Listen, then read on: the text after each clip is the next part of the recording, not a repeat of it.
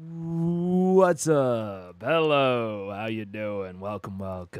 We are gonna finish the Warlock Daggerheart review, or Daggerheart Warlock review. Let's get it all pulled up here. Let's see, why did that not pull it up? I don't know. Good. Already, things are off to a raging start. And by raging, I mean nothing worked. Which is exactly what we love. That's exactly what we want to see. Let's see. All of my technical stuff is good. It's fine, and it works every time. Let me make sure that everything is all good. Broadcast setup actions. We'll just run it manually. Why not? There we go. Okay. Maybe. Okay. No, that didn't work. Hey, that worked. I just saw it work. What up? Hello, if you're here and you're just watching me do tech setup, which is starting to be the start of every stream, which I don't like, by the way. I am not super into that. So hopefully this is not a long-term pattern, because I don't think that tech support is super interesting. I don't know that it's super entertaining. But what is entertaining is Daggerheart. So let me pull up the Warlock, Daggerheart Warlock 1.4, and let's just get it started. Ooh, wait. Oh, okay. I got distracted, but it's a fun distraction, I think. So I'll show you guys as well. Let's see here. There we go. All right. I got distracted by the top Google result other than the actual document is a review, or it's a feedback from 2 days ago. And I'm very interested. Are you sure you weren't too sleepy today? I'm sure.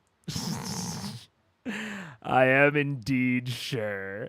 I didn't want it to get too far away from me. Let's see here. Okay, yes, this is Reddit. I'm not logged into Reddit because I don't go on Reddit very often. Wait, I need to shrink my screen because I have it expanded for the presentation. I need to just make it a separate scene. There we go.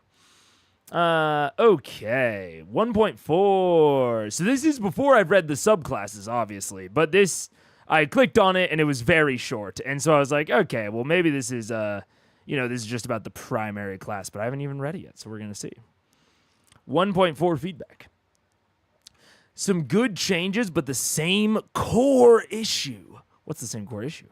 I have so many awesome ways to spend favor, but not enough ways to gain favor. Uh-oh, my guy, we might not be on the same page already. The only means of gaining favor is also ridiculously unfair compared to the amount of favor you get. Okay, we're really going to be on separate pages. You have to give up a downtime action or punish the group just to get 2 to 6 favor, depending on your tier equipment. That's not fun. We disagree. I think that's very fun. But okay. It's weird that they didn't even consider changing this for the second version, especially since you don't need to playtest this version to know that the favor system feels bad. So much potential here. Damn, yeah, we really disagree. I love that you have to give up a downtime action. I mean, to be fair, I haven't playtested it, but it's, according to them, I don't need to have. No, I mean, look, I get what they're getting at. But what I would need to see here to be convinced, and the thing that I am most like, okay, maybe maybe this is correct. Maybe 2 to 6 favor is not enough. For what I've seen so far with just the experiences and not, all of the subclasses, it seemed fine. But maybe I will change my tune that maybe this is not enough favor. I could see that. But, like, there are some classes and some subclasses that are spending a bunch of hope, spending a bunch of stress, right? We don't think about it in maybe those exact terms of like, oh, they like have to spend their they have to spend their downtime action regaining hope, or else they're not going to like have fun. They're not going to be able to like use a lot of their class features or their subclass features, etc. We don't think about it in that way because hope regenerates pretty consistently and everyone uses hope. So like, oh, it's not weird if you use your downtime action to regain hope. Everyone gets that. Hope is hope. Whereas favor is like just your little thing. So I personally, I just like fundamentally disagree with this second point of like the favor system feels bad. I fundamentally disagree. I think the favor system in its current setup is really cool and very evocative of the class fantasy. I'm hugely in favor of it taking a downtime action because ultimately the downtime actions are just things to regain your resources. Like they say, like you have to give up a downtime action or punish the group. I get what they mean by like, okay, you know, the GM gains a fear.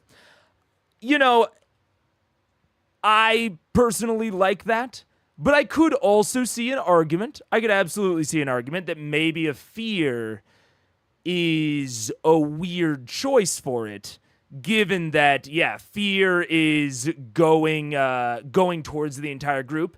Maybe we have it be instead of the GM gains a fear, you gain a stress. Or you gain 2 stress. Or, I mean, I mentioned, you know, the escalating fear requirements. Like each downtime you don't tithe, you get more and more, you know, fear gain. Maybe we convert that over to stress gain. You know, then it's isolated to the character themselves. I could be on board with that. But the fundamental aspect of it being a downtime action, hugely in support of. It seems very balanced and feels very warlocky. And I think that's my core thing. It's like, okay, I can get on board with maybe don't have it gain a fear, maybe 2 to 6 favor isn't enough. Sure, I can get on board with like maybe the specifics need some manipulation. But the favor system feels bad? Disagree. Feels very warlocky. And if you're not a warlock, you're not a warlock, man. I get it. That's fine. The gating favor is ridiculously unfair. Yeah. That's what it's supposed to feel like. You're supposed to feel incredibly powerful, and the way that you gain that power should be unfair. It should like be taxing. That is like the warlock fantasy to me. If you want just, you know, a spooky caster, go sorcerer. They're like shadow casters in this one. Yeah. A min-maxy table might make the warlock player feel like they can't give the GM a resource, even if that table would let them make personal unoptimized decisions, but that's a table feel problem, IMO. Yeah. And so it's like, yeah, you know, that's something I can get behind. Maybe the repercussion for tithing shouldn't be fear. I think it is personally cooler if it is. But I could get on board with the idea of changing that, even though I would probably prefer that it stayed a fear.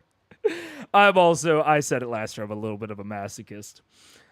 Suggestion: long rest, completely fill your favor, and you don't need to use a downtime action. Patooey! What the fuck? This is why you have more reliable favor every day without making a sacrifice? I'm sorry. Am I playing a sorcerer? Am I playing a wizard? What is this spell slot bullshit? I don't want that. I want to make a sacrifice. What are we talking about here? It's a contract. It's a deal. It's a transaction. Like what? Okay. I'm being a little bit hyperbolic and I'm being a little bit stream or whatever. But unironically, what is their class fantasy of warlock?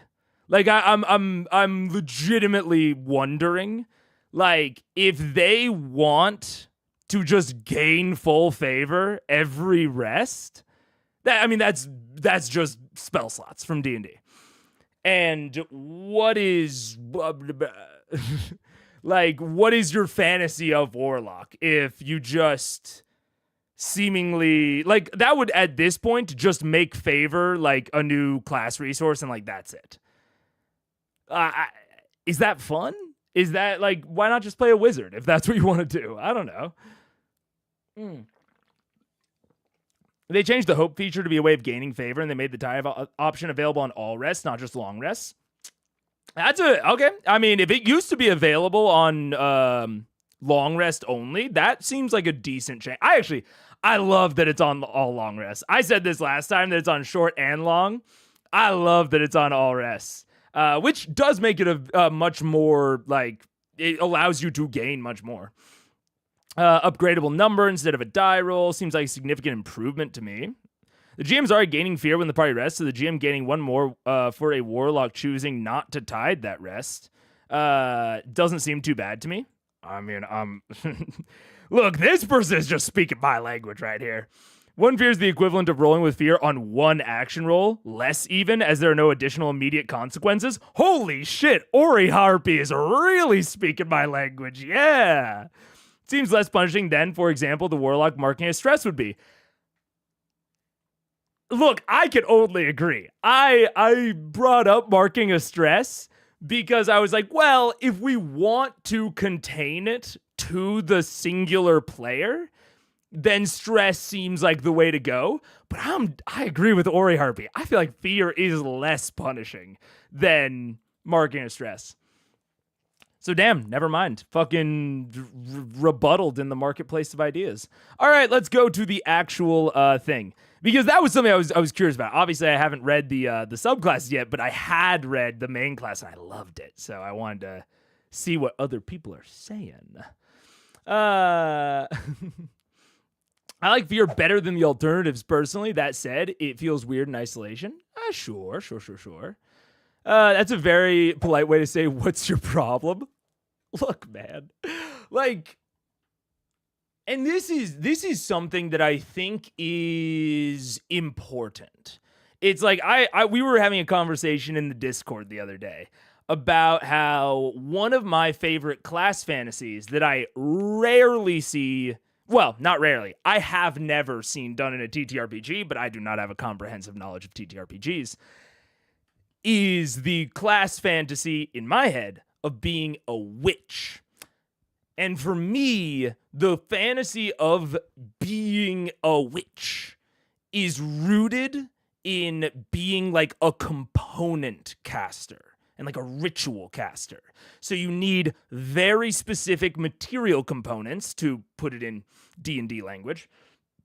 Those material components are used up, and if you do not have those components, you cannot do your spellcasting. And that is just not really viable in D&D.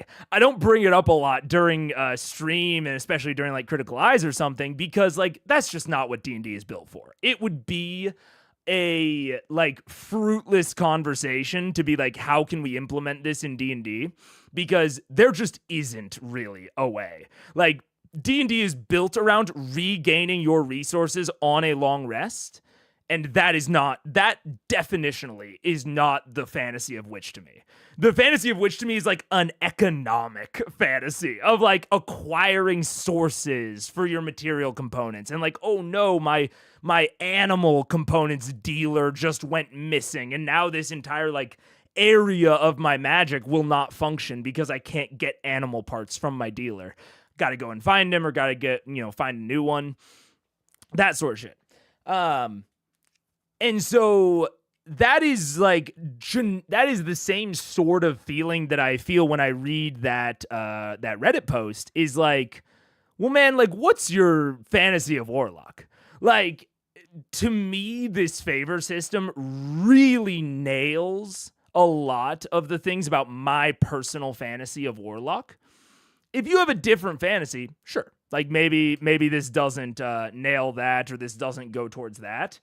But I think you need to make that clear. of like when you say that the favor system feels bad and then you go on to list the reason that I think it feels good, it's like, okay, we've got a difference in expectations here, but I can't tell what your expectation is. Like, what do you want the Warlock to be?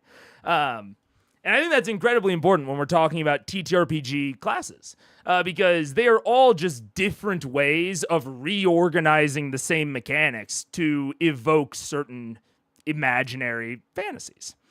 And you try to name them and tag them appropriately to accomplish things that people will feel good about. But that's kind of all it is at the end of the day. Arguably, the 1.4 update does take a small step forward, make favor just another hope, but it's not entirely there, thankfully. I agree. Specifically, the hope feature, Patron's Boon, is what changed. Yeah, which I like Patron's Boon because on average, you're gaining less favor than you are gaining hope. Like in Patron's Boon, you're spending 3 hope to get 2.5 favor. I would not really want it to be like a 1-to-1 thing, personally, but yeah. The flavor's completely different, but mechanically, you're kind of describing the Beast Feast campaign frame. I mean, I'm interested. I've heard about the Beast Feast campaign frame, and I will say I got even more excited about possibly seeing that frame after seeing the crafting recipe in Age of Umbra Episode 4. I was like, ooh, that shit's kind of cool. So I'm kind of... Originally, I was kind of like, meh, whatever on Beast Feast, but now I'm slowly getting more interested. If I were a game designer, I would make an entire TTRPG where the only class is witch and many subclasses based on the Owl House. Yeah. Hell yeah, man. I mean, fucking make it. Make a Power by the Apocalypse skin. I mean, I won't say it's easy, but it's not that out of the realm of possibility. Yeah. Maybe Artificer is the one class that comes closest given the cost for things. Yes. I mean, I agree with you, Ivo. I think it comes the closest to my fantasy, but unfortunately, well, oh man, this is hard to describe. I both love and hate Artificer. Artificer would be my favorite class because of what it is if I didn't hate it so much. I have a real dissonance in my head for Artificer, because I simultaneously love everything about it and hate everything about it in direct concert with each other. And unfortunately, it comes down to gold not being a very robustly implemented system in D&D compared to other systems that I would say are very robustly implemented. So, like, for all the shit I'll give to Vancian casting is a robust system.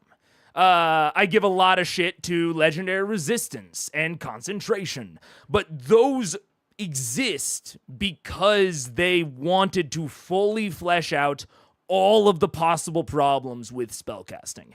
And they accomplished it. Even if I think like certain parts don't feel as good, or I have, problems with the results of certain parts of it, it's robust. It's all there.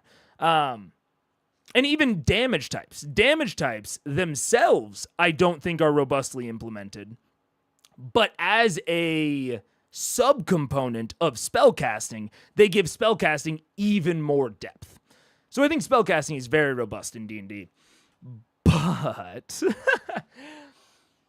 gold is not. And the fact that like there is no right, I bemoan this constantly of like there's quote unquote no default setting, even though they give you default gold prices, which almost definitionally have to be setting dependent in the player's handbook. The ways in which those things like scale and the ways in which gold is meted out is just very uncontrolled in D&D. There is like some loose guidance, but it is very, very loose. And then you pair that with the fact that Artificer magic item creation is pegged to gold and time. And if you watched my Age of Umbra 4 stream that we did yesterday, I go on a whole long discussion about how time is not robustly implemented. Like the passage of time and progress over time is not very robustly implemented in D&D. So it's like, in theory, everything about the Artificer is fucking awesome. I really like that they have this separation between creating like long-term magical items and short-term magical items. Like I know some people are not as big of fans of like the infusements, where you have like this set essentially of temporary magical items. I think that's cool personally. I like that there's like this little set that you can like switch in and out, and then you have these longer-term projects to make the magic more permanent. I think that, to me, that is a cool fantasy of this kind of these two kind of separate types of magic items. But the real core of the fantasy is in the long-term creation. Like, even though I think the infusements are neat, the real core of the fantasy should be in creating the long-term ones. And unfortunately in D&D, I don't know that there's really a way to do that super robustly in D&D, unfortunately. The only thing I can think of is, rather than tying it to time, you tie it to long rests. I mean, that gets it closer, right? Tying it to long rests rather than time gets it a lot closer. But even that it's kind of iffy. And, you know, even that is a lot harder, and it's a lot wibblier in D&D than it would be in something like Daggerheart. Like, I think it would be easier to implement that in Daggerheart because of the limited downtime actions, which is why I saw, like, the crafting recipe for the stamina potion, and I was like, oh, yeah. Like, there's still some weirdness with that, to be sure, but it's way closer to being really cool because of the limited downtime actions. So it's tough. It's tough. I don't know. In D&D, at least, which is very limited, yeah. I joined so I could catch up. What's up? Last two Daggerheart review streams. What happened? Mega ended the stream. Do you want to break with tradition, Jack? Mega mad idea? Wait, what? Once that happened, Mega ended the stream. Oh, when you caught up, I ended the stream. I see. Not going to happen today. You also don't really want to use two resources for the same thing, so hope doesn't feel the same as favor. That's true. Your featured chat thing needs a bit of padding on the left. My featured chat thing? Oh! Yeah, this thing. I see what you're saying. I can see that. That's fair. I am not a graphic designer by any means. You will notice that about all of the things I make. They might be functional, but they may look okay. So I am always down with, hey, this looks bad. As feedback, because sometimes I do just know, and it's like, yeah, I know it looks bad, but other times I need the eye. Now, if you're saying it works bad, I almost certainly know, and I almost certainly don't need the reminder. Yeah. Sounds like the work on a project downtime move from Daggerheart, which has crafting as an option. Absolutely, Skeletal Phoenix. That's what I'm saying. Yeah, like Daggerheart is way closer to being able to implement it because, frankly, if we're talking about robustness, I think downtime is implemented better in Daggerheart. Yeah. How far we get? Just got here? We haven't even started. I read a Reddit post at the beginning. I think it would be really hard to make witches for TTRPGs or any system with hard rules because witch as an archetype is inherently soft magic. See, and that's maybe where at least my archetype of witch, or at least the sort of pillars that I imagine for witch, and like what would make me feel very witchy, I wouldn't necessarily agree on. To me, the witch is very much about the environment around them and using things from the environment, either from environments local to them or from far-flung environments, in order to enact their magic.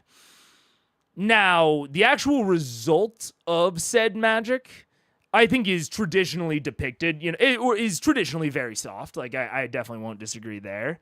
But I don't think I would need the magic that I produce to be soft in order to feel witchy.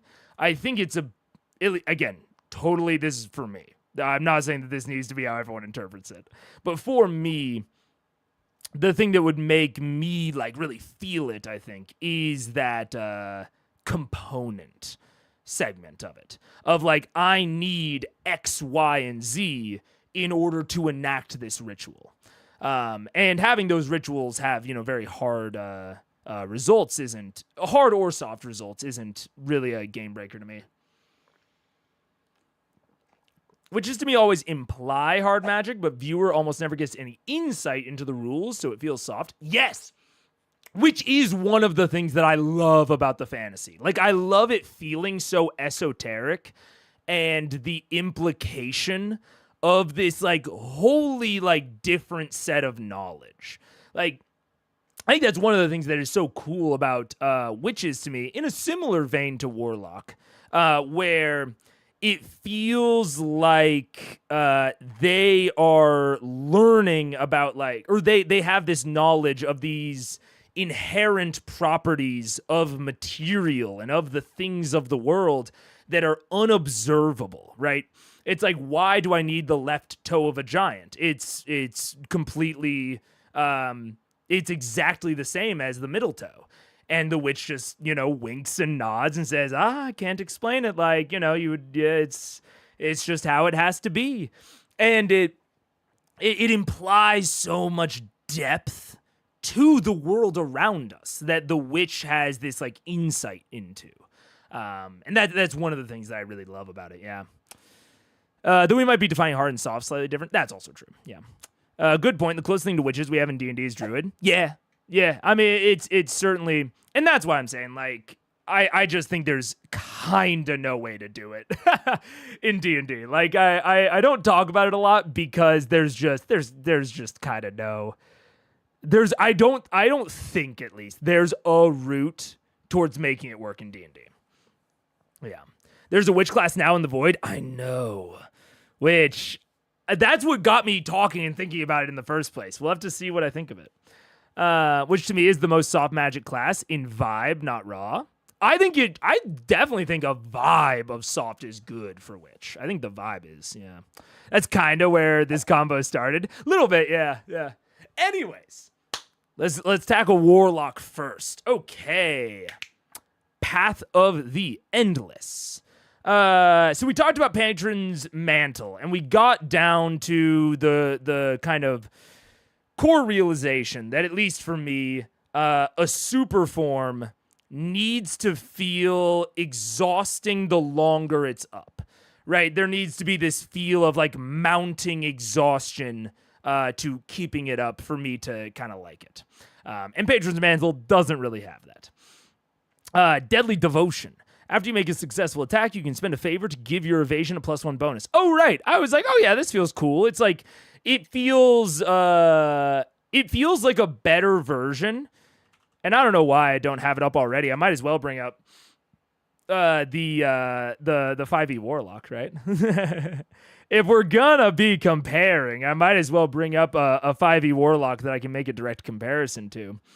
Because to me, that Deadly Devotion feels similar to things that a lot of different Warlock subclasses try to do in 5e. And look, I mean, the Warlock subclasses are not the standout feature of Warlock in 5e. Let's put it that way.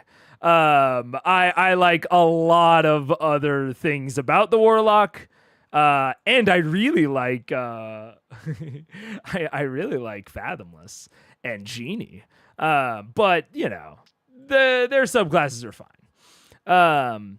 But this feels a lot to me like both something that the Goo tried to go towards, the Great Old One, as well as the Fiend tried to go towards. And I will say, instantly, I like Deadly Devotion more than the way that either of these accomplish it. Because I think the Fiend especially tries to go towards it with with Dark One's Blessing and Dark One's Own Luck. A little bit of Fiendish Resilience as well. But this Dark One's Blessing always felt just so radically inconsistent to me. Anything that is a on you killing it ability is so wildly inconsistent in 5e.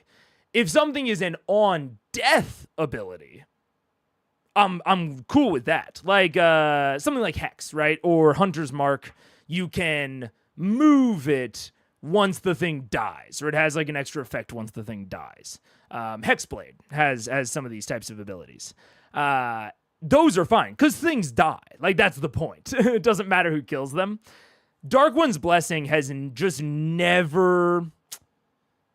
I've never wanted to take it because you being the exact one to kill it is just, like I said, radically inconsistent. So, tough. And then the goo, on the other hand, I'll read new goo because I can't quite remember everything that they changed. They gave it telepathy, which it might have had telepathy before, actually. Yeah, it had Awakened Mind. Oh, yeah, Entropic Ward.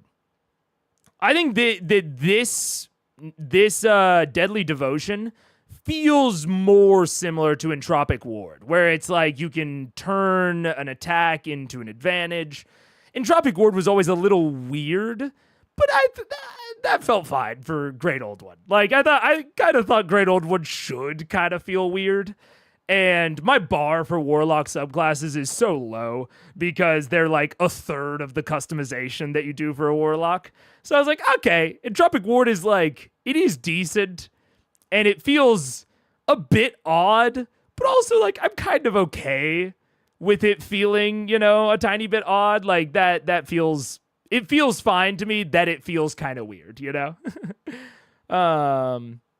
But Deadly Devotion, much more straightforward. I think it feels less weird than like Entropic Ward, and I think is cool. May, are you gonna submit feedback? You know what's hilarious? I had not even considered the fact that I was in a position to submit feedback. I've been trying to stay away from like more like current event, like trying to comment on it right as things are happening. I've tried to stay away from that, and so because it stresses me out. This just happened to be the timing lined up. People have been asking me about Warlock for a while. It just so happened that like this one came out, and I was like, I got some time to talk about it. So maybe, I don't know. It'll probably depend on how difficult it is to submit feedback. I originally thought that Endless was more of an Eldritch Patron, like Goo or Fathomless, but it's got more of an Undying Undead feel, or it even had an Avoid Death originally. Yeah, I do kind of think you're right. I agree. Endless definitely felt Goo or Fathomless, but especially with Patron's Mantle and Deadly Devotion, I am getting a more Undead Undying vibe to it. I agree. Let's see. Path of the Endless Specialization. Draining Invocation. When an adversary targets you or an ally within very close range with an attack, you can spend a favor to make them roll a d12 instead of a d20 for the attack. Additionally, the adversary must mark a stress, and you can clear a stress. Whoa.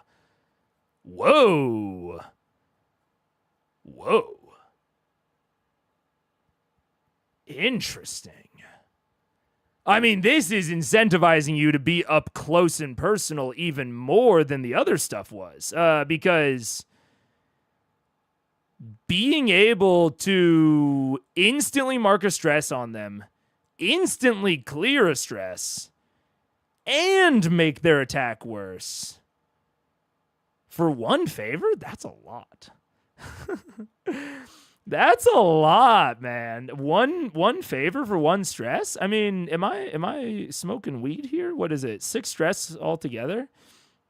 I mean, that feels... It feels very good, and it feels like something that you would want to be spending. I mean, there's a lot of things. That just feels very powerful. It is and very good. And there's a sort of addressment there of the downtime stuff. It's like, dude, especially reading this and reading that Reddit post earlier, it's like, man, if you have something like draining invocation, you need to clear stress less often during downtime. Keep in mind that specializations are mid game. That's fair. This is a powerful ability, but it's coming mid game. That is totally fair. But this is like, if you're feeling, the downtime squeeze, this is going to take some stress. Hey, stress. Nice. That wasn't purposeful. This is going to take a little bit of that stress, that pressure off you during downtime, where you're not going to be as stressed out going into downtime because you can spend favor in this way. And again, it's pushing you to be up close and personal. It's pushing you to be in very close range. Certainly, you could just, you can also act as like a support. You can be supporting your tank or some ally that's within very close. But if you want to be doing this very consistently, it's probably going to be more consistent if you can just do it on yourself, because you're the one you can ultimately control, right? So if you spec yourself to be very close, you're going to be able to trigger this up more often.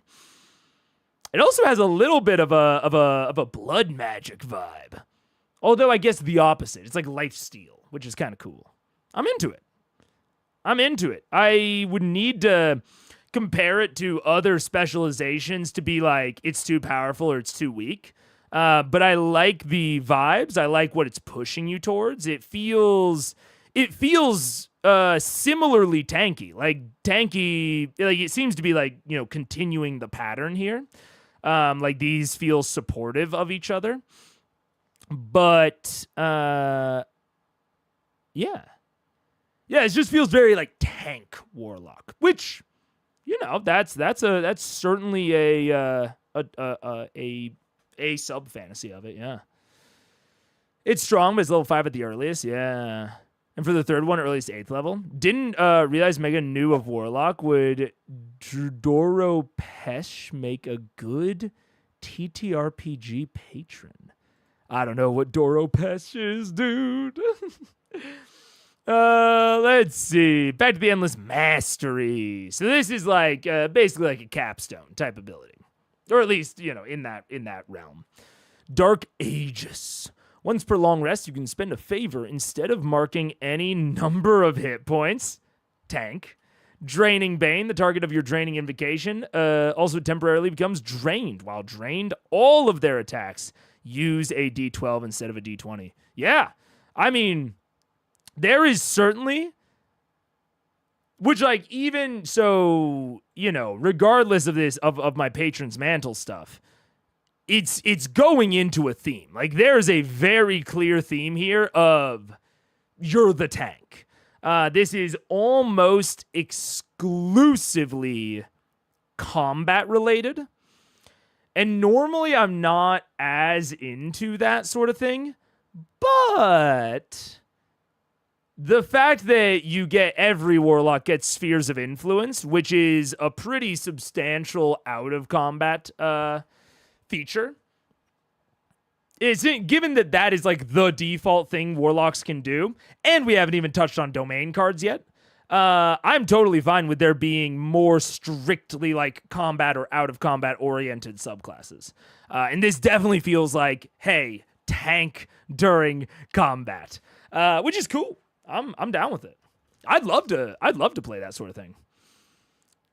Not just their attacks versus you. That's nice. Yeah. So it's like, there is a push here, I think, towards making you the tank, especially like, within, Patron's Mantle, within Deadly Devotion. The Foundation, I think, is pushing towards you being the tank, but the Specialization and the Mastery both do kind of lean into like, okay, like there is still like Dark Aegis is still you're the tank, but something like Draining Invocation, Draining Bane are kind of these flexible sort of debuff support abilities, which are cool. I'm definitely into that. And it doesn't say anything about replacing the definition of crit, so that could mean an enemy literally cannot crit your heavy defense party member. That is what I would assume from that, yeah. Yeah. Could probably make a dope Venom symbiote character. Oh, yeah. Yeah. Absolutely. That sort of beefy type vibe that also is kind of a debuff control, is like in like more video game terms, is like big and buff, but is also like poisoning or weakening or hampering out there. So they're more of like a control tank. My kind of tank, personally. I'm into it. And there is, I will say, it doesn't, how would you say? It doesn't necessarily solve the parts of it that only apply to you don't address the tank fallacy. So like Dark Aegis and Patron's Mantle don't address the tank fallacy in either way, in ways that I have seen like Guardian addresses the tank fallacy. But because of draining Invocation and draining Bane, I'm kind of fine with that. Like the fact that the class at its core is not necessarily leaning towards tanking.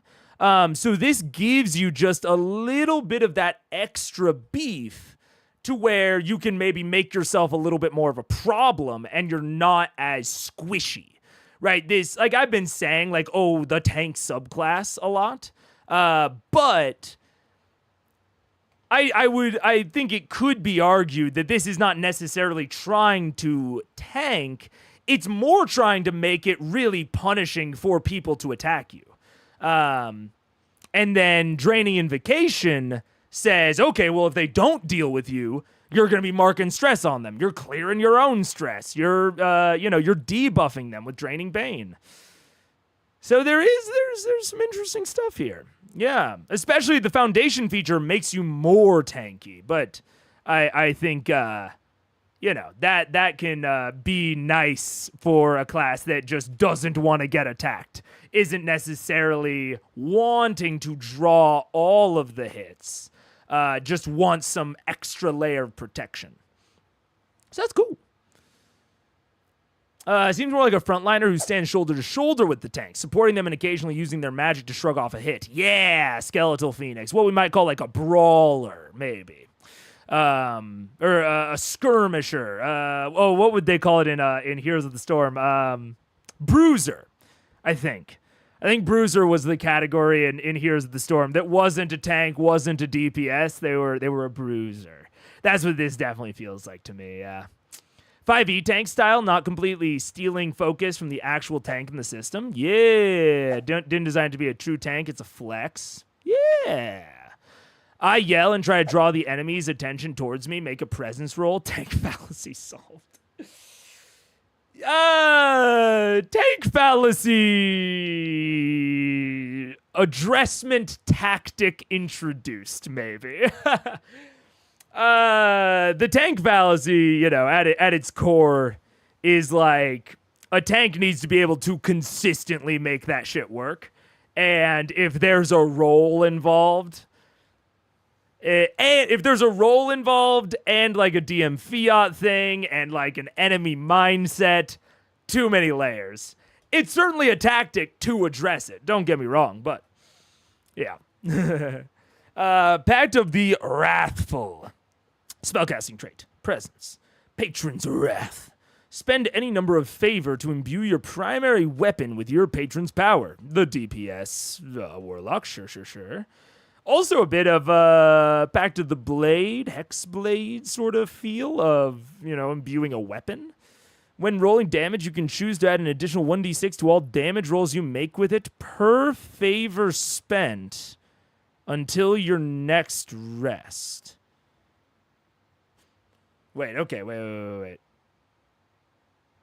So, spent... Oh, I see. So this is when you imbue the weapon, and then the weapon stays imbued until your next long rest. Oh, no, until your next rest, short or long.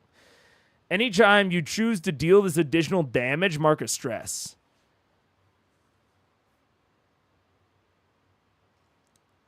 Huh. That weapon can be a spell-slinging scepter, so not a physical damage weapon. Okay. So any weapon. Okay. Interesting. Fireball on a stick.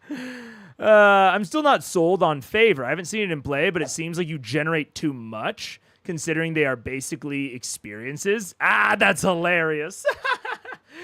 That's hilarious, dude. We just read a Reddit post right at the beginning of this stream that was like, you don't generate enough Favor.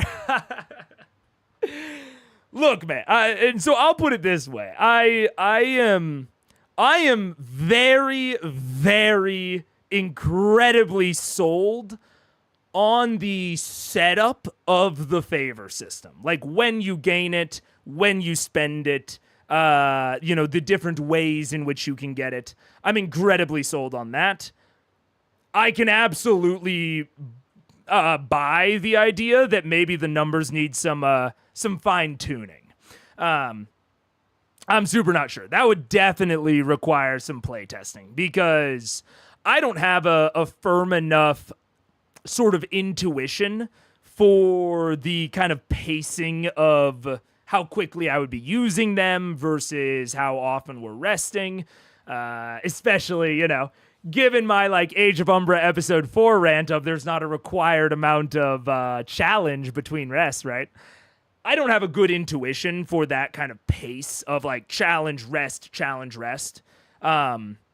So based on whatever that pacing is, I could absolutely buy that the numbers need some fine tuning, but I like the idea of it overall, which is the thing I'm mostly looking at here. Yeah. I watched someone else review this update. Patron's Wrath is, according to him, way too broken, and I kind of agree. I'm gonna have to think about it, but I'm gonna keep reading chat. But I'm thinking about Patron's Wrath a little bit. At level 166 extra damage potentially. I think we can all agree on how much flavor you can generate drastically changes the feel of the class. Absolutely. Which is or how much favor you can generate. Yeah, I agree. Numbers are probably the easiest thing to hammer out with playtesting. Yeah.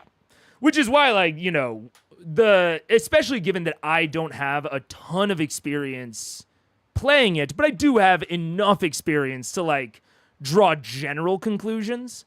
And I can work out the math. I just can't tell you how exactly the math will feel. Yeah. One stress for 66. If you spend 6 favor on the imbue, seems like it could be worth it. 1d6 from spending 1 favor, not so much. Interesting flexibility. Yeah. So that's the thing I'm kind of looking at here, Skeletal Phoenix, is at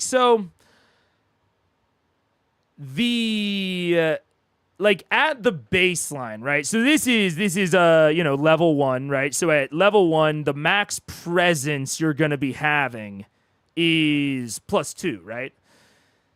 So at level 1, there is start with 3 favor, but let's assume, you're 1 or 2 sessions in. Let's say you're down to 0 favor, right?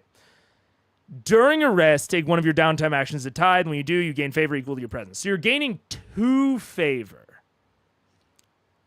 every rest.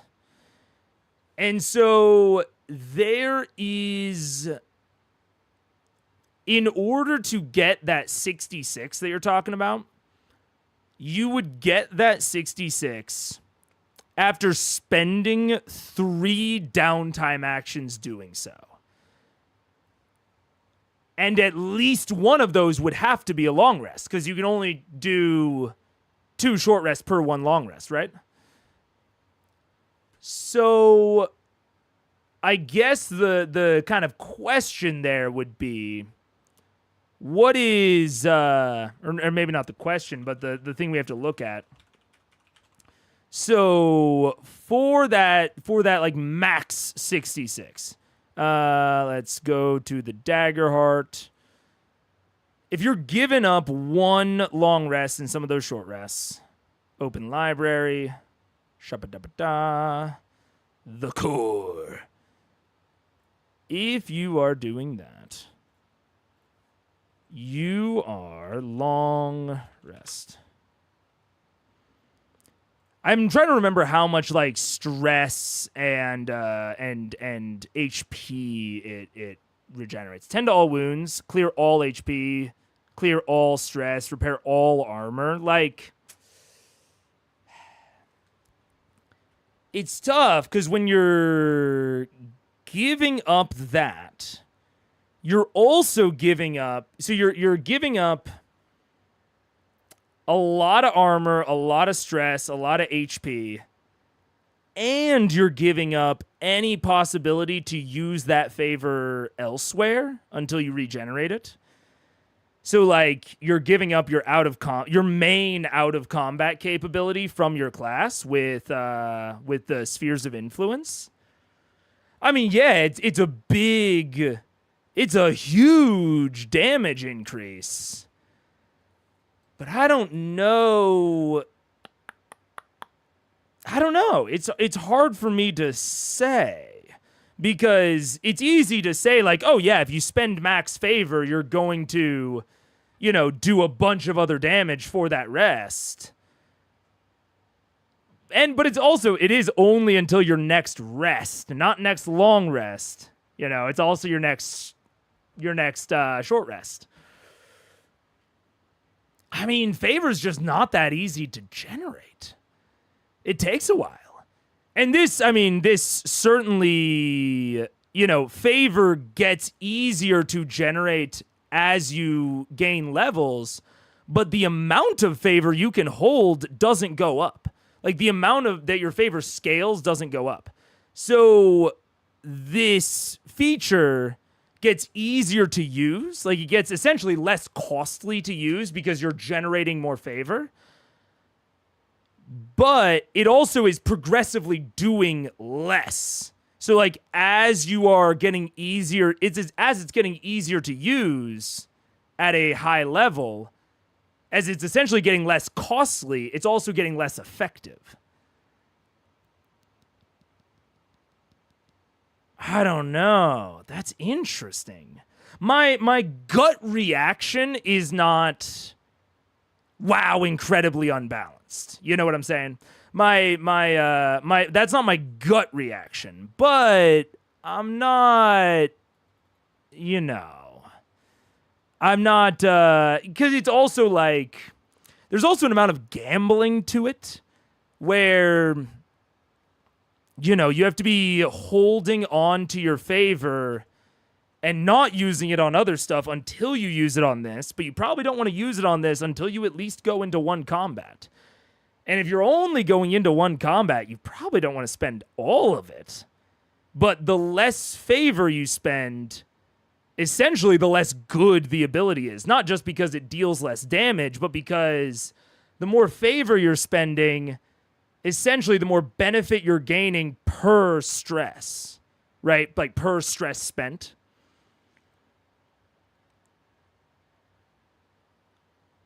It's weird. I don't know if I would like it, but kind of regardless of whether or not I would like it, I don't know that it rings to me as like super duper OP, but I don't know.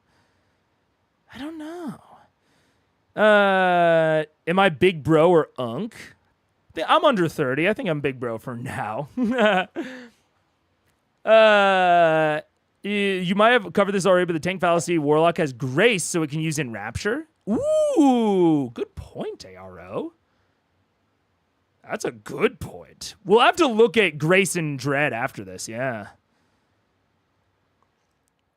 The Hope feature can also generate favors, so only favor from Tithe is the baseline. That is true, but you're also losing, resources on that. You're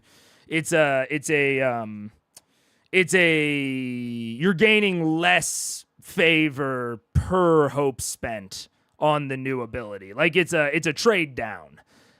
If we consider spheres of influence equivalent to what do you call it? Experiences. Which I think they're roughly equivalent. So if we consider those roughly equivalent, then hope and favor are roughly equivalent in value, and Patron's Boon is a trade down in that sense. So, I mean, this is good for gaining favor in a pinch, but it's not going to be something you're going to want to be using all the time, right?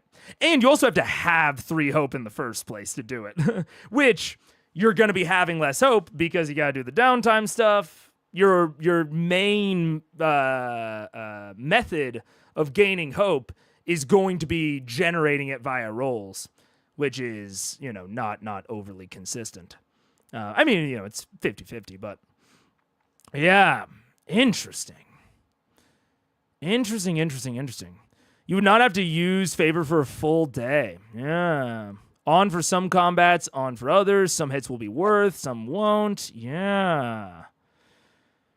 It is possible, you're right, and it's not as broken as it looks because of how rarely you can use the ability, but man, if you call what the boss fight is correctly, yeah, I mean, it feels kind of like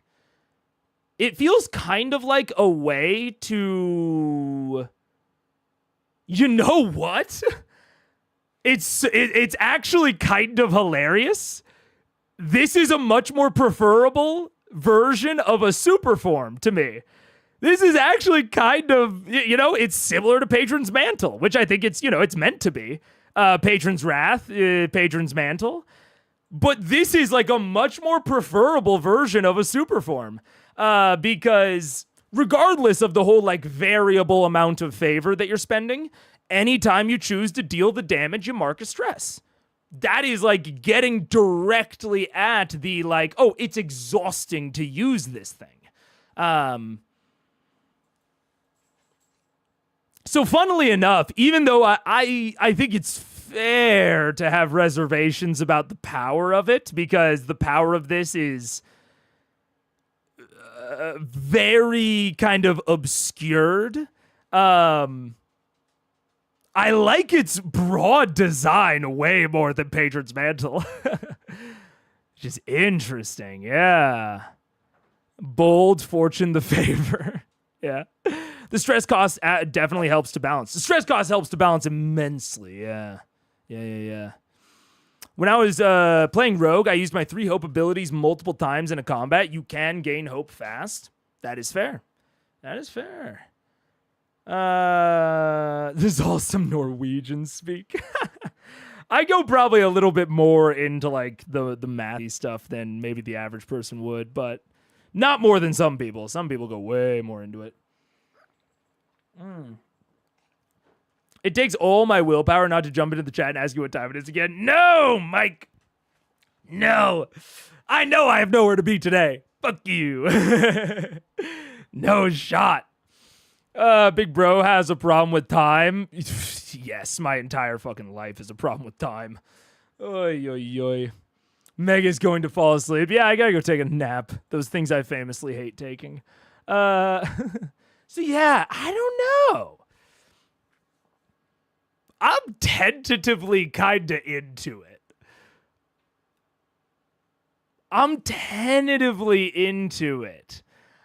I think, well, I don't know. Yeah, I don't know. It's tough to say because I'm like considering ways that I would change it, and I'm like, I don't know if I would like that much. I don't know. Big bro is Jewish, confirmed. I've got a one of the sides of my family, father's side, and from my understanding at least, the Jewish heritage passes through the mothers. My mother is not Jewish at all, but I've got some Jewish ancestry on my dad's side. Yeah. So I've got some influence, yeah. I hope you're right and Patron's Wrath isn't broken because it sounds fun as hell. It sounds rad. I won't disagree with you there. And I mean, I know that broadly this system wants to get by using like primarily D6, D12, D20. but like, maybe, you know, we could make that like a D4. Like, you know, if it's too powerful, maybe look at making it a D4. You know, that's fine. Or make it like a standard amount of dice. Like make it like 3 dice, but the dice size changes based on how much favor you spend. I wouldn't like that as much, but I'm more into it. Do they actually avoid D4s? I haven't noticed a bias against them. I wouldn't necessarily... How would I say it? I don't think there's it's huge. That is a pattern that I feel like I've noticed, but I'm also not deep in the sauce. So I could be very wrong there. He knows halacha. Yeah, man. I know about it. It's unlikely, but Patron's Wrath potentially allows for a final stand scenario where you keep swinging at max stress until you KO yourself, and you have the death mechanic where you can bounce back. Is there a death mechanic? Ooh, let's see. Let's see. Also, I'm skipping ads. Get out of here. I haven't been paying that much attention to the distribution of the dice. It's like it's a thing that has felt true to me looking through it, but I'm not confident enough to like be firm in. Sun's getting low. Boy. Let's see. All right, back to the Wrathful. You heading out? What? Hey, man, that fucking works. Yeah, I mean, you could put more tape on it. It's most of the box doesn't fall off this. I see. Well, do you want like a bungee cord? A bungee cord could strap it to the dolly, make it a lot easier to carry. I don't fucking know where they are. They might be in the hall closet. Or you could just wrap It's fine. Okay. Fair enough. Have fun. Paige is taking something somewhere. You have to Google House of Shammai. Maybe. Maybe I will someday. It's about the general death mechanic of Daggerheart. Oh, I see. Yeah, fair enough. That is true. I kind of forgot about that as the general death mechanic. Yeah. I don't think you can do HP damage to yourself by using stress features while at max stress. Only imposes stress from adversaries and environments can do that. Really? Can you not use stress? Can you just not use stress while at max stress? Like you just can't like use mechanics that would incur stress? Wait, let me see. I'm actually curious because this is something that I think changed across the course of the betas. So that's interesting. Reflects your ability to withstand pressures, etc., etc. When you mark, if you're ever forced to mark one or more stress, if you're forced, that does seem like a keyword. But your slots are already full, you instead mark 1 HP. For example, if the adversary forces you to mark 3 stress, but your stress is already filled, you instead mark 1 HP. If you would take 2 stress, you would mark 1 stress and okay. Stress from moves. Certain moves require you to mark stress. You can't mark stress multiple times. You can't use a move that requires you to mark stress if you don't have slots to mark. There you go. So you just aren't allowed to do it. Fuck that. Look, I would play it raw at first, but I'm curious as to why. You know what I'm saying? I'm curious as to like why. Does it make some features too powerful? I could see that being the case, but but that's so much fun. Damn. If I was DMing, I'd allow Warlock to swing into death. Look, that's my gut reaction as well. Is like, let them do HP damage to themselves. You know, that seems like a reasonable variant rule or a reasonable house rule, but I'd have to see. I can imagine there being some easy logic to why they wouldn't want that to be the case. It was ambiguous in some of the playtests and got clarified. There we go. Risk and reward. That's what I'm saying. If I had someone who wanted to do it, I'd make sure they were aware that it caused HP damage, then allow it. Yeah. It's how many people played the beta because it was ambiguous. Yeah. Yeah, I don't know. That kind of feels in the same realm of like skill check critting, in D&D of like, okay, I get why mechanically they might not want that to be a thing, but I kind of just want to let my players do it anyways. All right, but let's get into it. Back to the raffle. Specialization. Herald of Death. On a failed attack roll, you can spend a favor to re-roll the attack. If it fails again, you must mark a stress and take the new result. That's fun. I like that this. I mean, I was talking about like, draining invocation feels a little blood magic-y. This stuff feels very blood magic-y in a way that I'm into. Diminish my foes. When you succeed with hope on an action roll against a target, instead of taking a hope, you can choose to have your target mark a stress. Fuck yeah, dude. Oh. Oh, man, that's hilarious. I mean, speaking of, and this is even more interesting, right? Because we were talking about this in reference to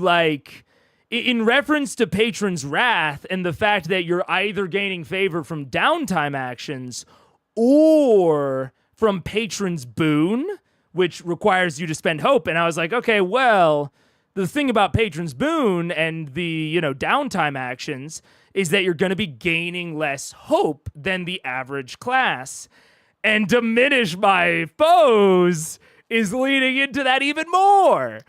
So once you get to Diminish My Foes, it is even more the case that you will be gaining favor primarily from downtime and not from Patron's Boon. So the fact that this is, this is restricting your hope gain seems to me to kind of indicate that they were maybe a little bit aware of the interaction between of the types of shenanigans that Patron's Wrath could get up to. But Patron's Wrath is so interesting to me because it is one of the only class features I can think of that has this sort of charge up between rests, which I think is very cool. It's a thing that I haven't. It's a thing that definitely doesn't exist in D&D, and the closest thing I can think of to it is like fear. Is GM fear. Like, this is the closest thing I can think of to a GM stalking up fear. And I'm kind of fucking into it. The more I read it, the more I'm kind of fucking into it. Oh, man. Skill check critting is just a natural extension of advice in the 5e core rulebook does give you. If it's not possible to fail, why are you rolling? That's fair, I would suppose, yeah. So the max and min numbers on the die should be a guaranteed success or fail. Yes, you're right. Logically, they are guaranteed successes or failures, but there is a difference between guaranteed success and critting, right? Because the crit mechanics in with attack rolls are fundamentally different than skill checks. You can roll to attack a creature that you have no chance of hitting. Like if you have a +3 and the, target has a 24 AC, you can still roll to attack them. So that's why crits exist within the context of attack rolls. So I would actually argue that they seem like a natural extension, but they are, I think it is people conflating similarity between attack rolls and skill checks when they have fundamental differences, which is why one has crits and one doesn't. But that conflation, I think, is incredibly natural. I think that it is very reasonable, super understandable that people would conflate those two things. So yeah. Warlocks have less hope than your average person. It feels fair on flavor. I agree. Throwing extras onto skill crits, I don't agree with necessarily. Yeah, the king can't be convinced to abdicate. The player shouldn't. Trying it shouldn't be allowed to roll for it. Yeah, it's the classic. The king abdicating the throne's the classic example. Whereas in combat, reasonably, you should, or not even reasonably, within Raw, you can do the equivalent of attacking a thing that is like the equivalent of asking the king to abdicate the kingdom, because AC is so much more obscured and is like a more vague mechanic than the concept of asking him to abdicate the throne, right? You can much more easily understand what the DC would even be for that sort of thing in a way that you can't necessarily pin down for AC. Right. Unless you're a DM with a very broad knowledge of the monster manual, or have just played a lot.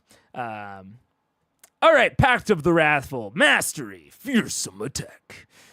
When you make a successful attack roll with fear, you can spend a favor to re-roll any number of your damage dice. You can continue spending favor, which that fearsome attack goes in with Patron's Wrath, right? Because these are additional, I would assume these would be considered additional damage dice. So, re-rolling any number of damage dice, but it is also spending the same resource. So, it is, restricting the possibility, or it is delaying the possibility that you'll be able to use the best version of Patron's Wrath to make the rolls more consistent. You can continue spending favor to re-roll these dice as many times as you'd like. Fuck yeah, dude. That's so sick. Oh man, I haven't seen something like this. I haven't seen something like this in a TTRPG that I can think of. Off the top of my head, I'm certain it exists. Like, there's something tickling at the back of my brain that I can't quite pin down. So I'm certain that this sort of thing exists. But the other day, I can't remember if it was during Critical Eyes or what type of stream it was during. But I was talking about push your luck mechanics. And I was talking about the fact that push your luck mechanics, unlike something like concentration, where concentration, you want to try and preserve concentration because the more turns you have it up, the more benefit you're getting out of like the single resource cost, right? Push your luck mechanics have scaling. Normally, they have scaling risk in conjunction with scaling reward. And this has a very similar thing. It's not exactly push your luck.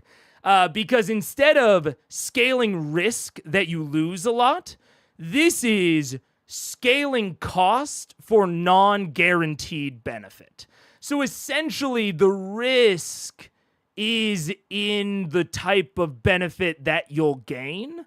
So it's not quite push your luck, but it's adjacent to it, where it is this scaling cost with a non-guaranteed gain. But the thing that makes me draw a comparison, right? Because it's not just gambling, right? I've talked a lot about how gambling mechanics don't really, I'm not really into it. The way that I would interpret this, and, maybe I'm interpreting this a little bit wrong, but I would frankly house rule it this way, even if this isn't quite raw. I would determine that whatever, subset of the dice you choose when you spend the first favor, you can take increasingly small subsets of that. Like like Yahtzee, right? Where if you re-roll some dice and you want to re-roll again, you can re-roll a smaller subset of those dice. I'm fine with it not being able to be expanded. And there'd be very little reason, I think, to do that. But I think the thing that locks this into not just being gambling and being a mechanic that I really, really like is the fact that under my interpretation of being able to shrink the number of dice you're re-rolling, you can essentially lock in gains. So if you spend one favor to re-roll 3 dice and one of them hits a 6 and the other 2 hit 1s, you can take the 6 out of the re-roll pool and re-roll again. If you can't do that, I'm far less into this mechanic, honestly. I think that being able to lock in those gains is like a necessary part of what would make this cool for me. Because, again, I love the idea of like you re-rolling 4 dice, rolling a 6 and a 5 and a 1 and a 2, and then spending another favor, rolling 2 2s, spending another favor, re-rolling a 3 and a 1. Like that, absolutely. But I would need, for me to be super into it and for me to not just see it as like kind of random gambling, I would want to be able to lock in those 6s. As written, it's ambiguous, leaning towards having to re-roll the same set every time. I would agree. I think it is ambiguous, but raw.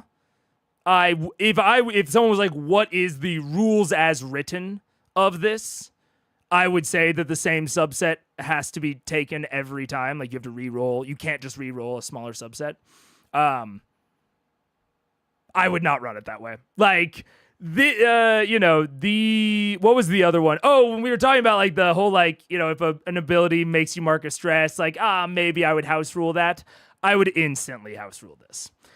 Also, I feel way more comfortable doing that sort of thing because it is a mastery. It's a tier 3 ability that they've had to really invest into.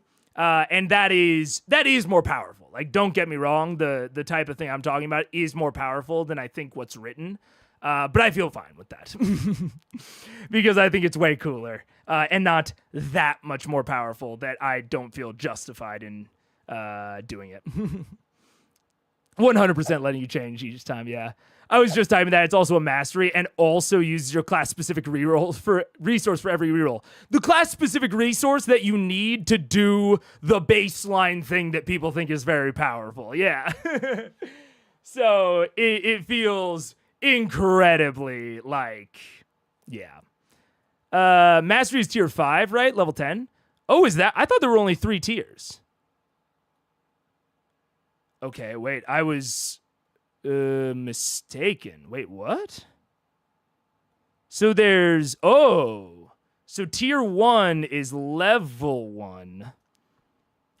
And then is there no tier 5? There's just tier 4? Did they do that just so that each tier would have the same number of levels? I feel like that must be it.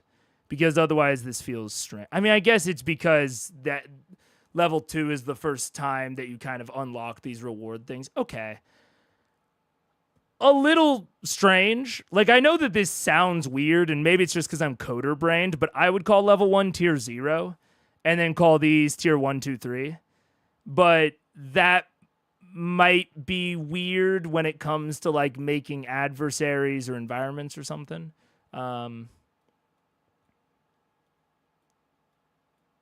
Yeah, I don't know. That feels a little strange, but I get why they're doing it. It just doesn't quite sit right in my brain, but that is like a purely like just the way that I am interpreting it. There's no like real reason that needs to be different. No subclass features for tier 2. Yeah. I'm also coder brain because I do call level 1 tier 0. Yeah. I'll change my nomenclature over time. Yeah. I'm kind of with you. I'll change my nomenclature eventually. So mastery, choose an additional. Wait, no, that's multiclassing. Where's mastery? Take an upgraded subclass card, then cross out the multiclass option. Yeah. Right. So, yeah, because you can't do it here, right? There's no, yeah. So the earliest you would have access to your mastery feature is level 8. That's the closest you would have. So, but it is still, it's max tier. It's the highest tier in D&D terms. It's the equivalent of tier 4. It's the equivalent of like level 16 to 17. I mean, I feel perfectly fine making that slight buff to it. And I'll probably say that in my review. I'll probably be like instantly fearsome attack. I don't know how it like rules as intended. I don't know what the rye was on this. But this is how I interpret it raw. And I would instantly house rule away from raw. I'm just letting you know in my feedback. Yeah. Tier 0 would probably be commoner. That's fair. Okay. Yeah. It's a little strange for me to wrap my head around, but I'll get there. I'm not worried about it. Yeah. But yeah. So this is fearsome attack is cool, even though I would immediately house rule it. Divine Ire. Once per rest, when you take damage, you can spend favor for each target within close range. Within close range. Of you, I'm assuming. So this one's wanting you to be close. For each you spend a favor for. Okay. That makes sense. Okay. They must mark a hit point.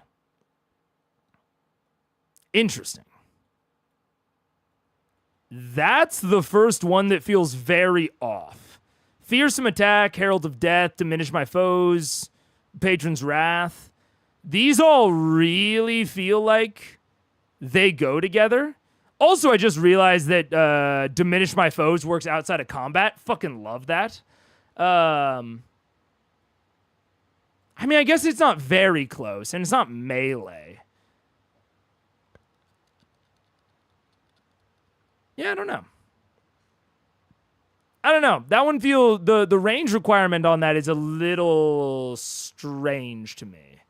It's the first one that feels very slightly off. But that said, I mean, it feels kind of like an upgraded version of, diminish my foes. It's kind of like you diminish them on rolls with hope, and you essentially diminish them on taking damage. Also, I forgot that fearsome attack can only be triggered when you roll with fear. I forgot that it has another restriction to it. Actually, also only on a successful attack roll with fear. So it's happening about 25% of the time because most of the modifications you can make to the dice. Well, no, you can have like dice pool modifications. Never mind. Like advantage would still work with that. Anyways, Divine Ire's like it makes sense to me. Don't get me wrong, but I will say like Pact of the Endless, everything felt like it made sense together. Like, everything about Pact of the Endless feels like it is all kind of going towards a similar fantasy.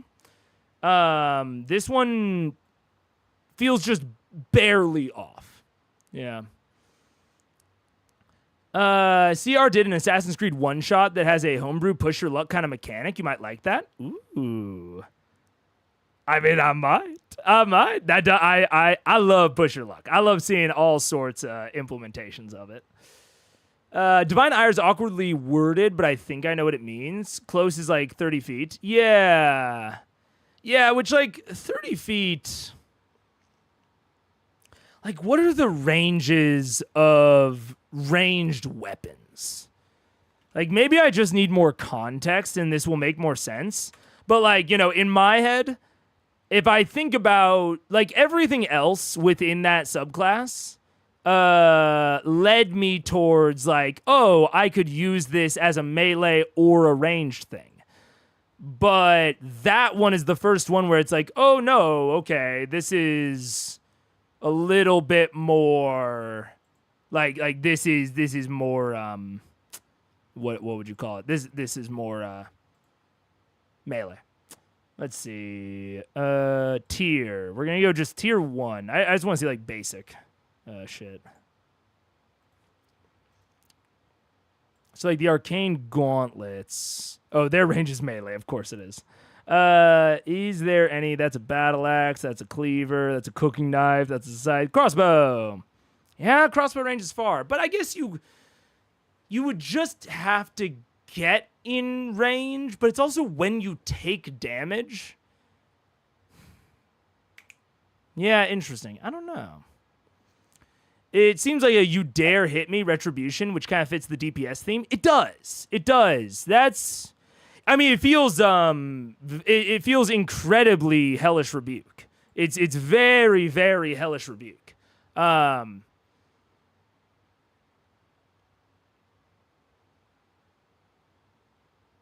But it is, I mean, I understand why it's within close range is because it's allowing you to like target everything. You know, it's allowing you to like spend a favor per target. But given how favor hungry this subclass already is, I'm kind of like, maybe up that to far. Maybe just say each target you can see. I don't know. The close just feels a little odd to me. Far and very far for proper range. Thrown weapons are also close. I don't know. I will say overall, I think Pact of the Wrathful is very cool. I think I am more likely to want to play Path of the Wrathful, especially given that, like, on a flavor level, I like Patron's Wrath more than I like Patron's Mantle and Deadly Devotion. I think they're both fine, and I can certainly see a warlock build and like a certain warlock type of character that I would want to play on Endless. But Pact of the Wrathful more initially attracts me compared to Endless.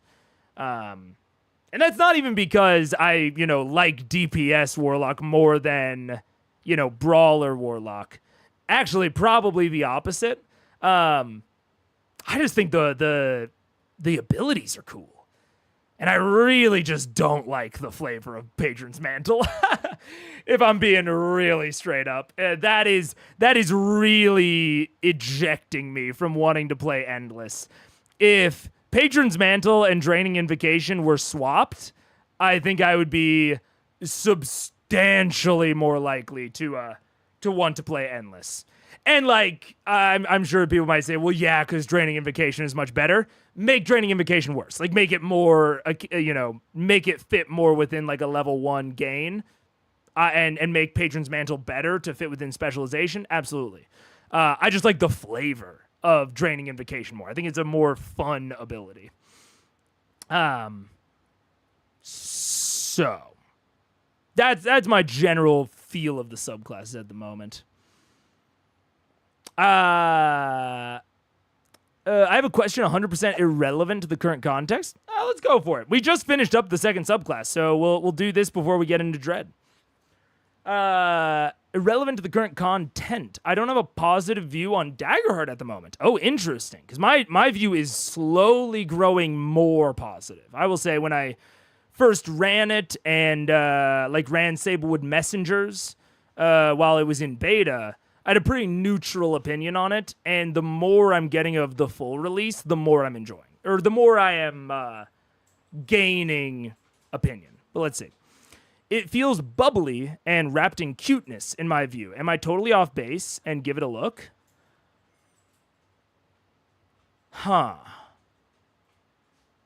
It feels bubbly and wrapped in cuteness. I mean,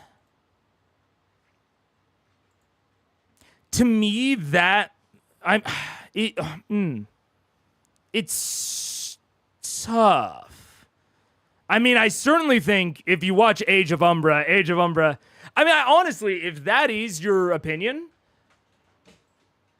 I would probably watch Age of Umbra. Honestly, like I think that's a that will help you determine if it is the TTRPG or if it is just how the TTRPG has been presented to you. Because Age of Umbra is not cute. Age of Umbra is like horror and body horror and like kind of gross and weird. I think the cutest thing in Age of Umbra so far has been the Fungrill, and they just happened in episode 4. And they were pretty quick. So Screeve, yeah, Screeve is super cute, man. He's a cute guy. So yeah, I'd say if you really want to interrogate that opinion, I think Age of Umbra would directly kind of look at that opinion. Like if you still feel that it's too cutesy after, watching like 1, 2, 3 episodes of Age of Umbra, I think that's, then the opinion is clearly deeper rooted than just aesthetics. Because Age of Umbra is definitely not cute. But, all that said, I can see how the broad art direction would lead you down that path. Like the key art for a lot of the domains, for a lot of the, like even Rogue, I can understand how like the Rogue kind of looks like a meeple. It looks like a very, artsy kind of abstracted person in a way that the D&D, type of class direction doesn't as much.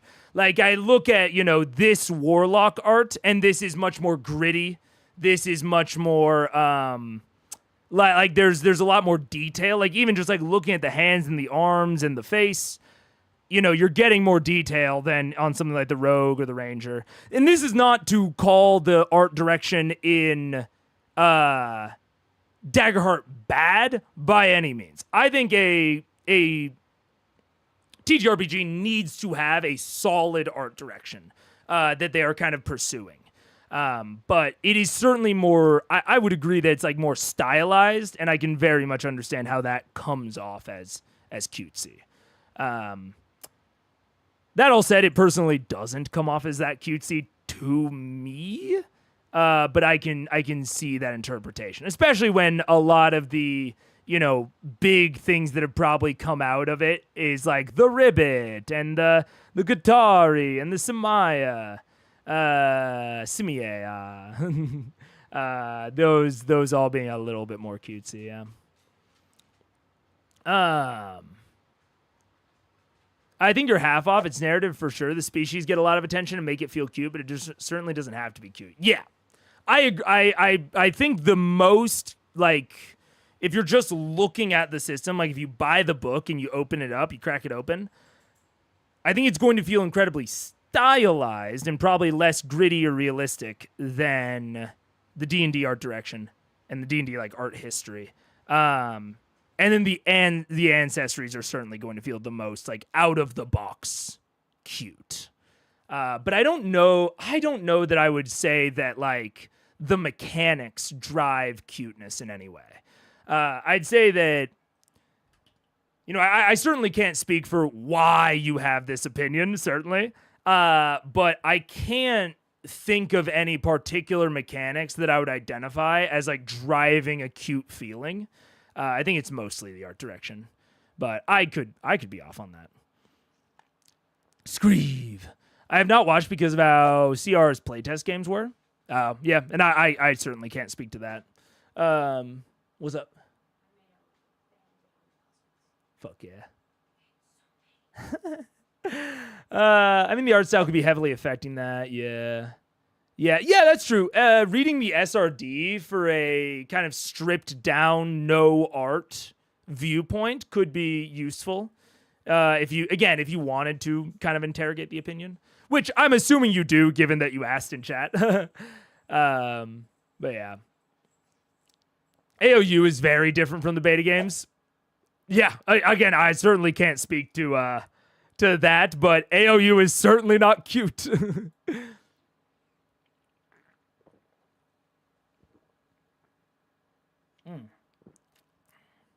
The art, yeah. I like the art, but I can't stand the formatting and the fonts. And I can see that as well, that the formatting and the fonts could be coming into that. You know, they have like a cute little image for Dread. Ooh, it's a spooky, stylized skull. You know, I can definitely see that. Yeah. CR has theater kid energy because they are theater kids. It certainly does have theater kid energy, but you could definitely run it less theater kitty. Yeah. Why is there no border on the sides of the character sheet? Because there's no. There's a border at the top. What are we talking about? I don't know. What are you talking about? Is there a border? We're down into cards at this point, so I'm not quite sure what you're talking about on that. Let's see. Okay. I'll take a look at AOU then. Yeah. Which I can't guarantee that you'll like it. Honestly, as a story, I'm getting less invested every episode. That's not necessarily a huge critique on the show because I'm enjoying it for a lot of other reasons. But certainly, like, I'm not as invested in Age of Umbra's like lore compared to how invested I am in Exandria's. And I'm personally not super invested in like the plot and the story of it.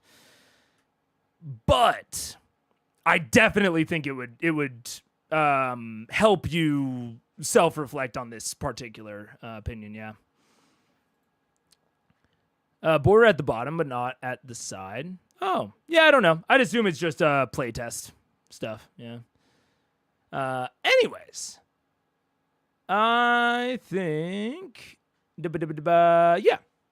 I think we will move into Dread. Or maybe, actually, before we get into Dread, because Dread is still playtest, I want to see something that is not playtest, which is Grace. So Grace should, you know, theoretically at least, be more balanced. So let's see here. Grace. And we will... Oh, wait. We have to go into list view to sort by level. There we go. And then back into card view. It is weird to me that you can't do these sort of sort bys in card view. It's just a little awkward to have to switch between the two, but I get it. I guess it's a feedback to Demi playing. I don't know who I'm talking to right now. But let's see. And I'm just going to go through, like... There's just so many cards. I'm going to go through, like, the first, like, couple levels. Maybe, like, up to level 5.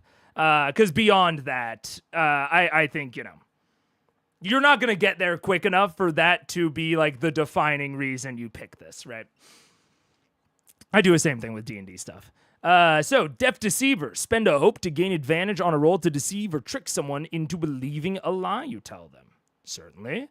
Make a spellcast... Enrapture.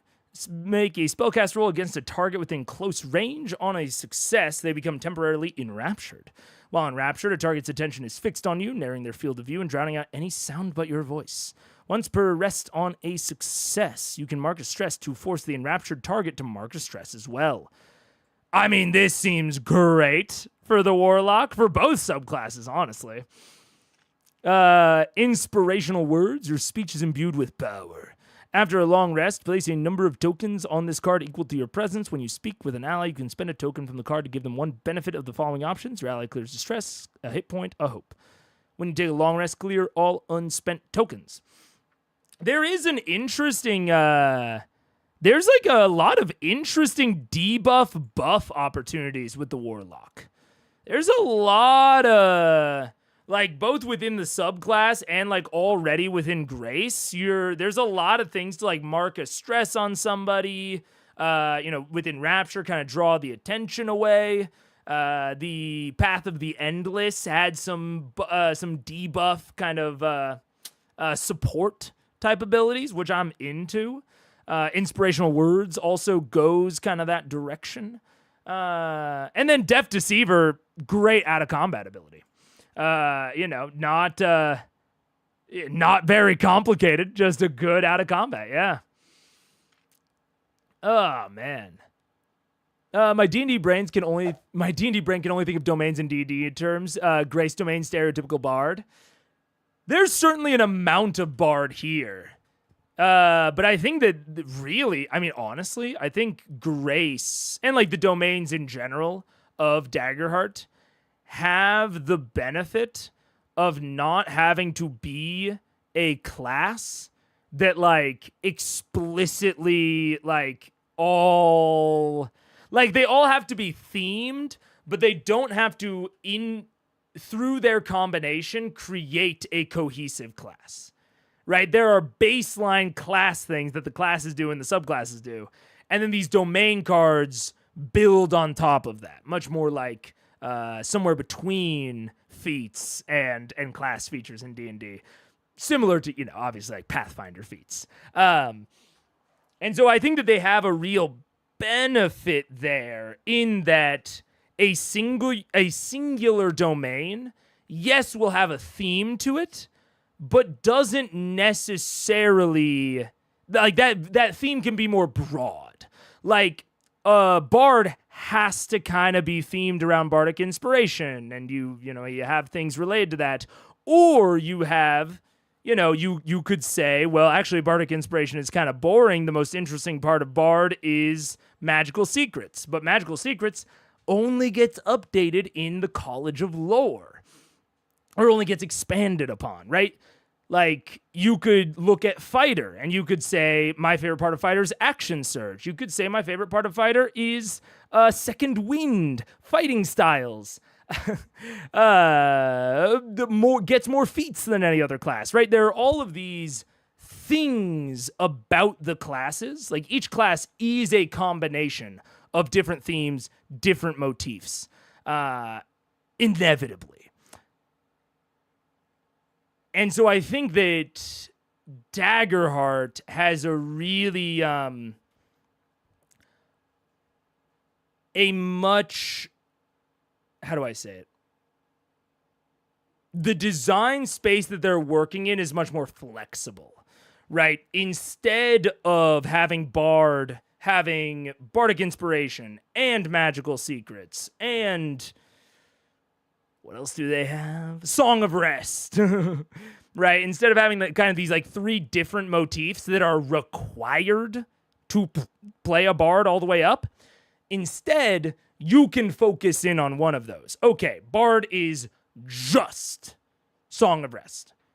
I think that's similar to what they do in Daggerheart. Or bard is just bardic inspiration, right?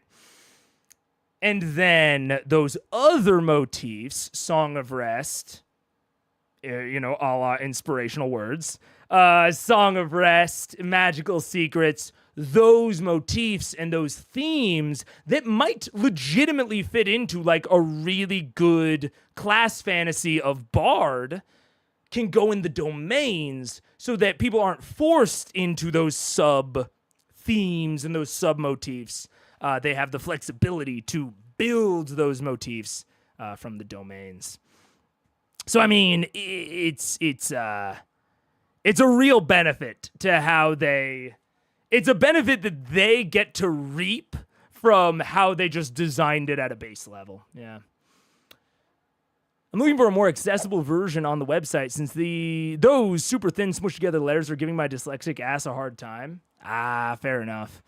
Yeah, I mean, I assume that, especially given the general, vibe of CR, I'm sure that there will be probably a more accessible version available at some point. But this is where we are for now. Grace can also be an Eldritch Scion rather than Bard-like, flavor-wise. Oh, absolutely. Absolutely. They get to go into mechanical themes rather than necessarily flavor themes. Yeah. A lot of flavor opportunity, yeah. An Infernus Death Deceiver has easy access to presence advantage, unless they are honest to God persuading. Yeah. I'm thinking of playing a character, Bard Infernus, just for this. I could see it, yeah.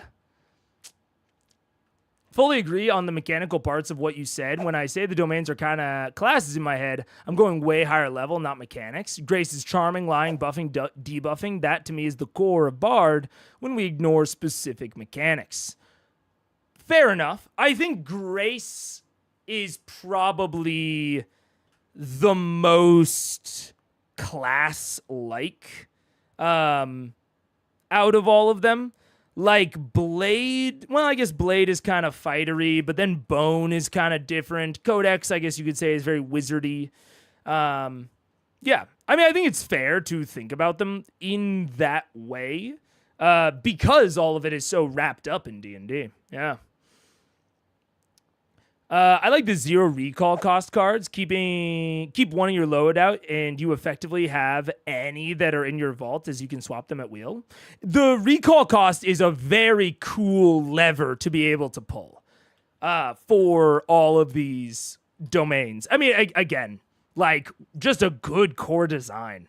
Like putting in recall and the vault and your loadout as these like core functions gives you so many levers with which to balance cards. Recall cards are the hardest thing for me to judge because I haven't played or run things at a level where they matter. I think that is also very fair. Like I think they're a good lever to pull for managing higher tier play.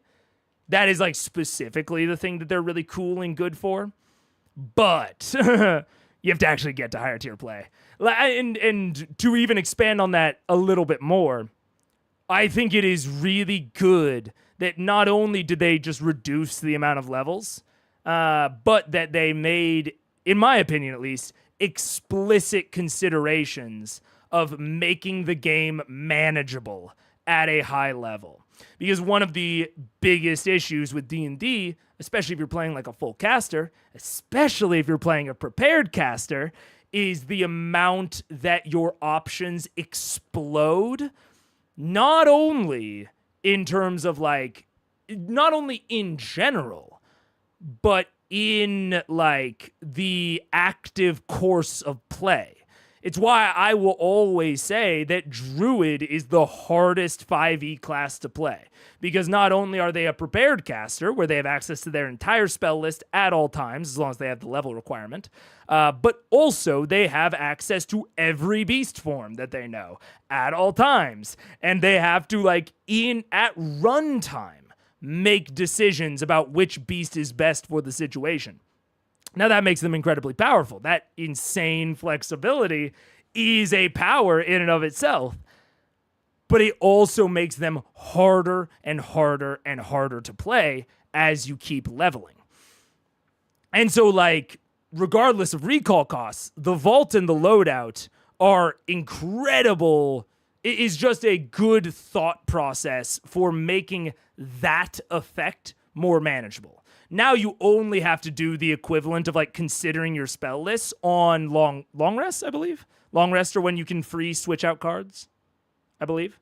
I mean, it's the equivalent of that prepared casting, right? Of needing to prepare a spell list at every level up. But on top of that, there's less cards. Like, we'll just put it out there. And so by limiting the amount of cards that you can have compared to how many like spells you can have access to in D&D, that might feel a little bit more restrictive. And if, they don't have any equivalent of like a known caster, so then they go, okay, well, we want to restrict them. Like we want there to be less options so that it's a little bit less overwhelming. But we don't want it to feel as restrictive. How can we address this? You introduce a mechanic that essentially allows a prepared caster to be able to switch out spells. Like switch out a spell that is on their spell list with one that's in their prepared. And so then you end up having that kind of at runtime flexibility, but because it has a cost, you are not punished for not doing it, right? If you could just, if like recall didn't exist, and like you could just like swap them in and out constantly, You can switch out vault cards on your short rest as well. Fair, yeah, still, my opinion is generally the same. Because you have this big flexibility in the cards, but in order to enact that flexibility, you have to pay like a common cost with these recall costs. They're introducing that flexibility as like a trade-off option, but also you're not like actively throwing. If you don't ever want to engage with that in the same way that, in the way that like you kind of are throwing if you only transform into the same two beast forms, right? Like, if you don't take advantage of the extreme flexibility of Druid's wild shape, you just are less powerful than a Druid that is. If you don't switch out your spell slots, or if you don't switch out your prepared spells every single rest and you don't fine tune it for the challenges that you're going to be anticipating, you're going to be less powerful than someone else that is doing that. The recall cost, the vault, the loadout, I think really deftly solve that problem where they offer the option of all of that flexibility to people that want it and that people that like want to engage with that. But they make them pay a cost so that the people that don't engage with it in any way are not essentially penalized for that.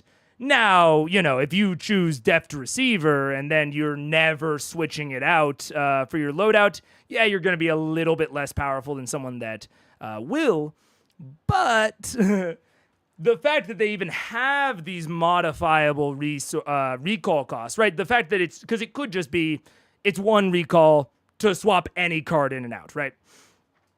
The fact that there are these zero costs not only draw someone's attention to it, someone that might not have been, wanting to engage with that level of flexibility, again, in something like 5e Druid, the recall costs will draw their attention to it. It is a sort of how do I say it? It is an in the flow of play, like every time you look at the card, kind of reminder that mechanic even exists. So you can look at Deft Receiver, you can look at something that's a little bit more situational and be like, shit, I don't really think this is going to work out. Boom, swap it out. I think that's a much more natural thought process in Daggerheart than a lot of the flexible options are in something like D&D. And, as we've said, it gives you a lot more flexibility in terms of design. You can introduce these cards that are more niche. Like spending a hope to gain advantage on a roll to deceive or trick someone into believing a lie you tell them. I mean, what if you don't need to lie to anyone today? What if you don't need to lie to anyone? What if you're off in the wilderness, but you still want to have the Deft Receiver in your loadout for when you get back to camp or in case you run into somebody, right? That's a niche ability. In D&D, the equivalent of Deft Receiver is Eloquence Bard Silver Tongue, which people fucking hate. Very reasonably so. Where the fuck is Eloquence Bard? Gimme. Eloquence Bard. College of Eloquence. The equivalent to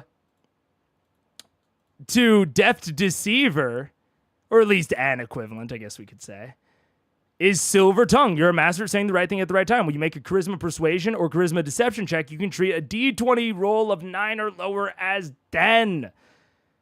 But they have to make it really good, right?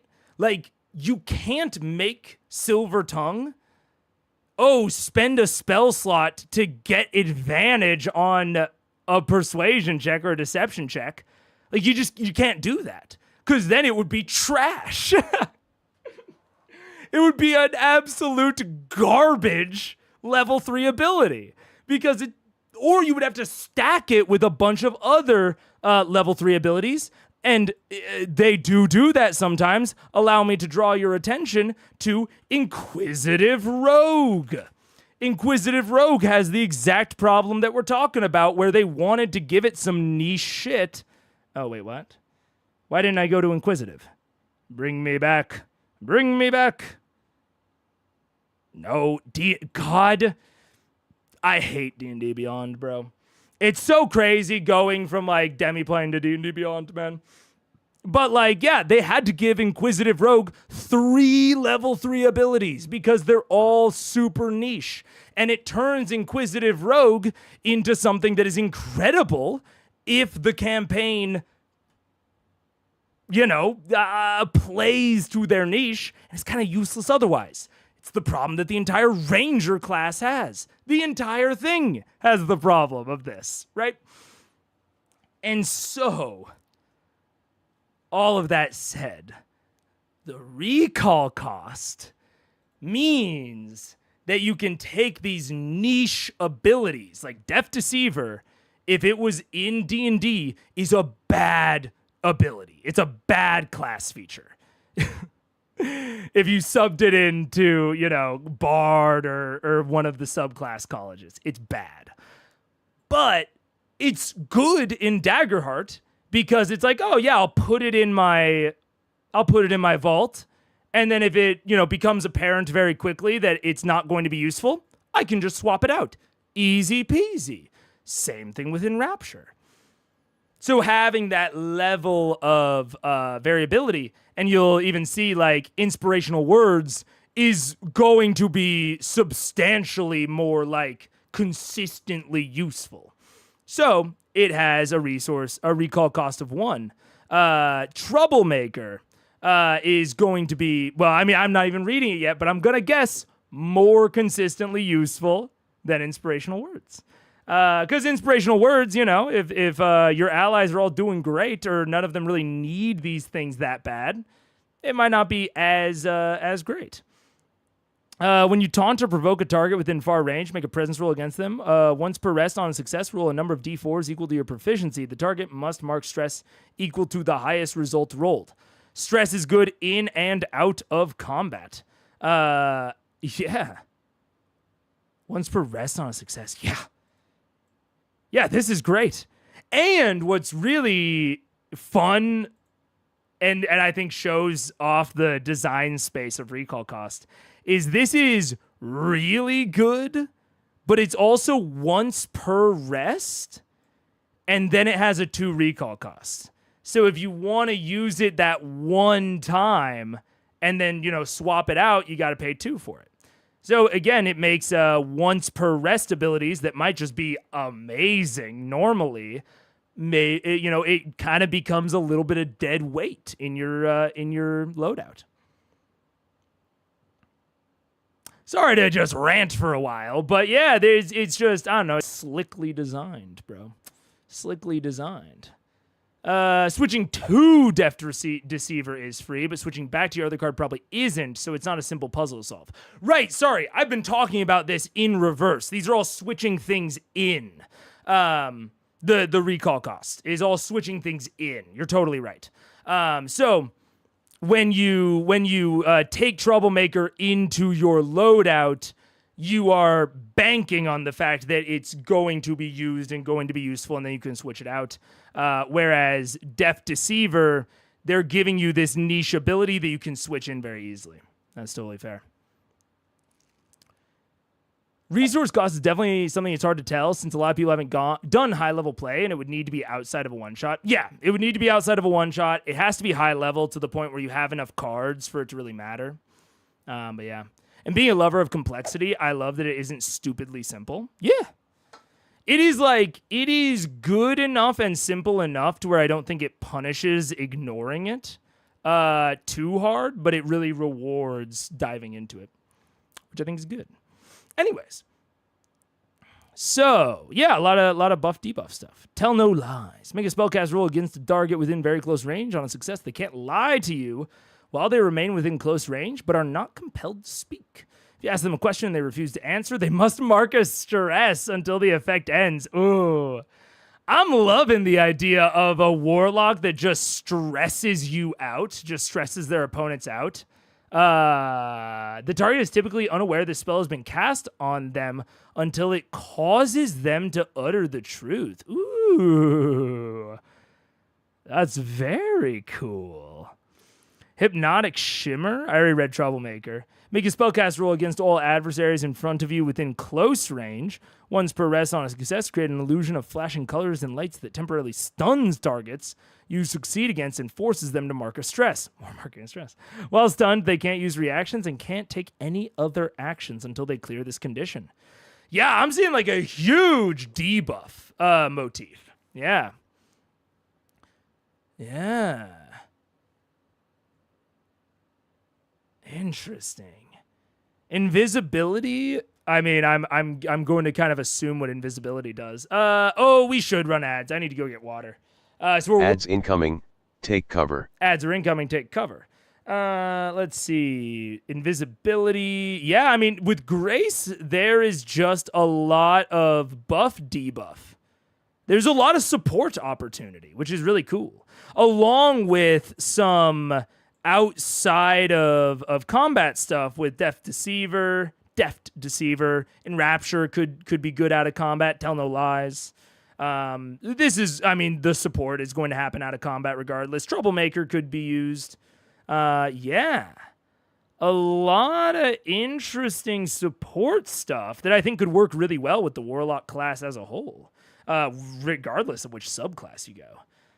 Choose a target within very far. You can see through their eyes and hear through their ears. You can transition between using your own senses or the target's freely until you cast another spell. Ooh. Do they?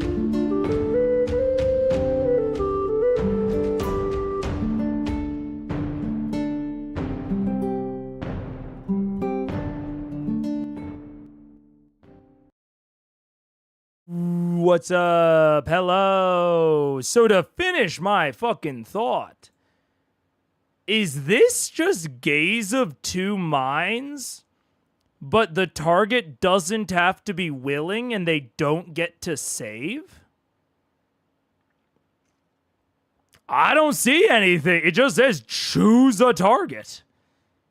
And within very far range, it's like 300 feet. I mean, Gaze of Two Minds is in theory one of, or not Gaze of Two Minds. What is it? No, it's Gaze of Two Minds. Because Gaze of Two Minds had to be willing.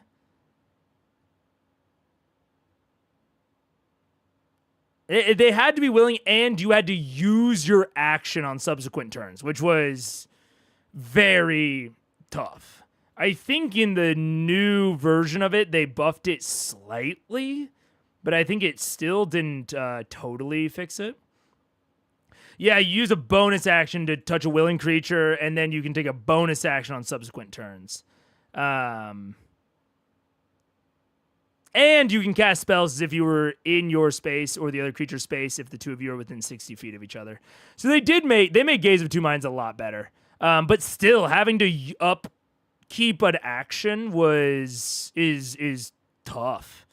Either way. Whereas this is just, it lasts until you cast another spell. Which are all of these spells? No! This is an ability. So Death Deceiver, for example, or like an action roll, would not necessarily end this. Enrapture would end it, but Inspirational Words wouldn't. Tell No Lies would. Troublemaker wouldn't. Hypnotic Shimmer would. By the way, is this ability spell distinction new? Because I'm into it.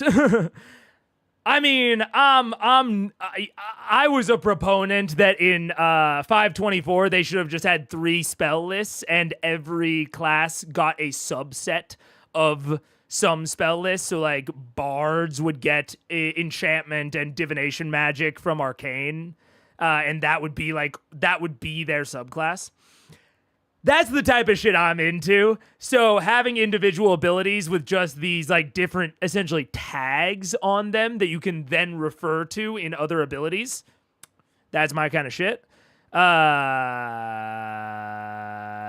this is one of the reasons why is like they could have just said until you make an action roll, until you use an ability or spell, until you do, one of these various things. Fascinating. I mean, it's really good, but it's a 1 recall. It's 4, so this is like the very end of tier 2. That's cool though. I mean, it's one of those things that is kind of only as good as the GM chooses to make it, but it could also like really catch a GM off guard. It's a big opportunity for a GM, given that it's free. Interesting. This reminds me of in a weird way, this reminds me of Druidcraft. How Druidcraft can predict the weather that will be in your area the next day. And, a druid uses Druidcraft. It's like, what's the weather going to be like? And you as the DM are like, I don't fucking know. You're and me like, what the fuck? Why would I know that? But if you're aware of it as a GM, you can also take it as an opportunity to give them some cool stuff. I've done this very, very recently, where one of my players, Paige, actually, my wife, is playing a druid. She used Druidcraft on a boat, and I was like, ooh, I'm going to do something a little weird here. I'm going to interpret above water weather and underwater weather separately. And so I had the Druidcraft cantrip show her the underwater weather first and then the above water weather, and it confused the hell out of them. And I foreshadowed it's in Ghosts of Saltmarsh, and I'm kind of speaking down because she might be able to hear me. But things happening underwater, or to or by people that live underwater, is a theme of that module. The sea elves, the Sahuagin, the lizardmen, and so I used their the weather of that to sort of foreshadow some things that are happening later in the module. Super fun. So this gives me that same energy where it's like, ooh, like if you surprise a DM with this, there's a really decent shot that they have no idea what to do with it. But it also presents them a fun creative opportunity if they do find it, Yeah, interesting. Maybe political leaders can afford the magical equivalent of bulletproof glass on the Pope-mobile. Oh, yeah. I mean, I could easily see there being like a piece of equipment that can protect against this sort of thing. Yeah. GM, how deep is the thermocline? Exactly. I know Paige sometimes reacts to things you say on stream. Does she just overhear you, or does she sometimes watch? She sometimes watches, but mostly only if she hears her name. So she'll hear her name and then like go back in the stream. And also, that's why I kept it relatively vague. I didn't say what it is foreshadowing, in case she does overlook me, because Paige is much like the rest of my players, absolutely allergic to metagaming. So if she knows that this was foreshadowing, number one, it's probably something she already kind of assumed. And number two, she will avoid it like the plague when it comes to her character's actions. And so as long as I'm vague enough about it, I think we're good. But let's see. Thought Delver. I'll end on 5. Thought Delver. You can peek into the minds of others. Spend a hope to read the vague surface thoughts of the target within far range. Sure. Make a spellcast roll against the target to delve for deeper, more hidden thoughts. On a roll with fear, the target might, at GM discretion, become aware that you are reading their thoughts. Cool. Yeah, absolutely. I mean, this just seems... I'm into it. But I was not into Bard, and I don't remember the other class that gets Grace. But I'm not into the Bard class in Daggerheart. Like, I get it. And like in theory, like I want to be into it, but bardic inspiration in any context that I've ever seen it just has not vibed with me. And I can't, I just can't get over it, man. Describe how you rally the party. At level 1, your rally dice is D6. Yeah, man. It's like anything that... This is like a pretty consistent thing that I just... There's nothing mechanically wrong with it. I think it is probably just deeply rooted within my ADHD. But anything that is like, this ability gives something to someone else that they can spend later. Anything that forces me or someone else to remember to use a benefit, or frankly to like remember a consequence. I've talked about this with like with the more flexible wound systems in like Blades in the Dark. Anything that requires me to be like, here's a thing. It's not gonna like apply the next time you do a thing. It is something that will only apply sometimes later, or you'll have to choose when it applies.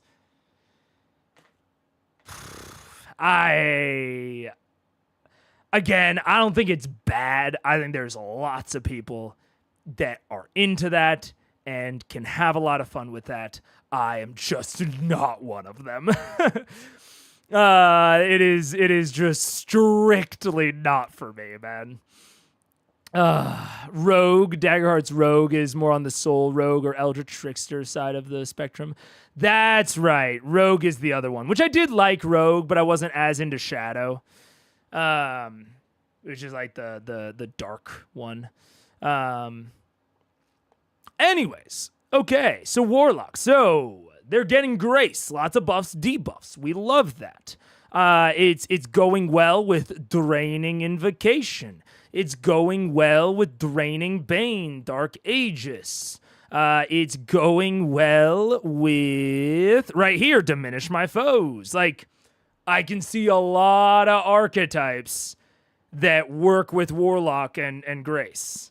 So I'm into Grace as one half of the Warlock. Now, they already had Rogue that takes up, I think, probably the most like default thought process, other Warlock one, which is Midnight, right? So Rogue is Grace and Midnight. If you just present me with the domain cards or with the domain names and the cards, and I'm picking what would be Grace and Midnight, my first thought probably would be Warlock, not Rogue. To be clear, I think it makes sense. Like, don't get me wrong.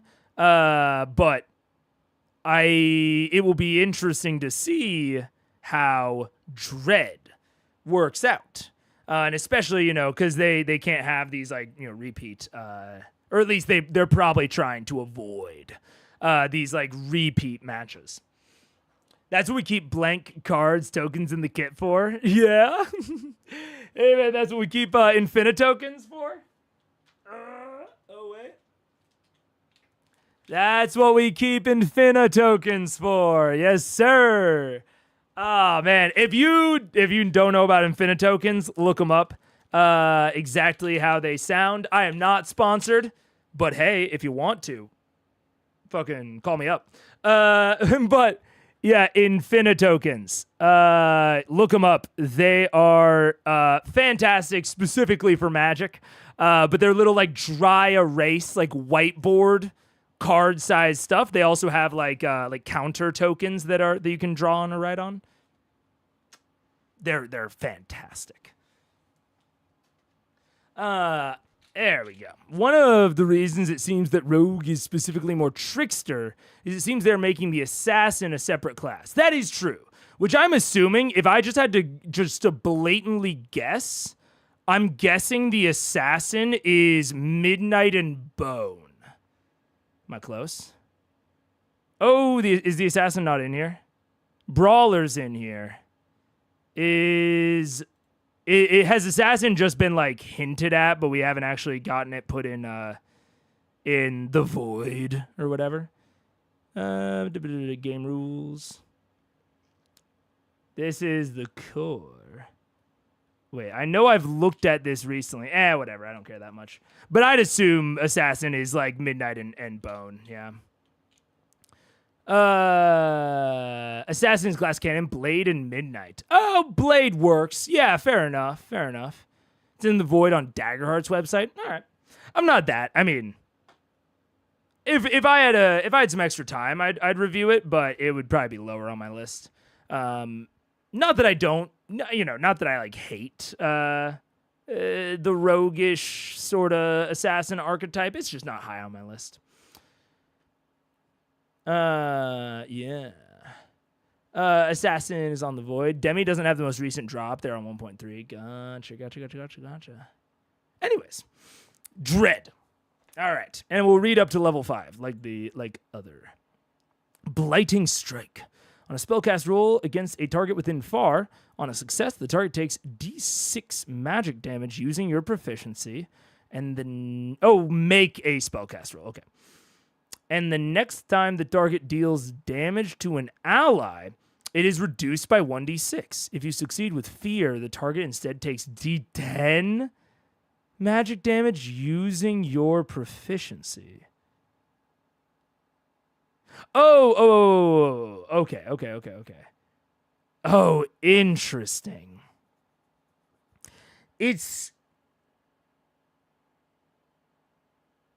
It's very interesting. Because this Blighting Strike is similar to Fearsome Attack on when you make a successful attack roll with fear. It's an interesting thing to do. It means that you're not wanting anything that increases your hope die, but you are wanting to increase your chance of succeeding. So you're going to be actively avoiding anything that turns your hope die into like a D20, like from a D12 to a D20. But you're going to be pursuing advantage, anything that like, you know, just adds on a die to the pool. Because you want to make success more likely, but not necessarily hope more likely. Which broadly, just as a class, is pushing you away from hope in all its forms. You know, you have favor. You can basically do experience like stuff without hope. You can trade in hope for favor, but at a loss. You're using up your downtime actions that you might otherwise spend on hope. It's just like everything in the Warlock is like, not everything, but a lot of shit is really subtly pushing you away from spending hope. And honestly, one of the things that, I don't know if they couldn't figure out a way to balance this, but one of the things that almost feels like it's missing is like I know there are multiple abilities to increase your hope die, or maybe there's only one, but I think there's multiple abilities that can increase your hope die from a 12 to a 20, like a D12 to D20.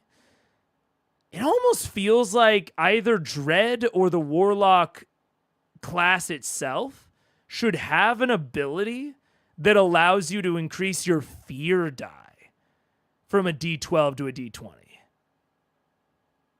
Now, that would hit on an issue that, what was it? The Reddit post kind of hit on. Which is that fear is this kind of common resource that is used against theoretically the entire party. So one player in this context is kind of choosing to power up the GM or the adversaries, theoretically unilaterally. I can understand people being hesitant about that. How do I say it? I don't think it should be as much of a problem in Daggerheart as I would maybe identify it in D&D, because so much of Daggerheart is explicitly collaborative compared to D&D. But that doesn't mean that I wouldn't understand people being very hesitant about that sort of thing. But it's very interesting that a lot of stuff just gets better on a success with fear. It's weird. Using your proficiency, ND10. Yeah, it took me a second to remember. I was like, proficiency, what? But yeah. Witches have access to Dread as well. Which, yeah. Upgraded outcome for success with fear is fun. It is. It is. It pushes you towards a style of play. And even the more I talk about it, the more I'm like, okay, maybe they shouldn't allow you to increase like your fear die. But it definitely feels like Warlocks are incentivized, or even just like Dread domain users, are incentivized to focus on increasing the likelihood of success, not the likelihood of hope. Which is interesting. Yeah. And proficiency by default is your level, but you can optionally gain proficiency 4 more times. Tier, not level. Proficiency max is at 6, I believe. That would make sense. Interesting. starting off with an interesting one. Voice of Dread. You can magically speak directly into the ears of a creature you can see. To torment them with your words, make a spellcast roll against them. On a success, they must mark a stress and become temporarily vulnerable. I mean, this is interesting. I mean, this is like, this first sentence just seems like a passive ability. No? Like, to me, this doesn't seem like a casting of a spell. You know what I'm saying? Like, I maybe I'm wrong, but this seems more akin to like just a passive ability. I think if I did this would not be me activating the Voice of Dread. Am I correct in that? I don't know, though. Maybe it would be. I can kind of see either interpretation. It's like if you use any text on a spell card, is that you casting the spell? Or is it only if you have to like make a roll? The more I say it, the more I'm kind of like, nah, I think if you're doing something related to the text on the card, that is you casting the spell, regardless of if it requires a roll. Because like the Grace one that I thought was very good, the Through Your Eyes, right? This doesn't require a roll, and this says until you cast another spell, implying, I would say, that you're casting this spell.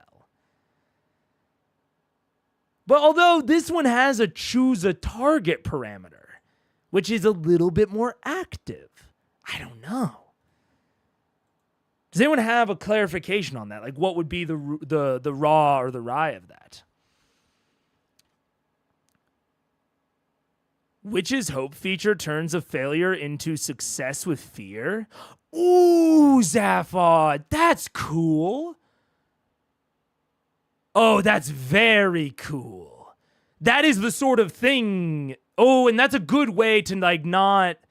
Yeah, because increasing the fear die is like, you know, that could be a little bit wibbly, but turning failure, I'm assuming, you know, a failure with fear or a failure with hope into just success with fear. That's very cool. That's super duper cool. Because then it's a lot more understandable, I think. Because you're not like, yeah. Your party already knows that you like failed the attempt. And so it's a trade-off. It feels more like a trade-off. Because if you just increase the die, there's still a possibility that you like fail with fear, and you've made getting fear more likely, and so that could feel a little bit weird. That's super cool. I like that a lot. And it feels very witch, so I like that. Yeah, first sentence can stand alone. Things that block spells would probably block it, though. Okay, that is kind of, I think, where I'm landing on this, is it is still casting the spell, but it can be done separately from the rest of the action. Okay.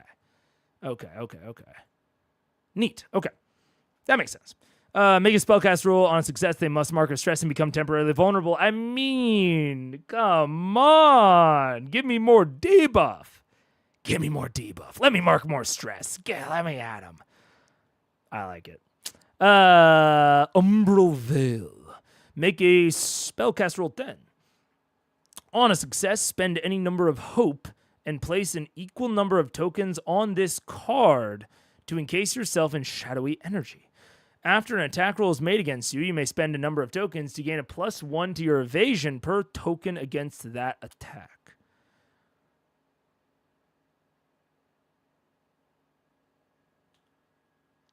Huh.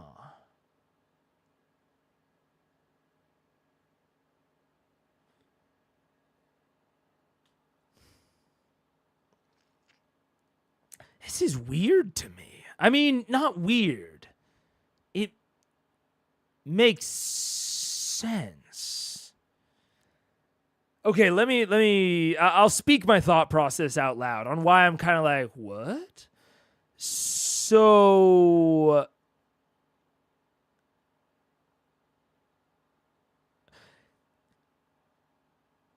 I don't know what their intention with this card is. So I want to put that out there immediately. If I'm assuming the intention correctly, then the way I would have written this card is if there are no tokens on this card, make a spellcast roll 10. On a success, spend any number of hope.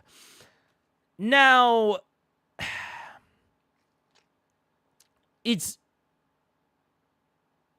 but also maybe that's just not the point. Because this is where I'm kind of getting caught up in this, is this sounds like you can just roll this as much as you want. But obviously, hope is a limiting factor. Like, even on a success, you then have to spend hope. So it is resource limited. It's not like just rolling the spellcasting roll is good. What's the average roll on 2d12 without what's like the average result on a 2d12 without any modifiers? What would that be? 1d12 is 6.5, so the average roll is an 11.5. Right? Am I correct in that? 12? Or sorry, yeah, 6.5 times 2. No, just 11, right? I might be off in that. Technically 13, I think. Oh yeah, 6.5 times 2 is not 11. It's 13. Okay, there we go, 13. So, and then the spellcast roll is adding your spellcasting trait, presence. So that's like a +2, even at level 1. So you're making this pretty fucking often.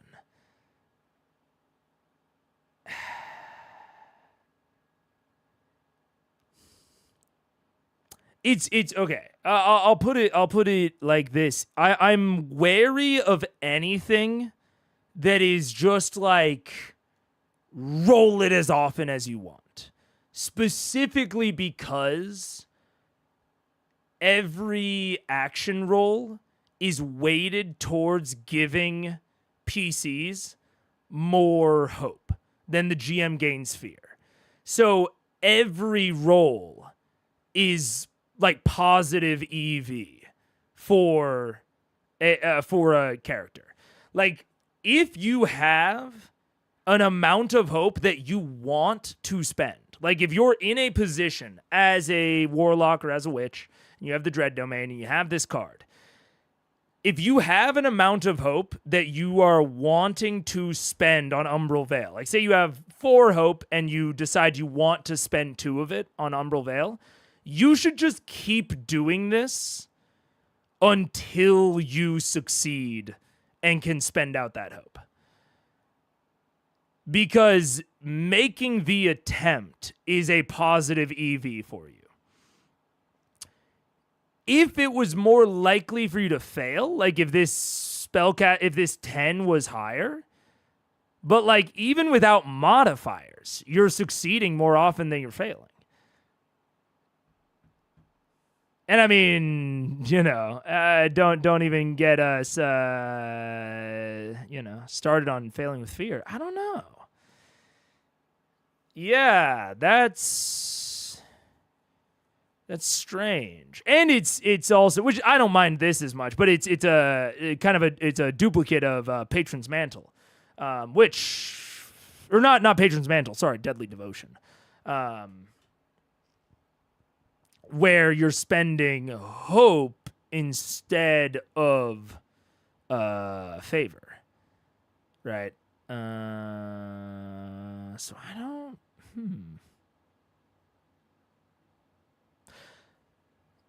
I mean, the actual impact of it, I don't mind, but that is like a very.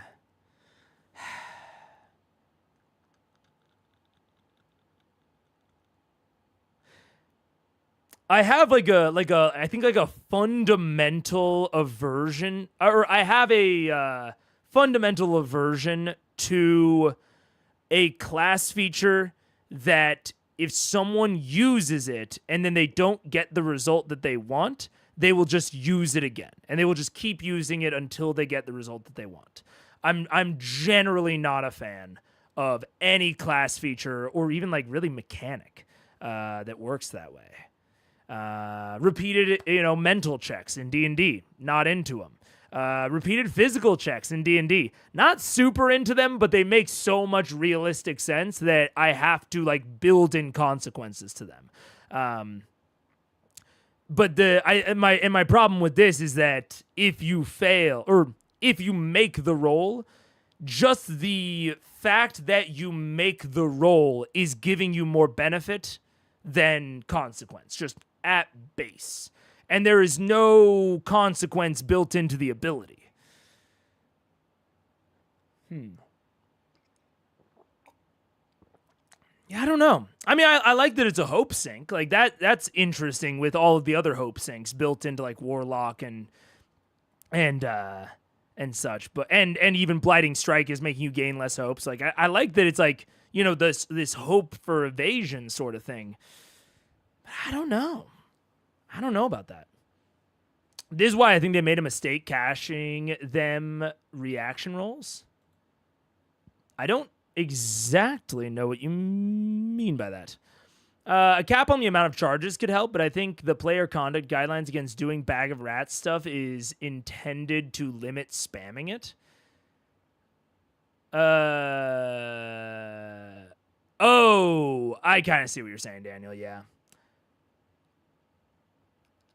I mean, it's weird, right? Because, and maybe I'm misinterpreting what they mean when they say, bag of rats type stuff.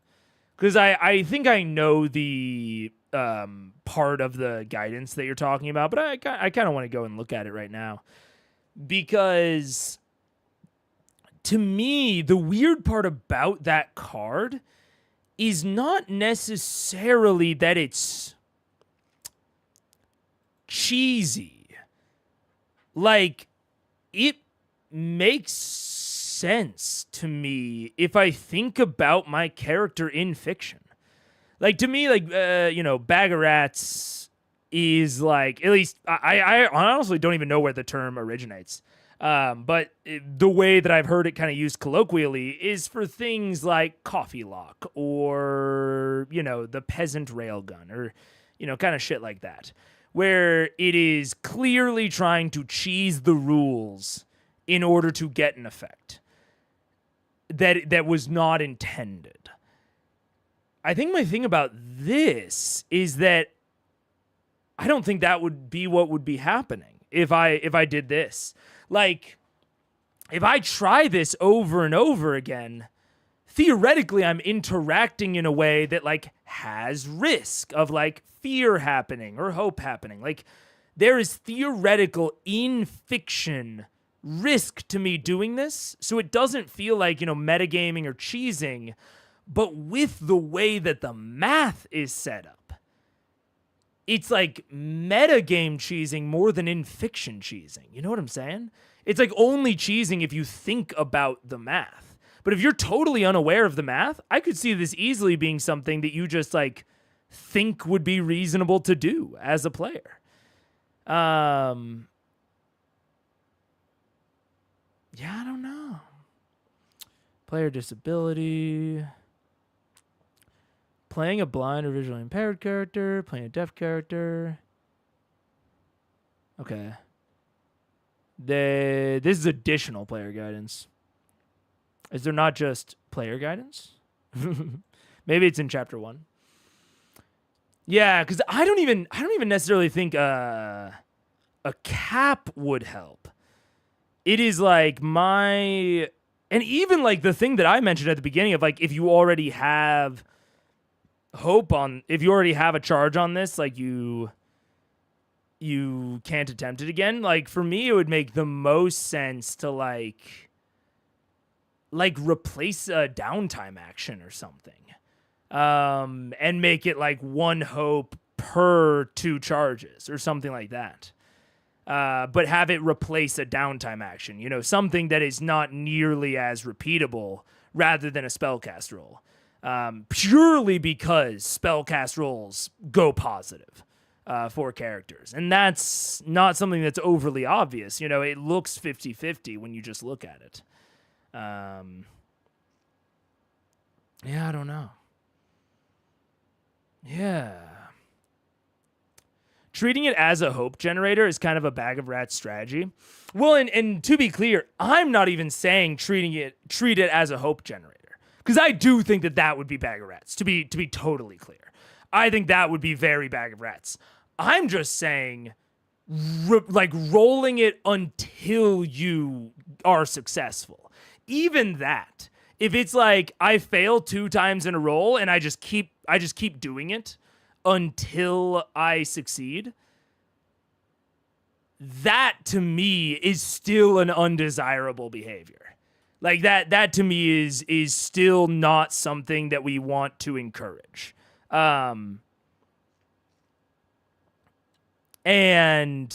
it's something that you absolutely are encouraged to do just implicitly within Daggerheart, is if something is tied to an action roll and you don't have a greater than average chance of failing it, like if you have a less than average chance of failing, you just should keep trying, because statistically it'll bear out positively for you. I think that's the thing that I don't know.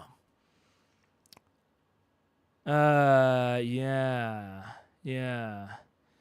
If you have a feature that activates on kill, spamming it via killing rats from your sack for 100 of rats. Oh, right. Yeah. Hope as a numerical resource isn't in fiction, so spamming the ability is anti-fiction. Right. I think spamming it in order to generate hope is absolutely anti-fiction. It's absolutely bag of rats. But the concept of things work out for you more often than they don't, that is in fiction, right? And that is what hope and fear model. That is like one of the... And it's the reason that I like that the hope and fear are balanced in the way that they are. It drives towards a heroic, action-oriented game and play, right? It's... I think encouraging rolling in general is good. However, I get nervous in a game that says you should roll. Rolling will work out for you more often than it will not.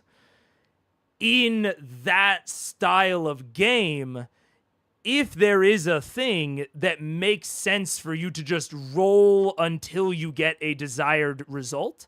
So I'm not saying like roll to just generate fear. To generate hope. I'm saying just roll until you get the desired result. And there's no cost to doing it, right? This is almost the inverse of why I like fearsome attack, right? So for fearsome attack, you're not having to spend it, or you're having to like spend favor to re-roll, right? So the cost comes before the benefit. But this is almost like if you could do fearsome attack as much as you wanted, but you only had to spend an amount of favor equal to the number of dice rerolls that you want to keep. And that would be very weird to me. Like that's a very like odd mechanical sort of situation. And yeah, so I don't like anything that it just encourages you to roll until you get the result you want. I like things that put a cost on those re-roll opportunities, right? On the opportunities, or just limit the amount of opportunities you have. Because with Umbral Veil, it's just like, oh, I should just go until I get a success. There is no reason that I shouldn't roll it until I succeed. Because the statistics just bear out that way. And again, that the in fiction pushes you towards that as well. Things succeed for me in net. I'm lucky, I guess. And so I should just keep trying until it works. Which, there is a certain fiction there that I think could be enjoyable of, this sort of idea of, practicing your stuff. There's an amount of interesting fiction there of, oh, I failed, I fail again. There's sort of a replication of the idea of the fantasy of practicing your features. But I don't know that it nails it for me to the point of supporting it. So yeah, I think I would be more into this if it cost a downtime action or something and you just didn't have to make a roll or something along those lines. 1 per rest on success, maybe. I'm even thinking just get rid of the roll, maybe. I don't know. And I will also say, it's not that bad. I'm making the case for why it makes me a little uncomfy and I would avoid it. But Umbral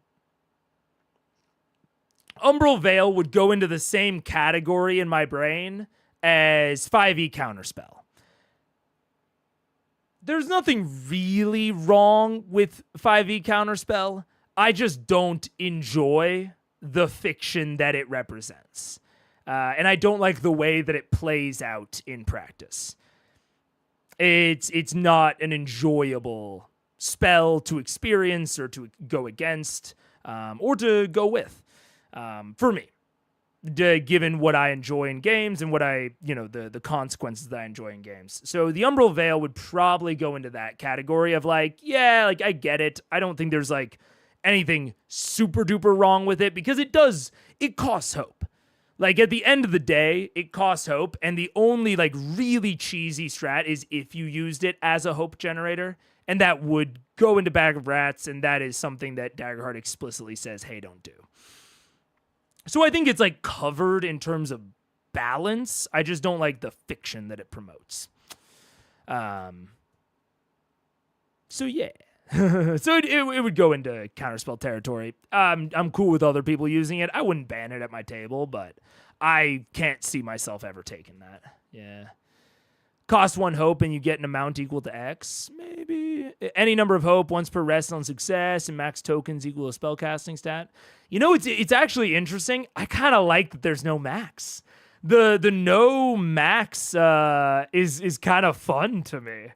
I would if I liked it more, I would take it, maybe in conjunction with Pact of the Wrathful and Patron's Wrath, and then be this kind of resource hoarder, during between rests where I'm constantly spending my hope to build up my Umbral Veil. I'm trying to get it to this crazy levels, and then I'm trying to build up my favor in conjunction with that. So that during a boss fight, I have all of my Umbral Veil tokens, and I spend out max favor to maximize my my Patron's Wrath. There's something cool there. I fully get why it's designed in the way that it is. I get why it costs hope, why it has no max, but the spellcast roll is really the only thing that kind of tips me off about it. Which I get why it wouldn't tip other people off, and other people aren't going to be as sensitive to this sort of thing as I am. This is something that bothers me, but that botherment is a little unreasonable. Me to be bothered about because what is the chance of critting, right? What is the chance of, we figured it out at one point. It's 57%, I think, that chance that you gain hope, and 43% chance that you gain fear. For me to be bothered about that in terms of its broad, ranging effect on how you would interface with a single domain card, that's a little unreasonable. But I can't stop myself from being bothered by it, you know? In combat, if you fail, priority goes to GM. So in combat, you simply can't spam it. Out of combat, I guess I don't see how it is a huge issue to use it again, since you still expend hope to use it. Well, to be fair, you don't expend hope to use it. Well, you don't expend hope to, like, make the spellcast roll. You know what I'm saying? You only expend the hope after you make the spellcast roll. But yeah, in combat, the ability's fine. Oh, yeah. Combat, the ability is, well. See, and this is where we get into is, again, in all circumstances, rolling is player favored. And like players are generating more moves, so like there isn't even really a concept of like wasting a move in Daggerheart. Just again, the way the statistics sort of bear out. And so that's what kind of makes me, I don't know. Yeah, just hesitant on it. But I mean, I do broadly agree with like the in combat. It's not nearly as much of a. I don't think it presents as much bad fiction in a combat. I'm more down with it there, but I also think that combat is rarely where you're going to be casting this. This very much comes off to me as an out of combat ability. It's something that you cast ahead of time in order to prepare for a combat, like, say, mage armor. Like, this gives me much more of, like, a mage armor sort of feel. You're rarely going to be spending an action in combat to do that. I don't know. During a calm moment, I suppose the spellcast roll could work. Some cards have that, halfway between rest and a typical move. That is, you know what? Yeah. That I'm fully on board with. Because there's also one of the reasons that I don't like the spellcast roll here is because I feel like it's a weird gate. And like it's a gate that presents a weird fiction when you still have to spend hope afterward.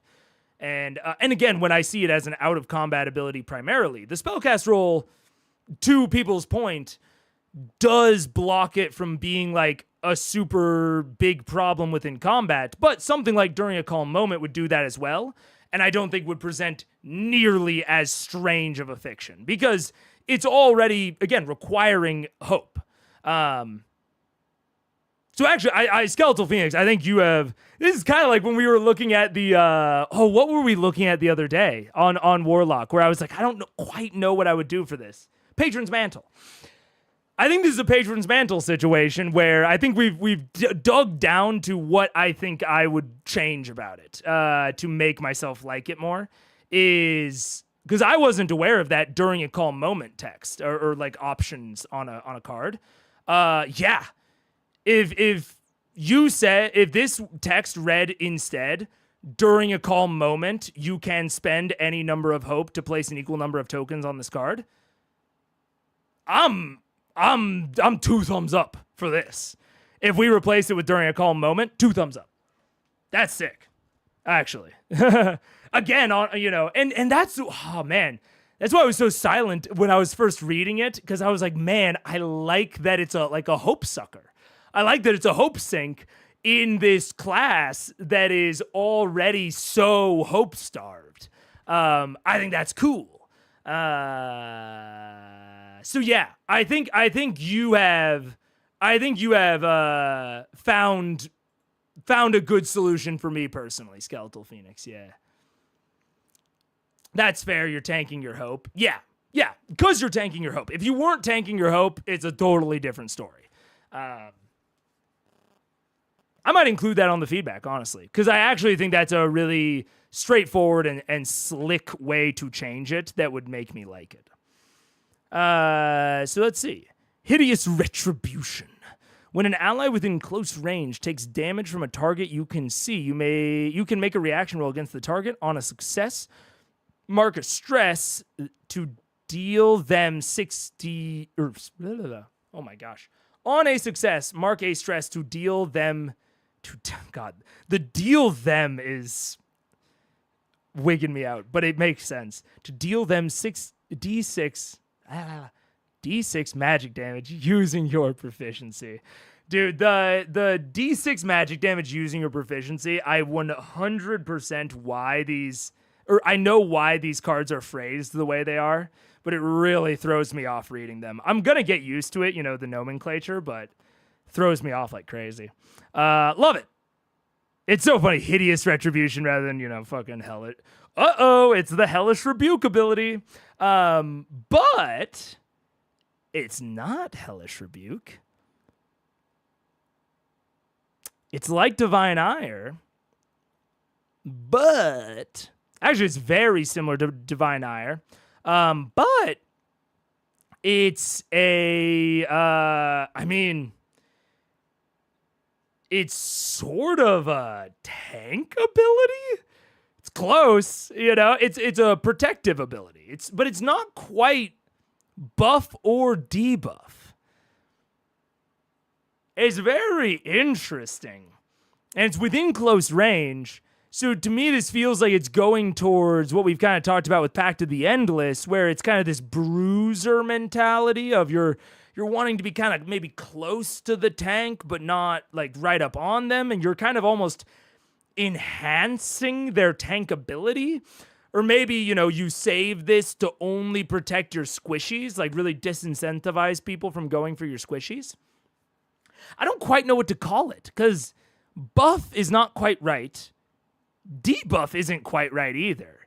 It's this like a counter almost, but it's an ally counter. You're countering when an ally gets hit. It's like a riposte, a parry. But it's a parry ability only when your ally gets hit. Very interesting. I'm into it. I'm into it, especially with like the Path of the Endless. Makes total sense. Interesting. Swapping out armor is where the moment of calm wording is used from a quick search of the SRD, so kind of thematically linked. Absolutely. Yeah. I'm 100% in agreement, Skeletal Phoenix. I think you found it for me. I think if that's switched out, I think I love that card. So actually, if we're being real honest, it's not like Counterspell for me, because I've never found a way to modify Counterspell in a way that I would like it. And so, but that's like a 3 or like a 7-word card change. And I'm super into it. Inventory weapon, actually, I was wrong. Ooh, I like that. Swapping out equipment, being on this like during a calm moment, very slick. Very, very slick. Siphon Essence. Make a spellcast roll against a target within far range. On a success, once per short rest, the target takes D8 magic damage using your proficiency, and you clear 2 HP. If you succeed with fear, you clear 3 HP. Oh, whoa. Is that blood magic I hear? Holy shit. Dude, when are they going to give me an actual blood mage that uses dread? Because that's sick as hell, dude. Ooh, I love it. I mean, it's not, it's not distinctly blood magic, because you're also not like fueling abilities with hit points yet. Oh boy. We talked earlier about how I love the witch archetype. Oh boy, do I love the blood magic archetype. Oh, it's one of my favorites. I like it far more than like glass cannon or dodge tank that it's, kind of sometimes presented adjacently to. Blood magic is my favorite kind of archetype within that sort of sphere. And this is hitting on some of my blood magic tendencies. So I'm into it. My only sad face is that it's once per short rest, but I understand why. My only, oh man. Nah, couldn't do that. Well, could you do that? Nah, you couldn't do that. This is good. I'm fine with it. Terrify. Make a spellcast roll against a target within far range. On success, the target marks 1d4 stress, and you can choose to make the target run one range away from you. Ooh. You can also spend a hope to make the target temporarily vulnerable. More of the control lock. Similar to kind of the, again, very Path of the Endless, where you're, applying these debuffs, really controlling the battlefield.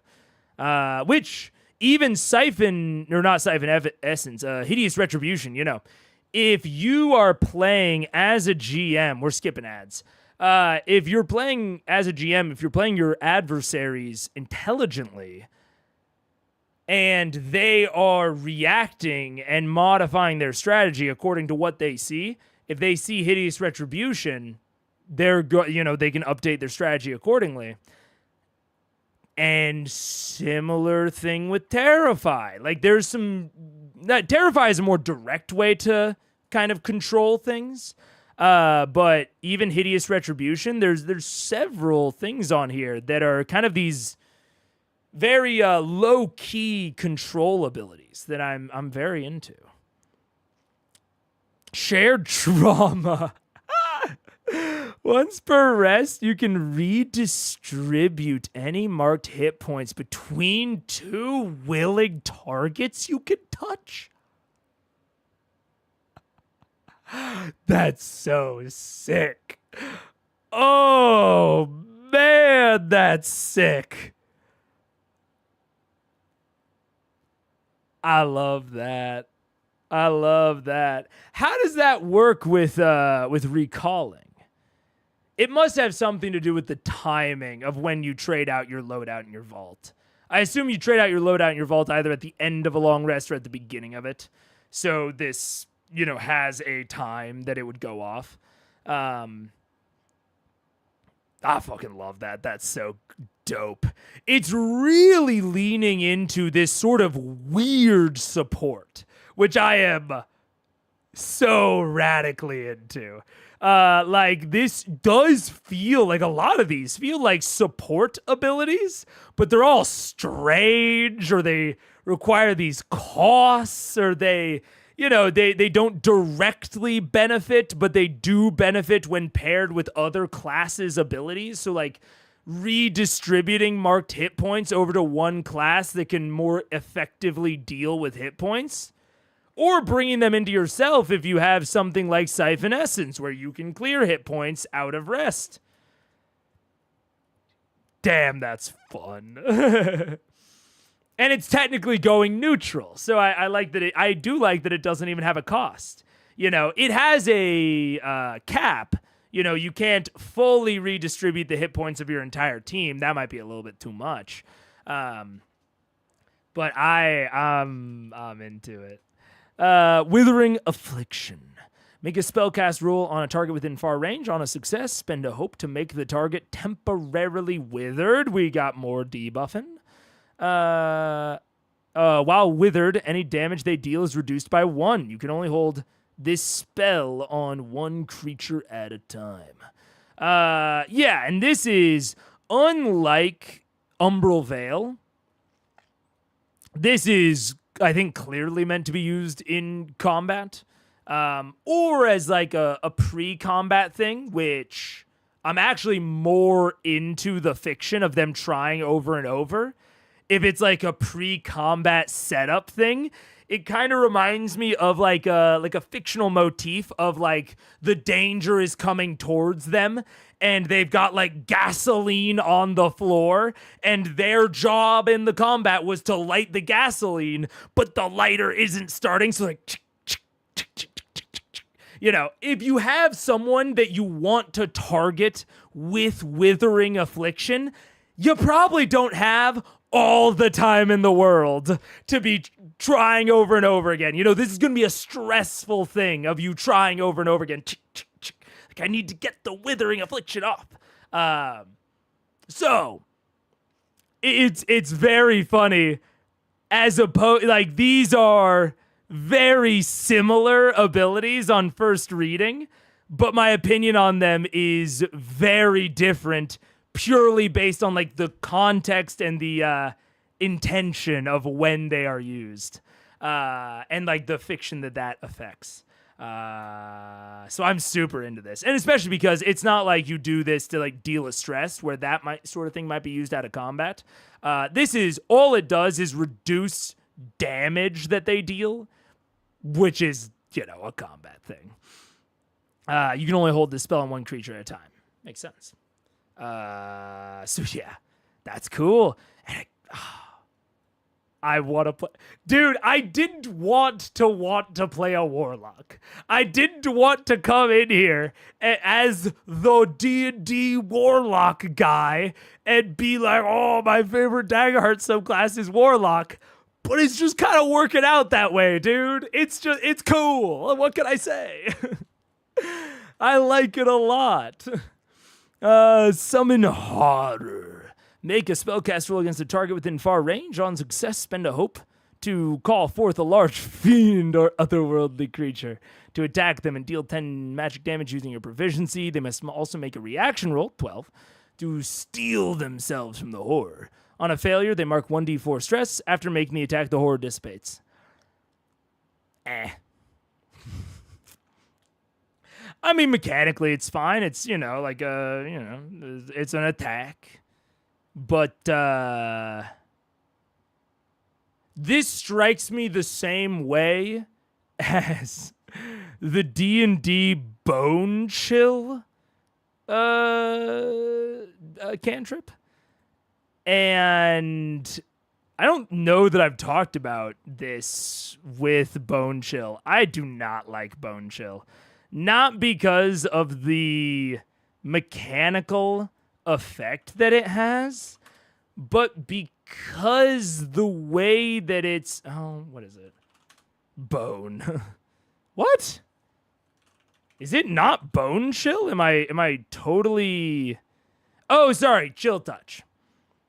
Yeah, there we go. Yeah, okay, and they changed it. I forgot. They changed it in 524 because the original fucking writing of it was weird. Chill Touch. Sorry, not Bone Chill.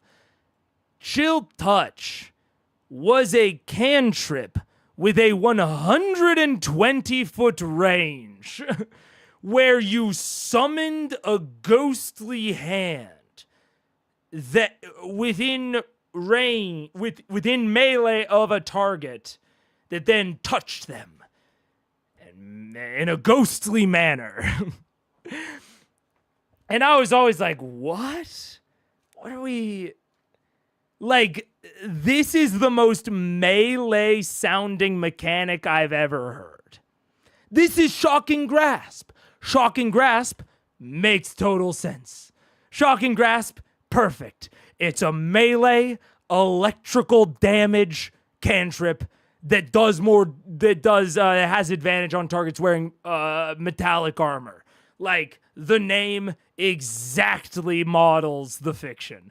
Or the mechanics. The fiction models the mechanics.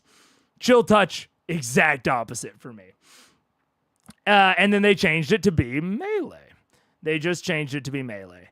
And, like, you know, this is fine. But, like, I don't know. Nothing about this speaks to a summoning spell. Like, it just feels like random flavor that they painted on to otherwise arbitrary mechanical effects. And the mechanical effects are fine. I just don't know that they fit with this in any way. With that they fit with the flavor in any way. So I don't know. It's fine. I wouldn't run it. I'm someone who themed Eldritch Blast as sending an animated shadow to melee attack the target, so I loved the Legacy Chill Touch. Ooh, yeah, we are on opposite ends of that flavor spectrum. Yeah, man. Which, I mean, if that speaks to you, I don't have any direct, rationale, logical rationale for it not speaking to me. But boy, oh boy, did it not. I am definitely on the side of like Legacy Chill Touch makes no sense. And I will say, I think that this summon horror makes even a little bit less sense. But, if you're into that sort of flavoring, maybe you'll be into summon horror. I don't know. I'm definitely not. I am someone that would do the exact opposite. I would reflavor this into some sort of beam. I would flavor this into like a sickening ray. Like, to me, this mechanic stuff is much more sickening ray. What's the Eldritch Invocation for Eldritch Blast? Ray of Enfeeblement? Is that Lance of Lethargy. This is a Lance of Lethargy to me. This isn't, a summon a doggo. But if it is for you, more power to you. That's why, I'm not going to spend nearly as much time on this as something like Umbral Veil. Because this is purely like a flavor mismatch for me, but that's an opinion thing, And I can easily reflavor it. The actual mechanics are totally fine. Chill Touch would make sense in a game without cold damage and spells with range of touch. A little bit. Yeah, it's like Chill of the Grave. That would make more sense. As a name, it would be clear that it wasn't literal. Yeah. But flavor stuff is flavor stuff. I am more than willing to reflavor my stuff. Spectral Mist. Make a spellcast roll 13. On a success, spend a hope to create an eerie mist that gathers around you and any targets within close range. All affected creatures become momentarily incorporeal, allowing them to move through a solid wall. This effect lasts until you have passed through the wall successfully.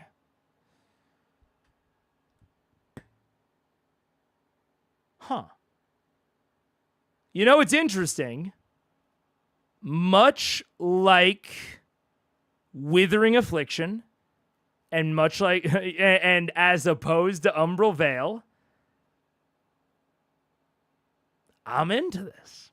And I think I have realized, especially comparing both of them to Umbral Veil, it really is context dependent on when this is happening. In what context am I using these sorts of abilities? With Umbral Veil, it's kind of just whenever, It's just before combat, probably. It's whatever. Whereas with Withering Affliction, with Spectral Mist, these things are much more context-dependent abilities. So the idea of, like, we need to get through this wall, that is heist material, that's retreating, running away, that is, again, like stealth sort of stuff. And if I put myself into my Blades in the Dark GMing hat, if I think about this sort of ability in Blades in the Dark, if they're in a context where they're needing to get through a wall, they are probably in a situation where I can introduce a clock, and every time they fail this, I can increase the clock very naturally of them, like, of the patrol coming around and them getting caught, right? One of the reasons that the Umbral Veil, I think, was so kind of off to me is because the contexts in which you would use it, to me, you could at least wait until very low-key contexts were kind of the only consequence. I'm not going to say the only one, but the most natural one would just be, hey, GM, take a fear. Right? there's you could easily save it, and in fiction it would make a lot of sense to save it for a context in which you're using it very safely, which fucks with the failure state of using it, right? The GM can always gain fear, but otherwise you might be putting your GM into a situation where it's not very natural to deliver a consequence. Unlike Withering Affliction with the and unlike this Spectral Mist. We also have that, it's a higher DC, so you're going to be failing it more often. But that's sort of, regardless of that. I'm into this more because this isn't something that you would do around the campfire, at least for fun. It is something that you would only use in context. And I think that I'm much more down with it being a spellcast roll in that case. Dire Strike. Spend a hope to summon pure dark energy that consumes your weapon until next rest. When you make an attack in melee with this weapon, you use your spellcast trait instead of the trait it calls for. On a success, roll a number of d8 equal to the current number of fear the GM has up to your level. And deal that much damage as your adversary feels cold terror seep into their wound. If you succeed with fear, the target must also mark a stress. Huh.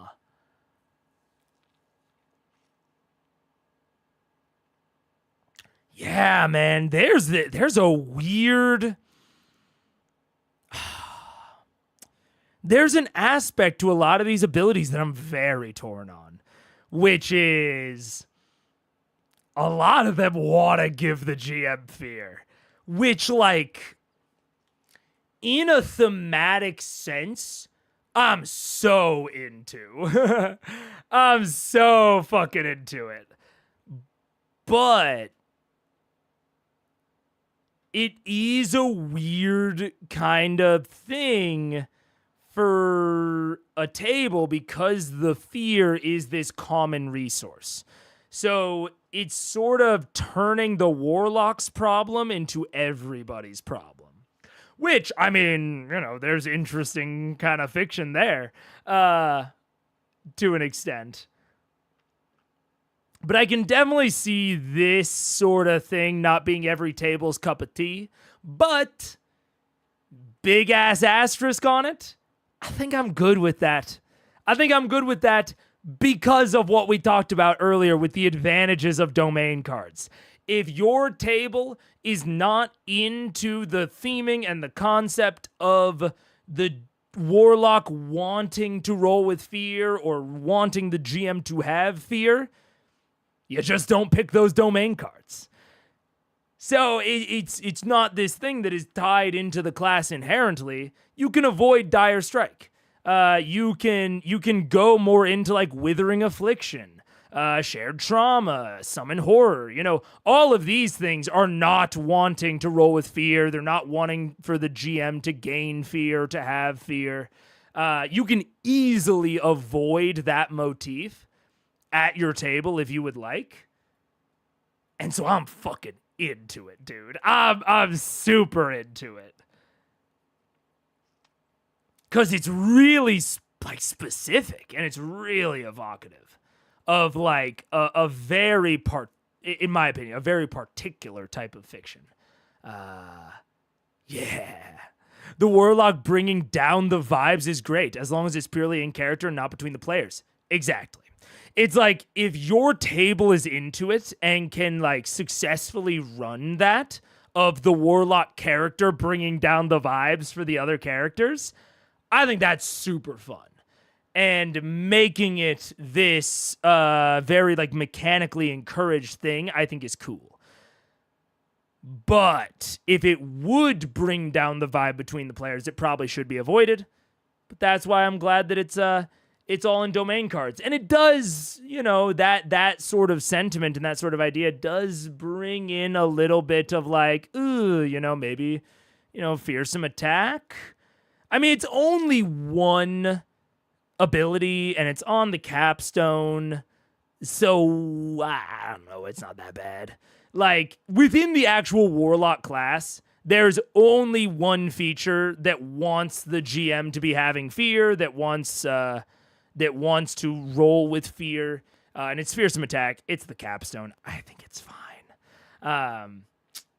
And then everything else that's within the domains are avoidable. Yeah. What if you choose not to pass through the wall, though? You're just incorporeal as long as you want. I feel like Spectral Mist needs to be during a calm moment even more. I mean, okay, let's see. All affected enemies become momentarily incorporeal, allowing them to pass through a solid wall. This effect lasts until you pass through the wall successfully.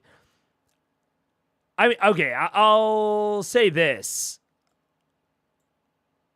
So there's multiple parts to why I'm not necessarily as... I can see what you're saying. I can see what you're saying. I don't think I'm that worried about it. Mostly because I don't know if momentarily is a keyword, but I know something like withered, right? Make the target temporarily withered. I know that temporarily is a keyword. Like that is a word that matters within Daggerheart. I'm not sure if temporarily is the same thing, or sorry, momentarily.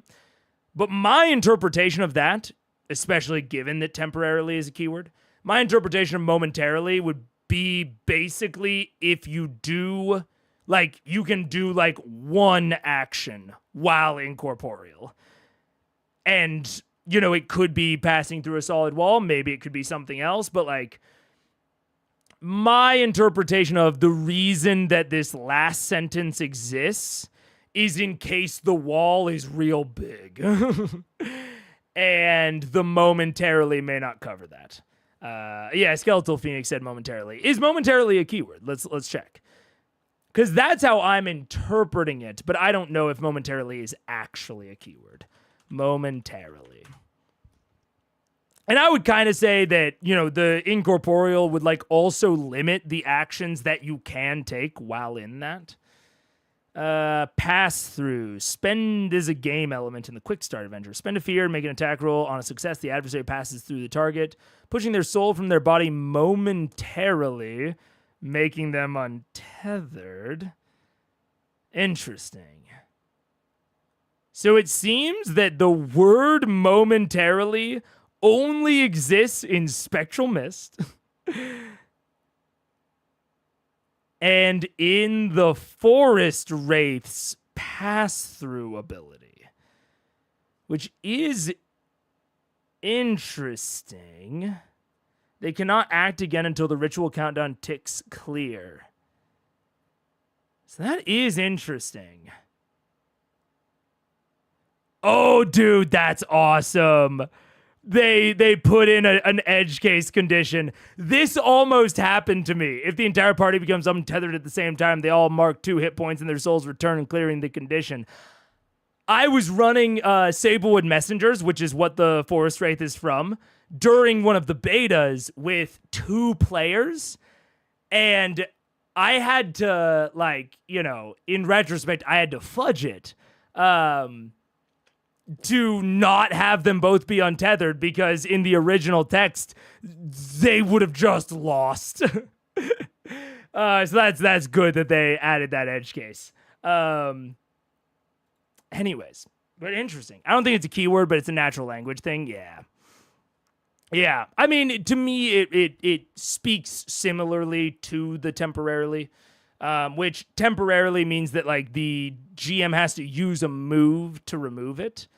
So I would interpret momentarily very similarly of it lasts for the duration of an action. Until they do an action that involves their incorporealness. Now, honestly, if you want to do this and then just like hang out incorporeal. I don't know. It's kind of fine. I mean, it is still weird. I won't deny that. It is still like this spectral mist is how do I say it? I still think it's more like Withering Affliction to me than Umbral Veil. But I also think if someone was trying to, how do I say it? There are so many more times that Umbral Veil is reasonable to do in fiction. There are very few moments that someone could just be rolling Spectral Mist in a situation where I think it creates a bad fiction. I am, because I'm not inherently against rolling the checks. There just needs to be like easy consequences for that sort of repeated action, kind of like doing repeated physical checks in D&D. And I don't want them to just be like wanting to do it all the time if fear is the only consequence that can be given. Whereas Spectral Mist, it's like, if you're doing it in a situation where like there's no walls around or there's nothing that like you're going to do with the incorporealness, it's kind of like I would like look at the player and be like, so why are you doing that? You know? And they would have to justify it to me a little bit. So yeah, I don't know. I'm less worried about it there. Okay, I mean, overall, man, I mean, what is there to say, man? I don't want to be the warlock guy. This is just how it turns out. It turns out that I just like it. Like, I want to build a warlock now. Can I build a warlock now? Like, is that in the class builder? Cause like it's just so cool. I can't lie. It's just so neat. Oh, okay. In the void. Warlock and Brawler. What happens if I go in here? Do they have like 1.4 now? Why playtest void content? Oh, there's a survey for all content in the void. Nice. Okay. You know, actually, let's submit the survey. Let's submit the survey. We want to not just, you know, be talking about it as content. I want to do it. I also, maybe I'll do it off off stream. Let's see. If I create a character with Daggerheart, can I create a warlock? That is the question.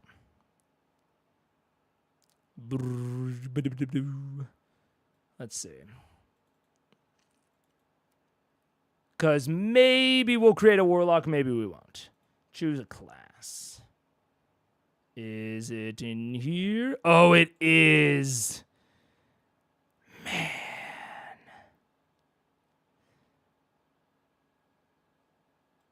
Oh, it has the patron's boon, so that's 1.4. But didn't they, in 1.4, they lowered its starting evasion to 10, yeah? No, starting at 11, so they updated. Hey, dude. How long ago were we looking at this? We were looking at this, what, 2 days ago? 1 day ago? And the only issue I saw with it was that the starting evasion wasn't. I mean, maybe they just hadn't updated the whole thing yet, but they've got it fully updated within 2 days of it coming out. God, D&D Beyond could never, dude. D&D Beyond could never. It's so crazy. I wonder if they still don't have the Tasha's fixes in there. Let me see. You know what? Let's go and see. I'm actually really I'm legitimately very curious about this. So, if you don't know what I'm talking about, I've complained about it before.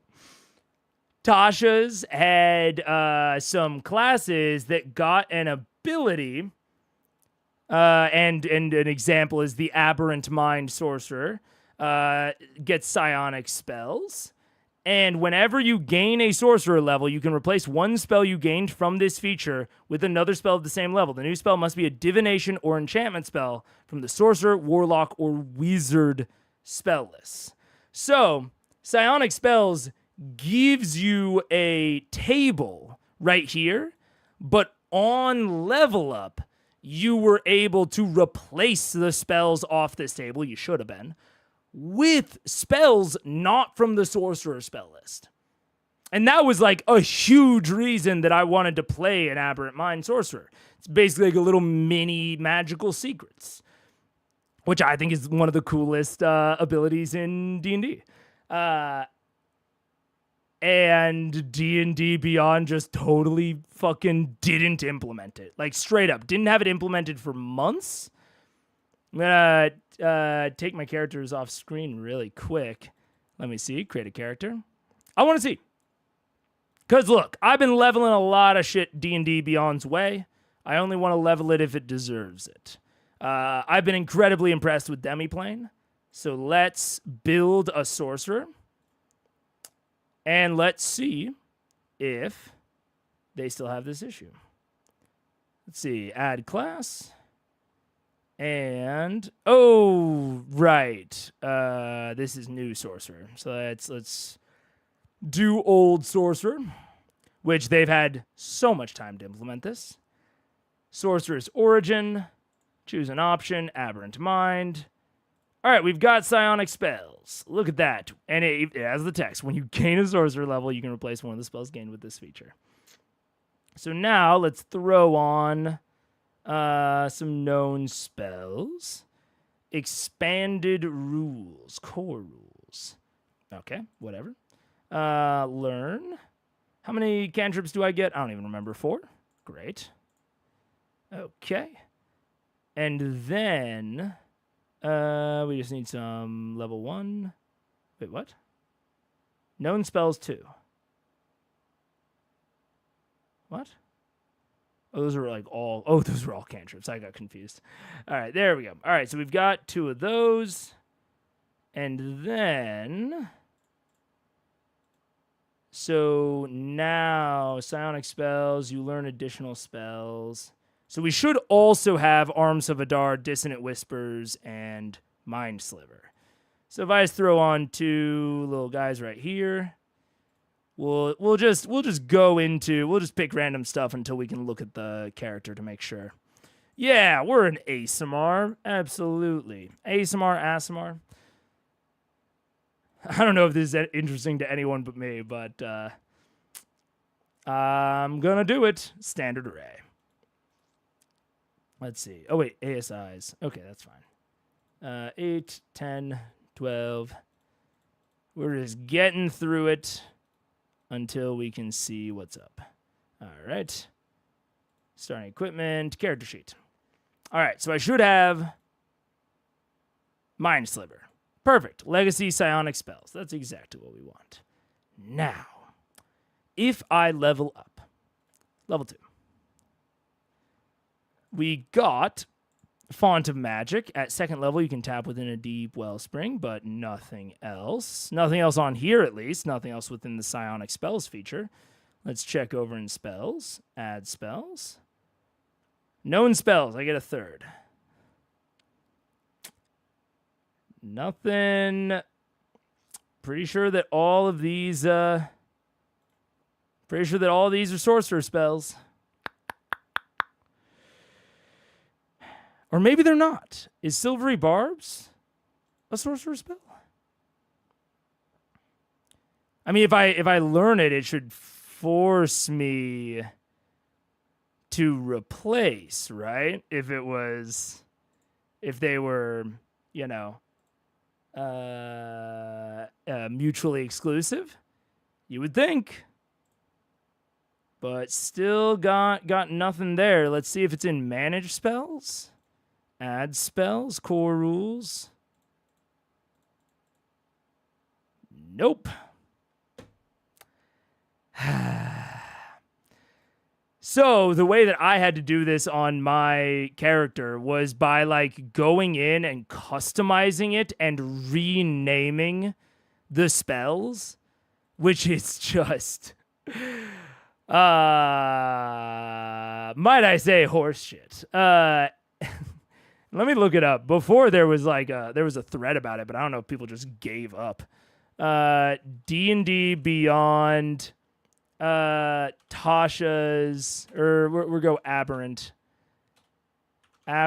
Mind Sorcerer spells. Let's see. Content availability. But it seems one of the features for the subclass hasn't yet been implemented into the character sheets, dude. That was in 2017. Keep an eye on this thread. Great. I mean, it's just... Sorcerer. We don't currently have a method to allow swapping these spells out. We're looking at solutions to solve this.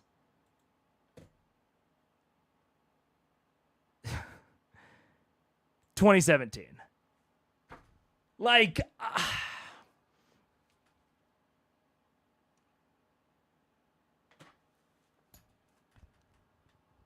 Demiplane had a brand new class implemented in 3 days.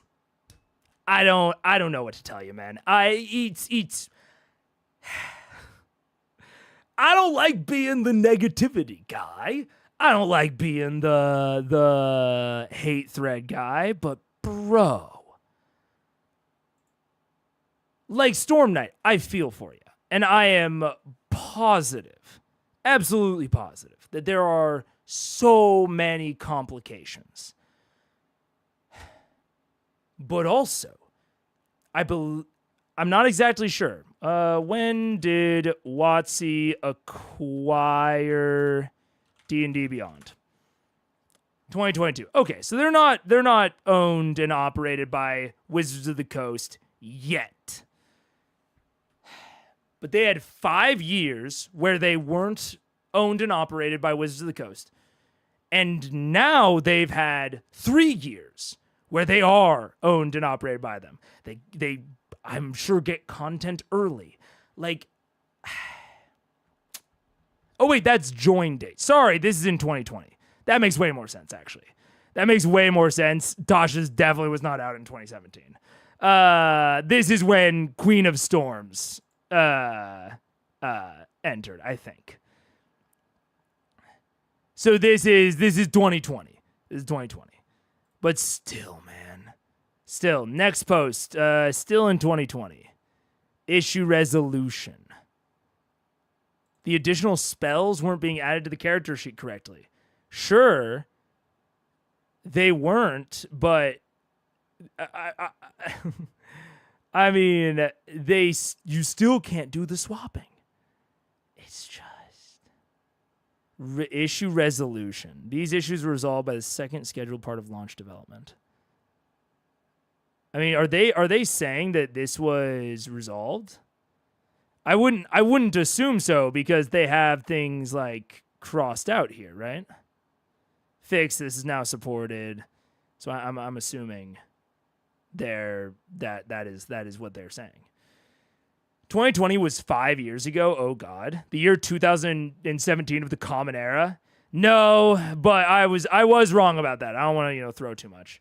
But like, bro, 2020 is still ludicrous. I'm just going to staff posts. Spells that are printed in Tasha's will become available. The updates are happening now. We will post when they are finished.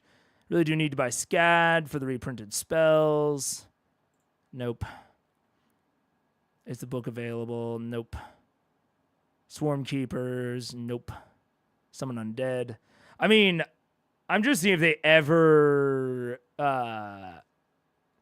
actually addressed it. But it is just, it's ludicrous, man. Let me go to when was the last post on here? 2025. March 12th.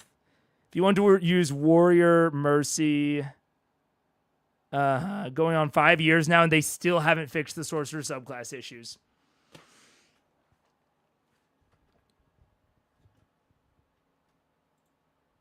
Fucking, yeah. Corey Abbott. Like, Eldritch Adept still does not correctly interact.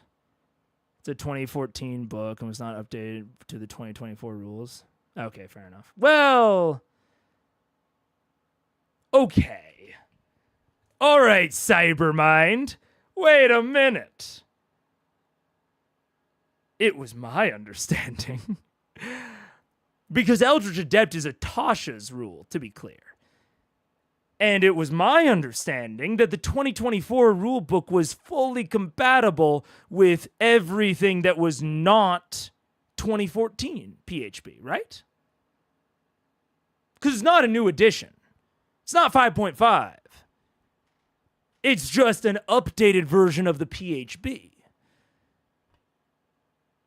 Eldritch Adept is not from the PHP as far as I am aware. It is from Tasha's. So, why would this should be the case? It should interact correctly with 2024 rules. It's not a 2014 feat from a 2014 book. It's from Tasha's, which is 2020. That's why it's in the fucking Tasha's Cauldron of Everything thread. Come on, dude. Use 2014 Warlock if you're after Pact of the Talisman. It's one of the invocations. It's not an invocation, it's a pact boon that hasn't made the jump to 2024.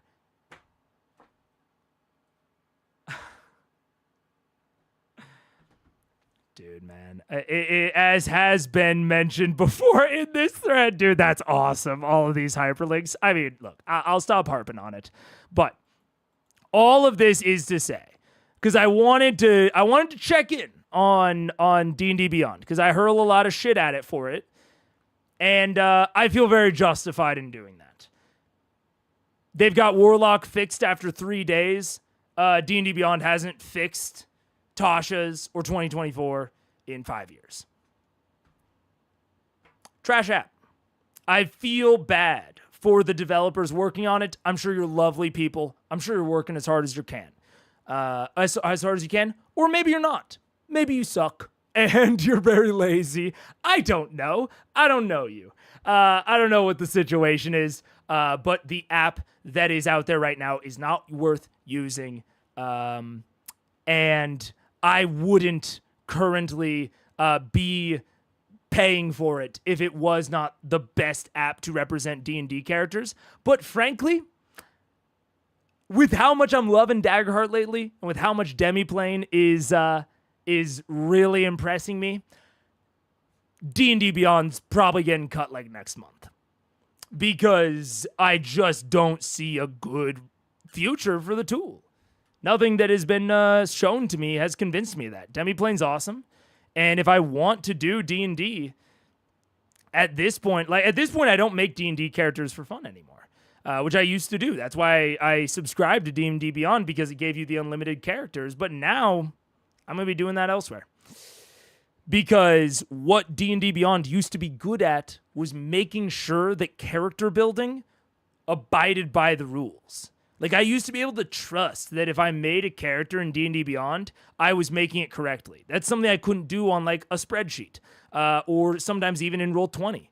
And it has lost that perk. So I'm out.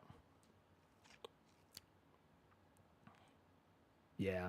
There's really nothing more condemning of the quality of something than saying I feel bad for the people that worked on this. I do. Because I'm sure, well, I'm not sure. I don't know. But I think there's a really decent chance that the developers, the web devs that work on D&D Beyond are cool. And that they're trying real hard.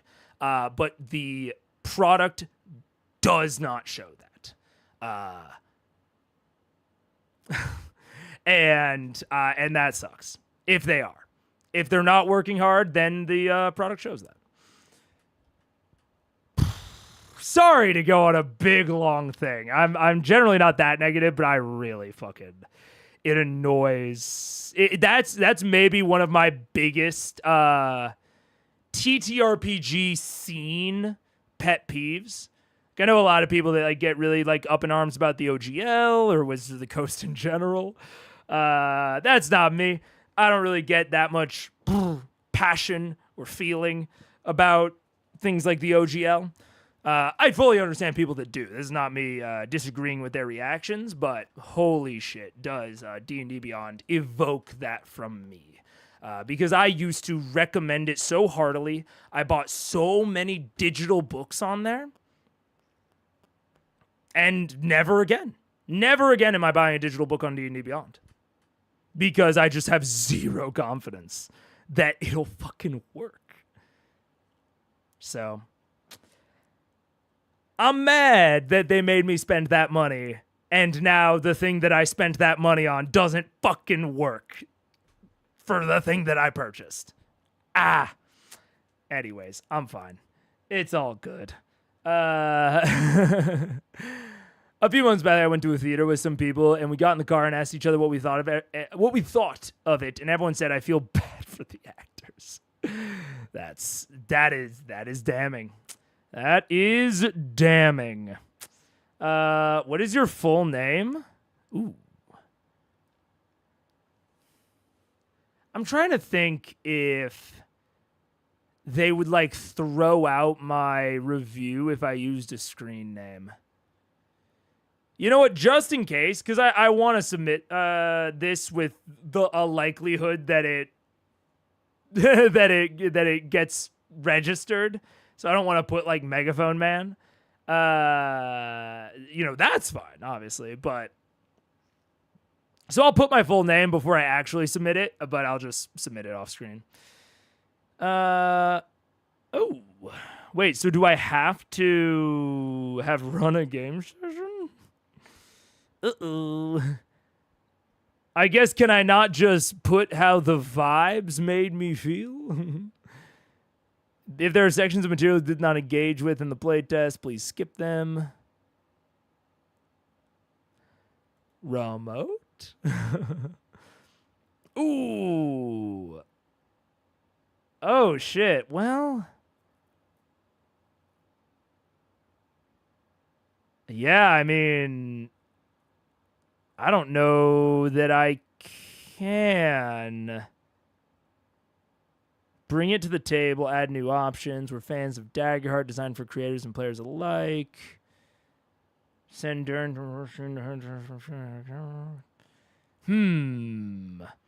I don't know. Void playtest. The Void. Let's see if it's listed on here differently somehow. Oh, the Witch, the Assassin, New Ancestries, the Warlock, the Brawler. Submit feedback. Is it the same survey? It's the same survey. It even has my answers from last time. I don't know. What do we think I should do? Should I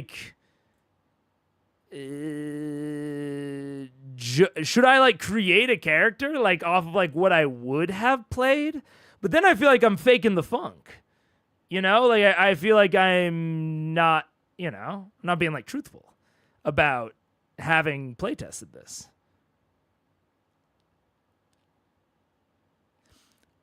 I'm sure that there will be a free form, like, tell us anything else, whatever. And maybe I'll put it in there. I feel bad because then it's like, if they don't have like an exclusion method, then they can't exclude my stuff. But I'm going to go with that. I'm going to assume that they have an exclusion method. I'm going to build a Warlock first, and then we'll do that as if I'm playing that Warlock. But kind of weird, because I remember with the betas, I don't think it was restricted in that way. I think there was like an option to say like, oh, I play tested it like this, but I think you could also just like give your opinion. So kind of odd. And I feel like, I think the reason I feel more comfortable with doing it like this is because it feels genuinely strange to me that they would only want the opinion of people that played. Like, I totally understand if they want to be able to like value the people that actually played it more highly, but it would feel odd to me if they only wanted those people's opinion. But maybe I'm wrong. I don't know. Okay. And I remember starting evasion is relatively high, right? or that starting evasion is relatively high. Like if I go to the rogue, I believe the rogue is very evasive but lower hit points. Oh. Well, the rogue has a higher evasion and higher starting HP. Okay, interesting. Let's go check out a wizard. What's the comparison on wizard? Wizard, starting evasion 11. Okay, so warlock is at, quote unquote, full caster HP and evasion. Okay, good to know. So, armor, I need to be in that sort of mindset. Chainmail, full plate, gambeson, leather. Suggested leather? I'll take the suggested. Base thresholds, base score, armor tier 1. Yeah. I'll take the suggested. I'm down with it. And what is gambeson though? I'm curious. I haven't read these in a while. So that's 613, base score 3. 511, base score 3, flexible +1 to evasion. Oh, I see. Oh, I see. And what is full plate? 817, base 4, evasion, agility, definitely not. Chainmail. Interesting. I'm actually debating between leather and gambeson. Because I kind of like the thought of deadly devotion or possibly the umbral veil being like kind of an evasion stacker, So I kind of like a lean in on evasion. You know what? For now, at least in theory, I'll go the slightly higher evasion. I'll go gambeson instead of leather. Okay. You'll choose starting weather. Okay, so I chose that. Choose your starting inventory. Minor health, minor stamina, a carving that symbolizes your patron, or a ring you can't remove. Hell yeah. Health potion, I'll say. A carving that symbolizes your patron, a ring you can't remove. I like a ring you can't remove. I'm into that. That's nice. Take your domain cards. All right. For level 1. I also don't know. I mean, you only get 2, which this is going to be tough. So there's Blighted Strike. Not going to do Blighted Strike. I think the whole succeeding with fear thing is cool, but I'm really into the buff debuff stuff. So I'm not gonna do that. Deaf Deceiver is cool maybe later on, but I don't know that I want to start with it. Enrapture interests me. Inspirational words kinda interests me, but I don't know about starting with it. Umbral Veil interests me, and Voice of Dread. God damn, I love Voice of Dread. I love Voice of Dread, dude. Oh. Because it's good. It's, like, interesting in combat, out of combat. Like. And what does Vulnerable do again? Vulnerable. I thought Vulnerable was related to HP. I thought vulnerable was related to, like, you take more HP while you're vulnerable. When a creature becomes vulnerable, the GM should work together to describe how narratively that happened. While you're vulnerable, all rolls targeting you have advantage? Yes. Okay. Yep. Because I was wondering, is this, like, mainly a combat thing? But this works in and out of combat. I love it. It's almost giving me kind of, like, Puppet Master energy, which I'm into. I like Enrapture. Dude, and Voice of Dread with Enrapture? I'm feeling the character take shape. It's narcissism as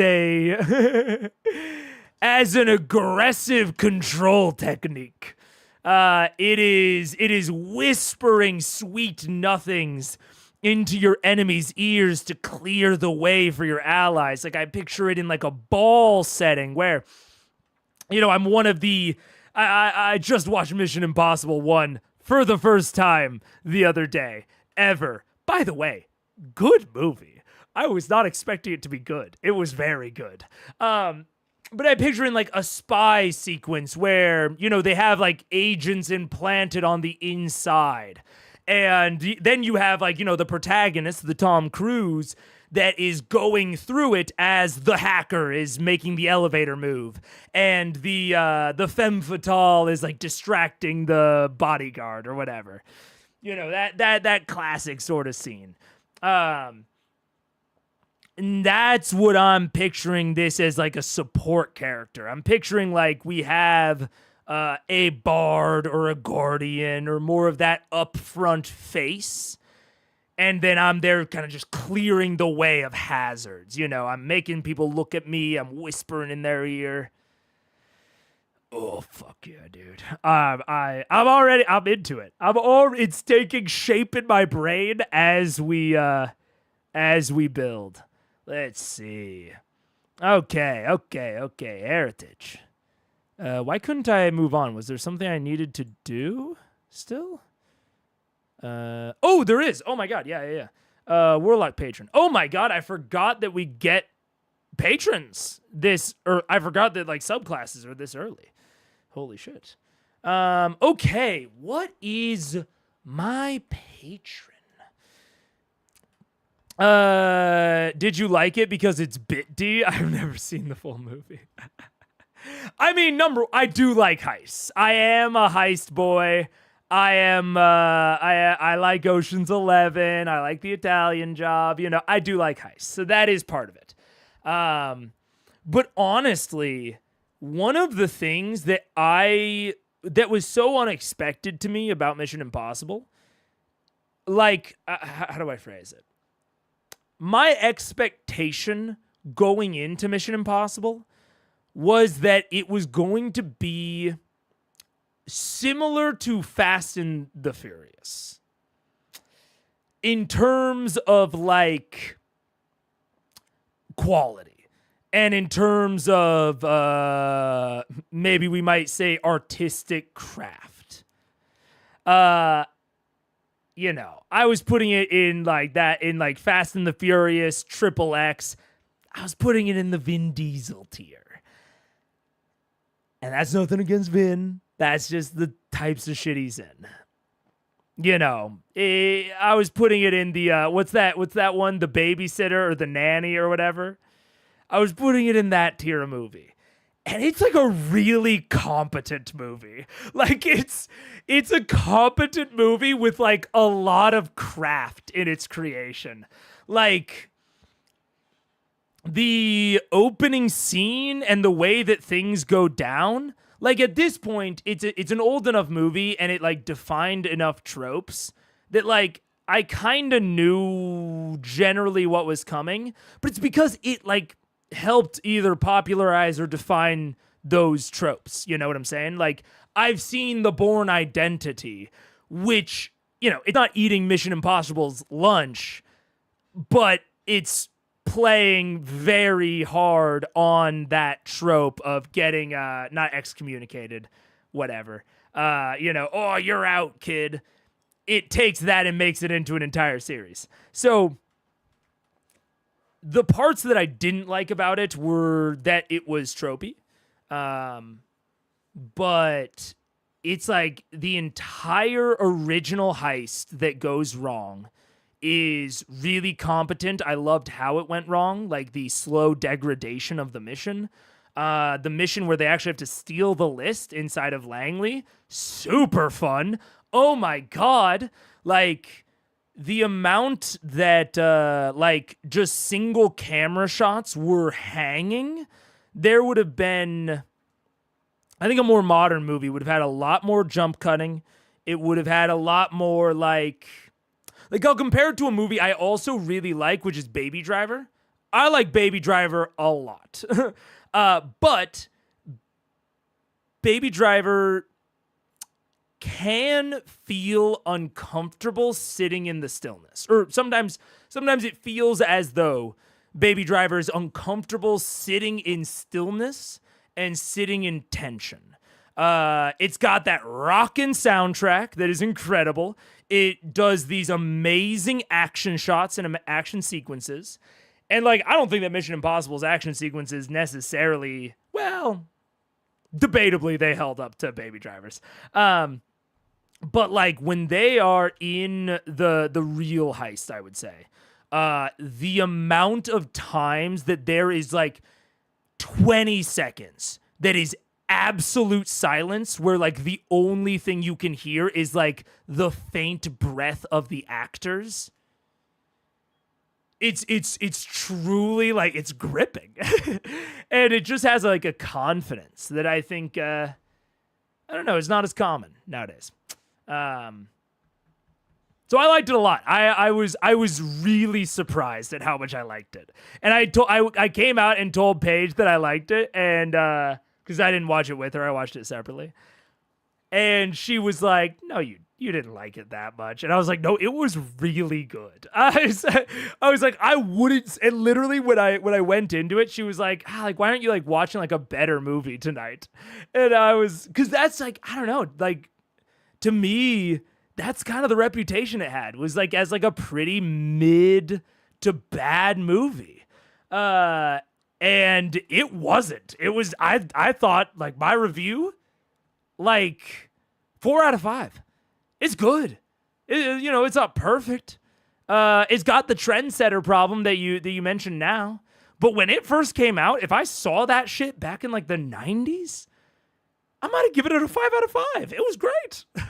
It was really, really good. Yeah. You can't really do suspense or tension if you're too afraid people will get bored and leave. Absolutely. And that's something, like I said, I recently watched The Godfather. Godfather had the same thing. Both of them have a confidence that people will not get bored and leave. That I think movies that are more modern do not have.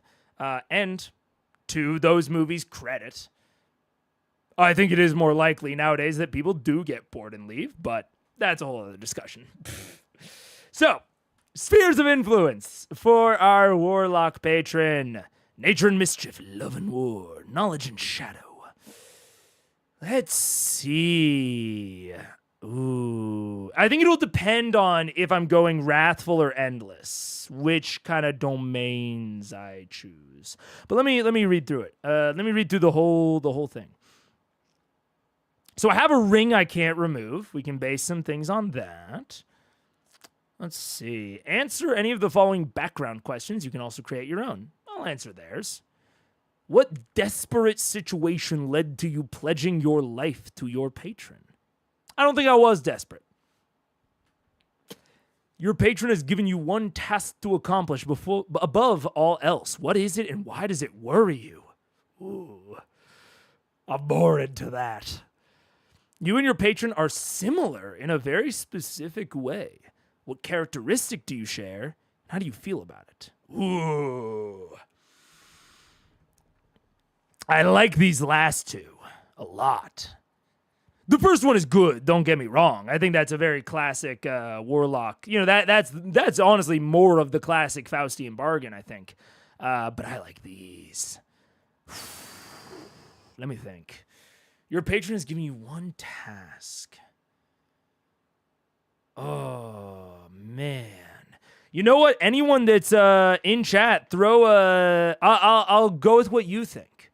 Anyone that's watching right now and that wants to guide me, 1 or 2.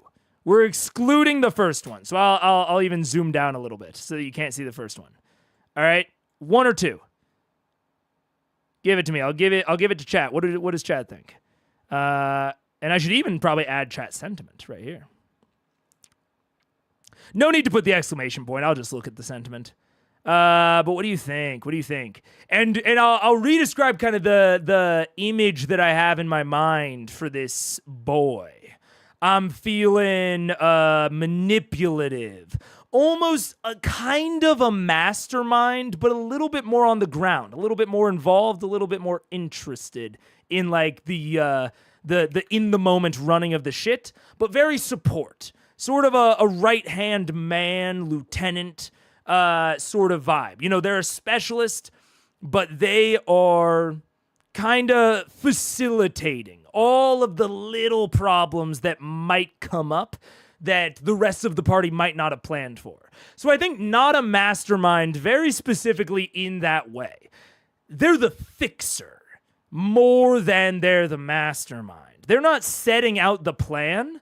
They're there to take care of the things that are going wrong during the plan. They're the edge case. They're the Band-Aid that's really making these plans work. We got a 2. We got a 2. All right. Mega, you're a very warlock person. Very easy to share some aspects with the patron. Fair enough. All right, let's do 2. Let's do 2. I'm down. Okay, you and your patron are very similar. What characteristic do you share and how do you feel about it? Okay. Ooh, you know what? No, I was about to say let me pick like Wrathful or Endless. But honestly, in terms of pure mechanics, for what I'm thinking of, I'm kind of good with either. Like, one of them is the more defensive support, and one of them is a more aggressive support. And I'm good with either on this archetype that I'm thinking of.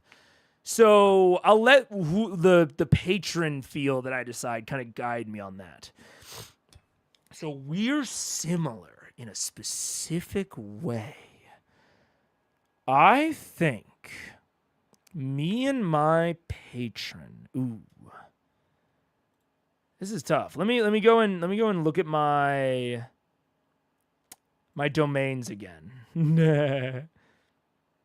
Enrapture and Voice of Dread. I'm being drawn to like imagination, dreams. Like, I think that Voice of Dread is something that I would often use, and I would implant thoughts, you know, kind of like almost incepting someone, right? I would couch it in a way that is trying to convince them that they are thinking these things, right? It's gaslight the strategy, right? Magical gaslighting is what we're going for. And I'm even feeling that with Enrapture. I'm even feeling the Enrapture. Like, when I think about like marking a stress on my enraptured target, I almost think of like goading them, being like, what? Look away. If you aren't comfortable with what's happening now, just look away. You can't, can you? Like, really like skeezy, like sort of like uncomfortable, like manipulative, in terms of the like aggressive tactics of like really manipulating their mental state through things I shouldn't be able to do, but not through direct like enchantment magic, right? I've talked ad nauseum about how icky I feel about enchantment magic, and this is on the borderline. And I still, you know, when I think about using this aggressively against enemies, I'm using it in an enchantment-like way, but they're still retaining their free will. Enrapture is probably the closest to removing it, but they're still retaining their actual freedom of thought. I'm just using these tools to try and convince them otherwise, to try and manipulate them, mold them like clay. So I'm seeing an inception, so I'm seeing dreams. So I like dreams as one of the spheres. Ooh. The aspect probably should be a trait that the character doesn't like about themselves or something they hate about the patron but doesn't realize it also applies to them. I agree.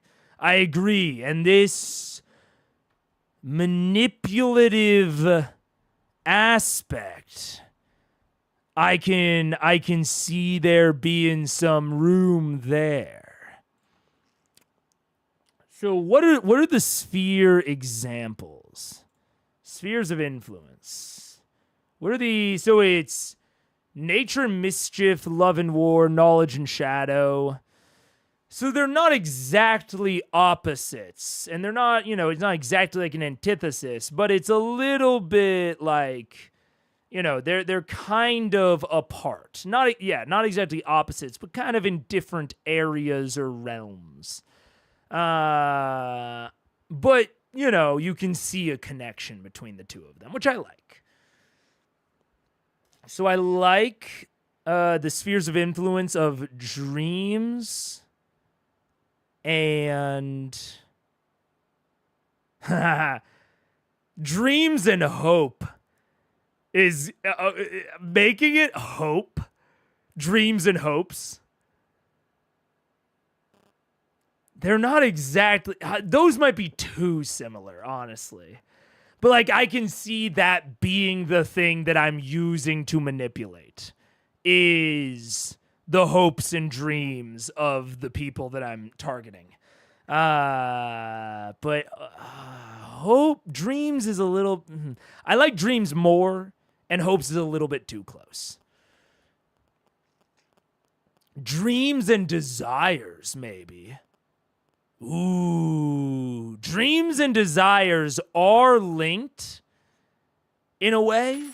You often dream about what you desire, but you also often dream about things you would never want to experience, or you have nightmares. I think dreams and desires. Yeah. Okay, dreams and desires, or hopes and desires. Dreams and desires. I'm going to go with dreams. I think dreams feels more correct for a patron for some reason. I can't really pin down why. But we're going to go first sphere, dreams. Second sphere, desire. And then we will go, so we'll go back to the actual patron themselves. So with that in mind, we're very similar in a specific way. What characteristic do you share? I think that I'm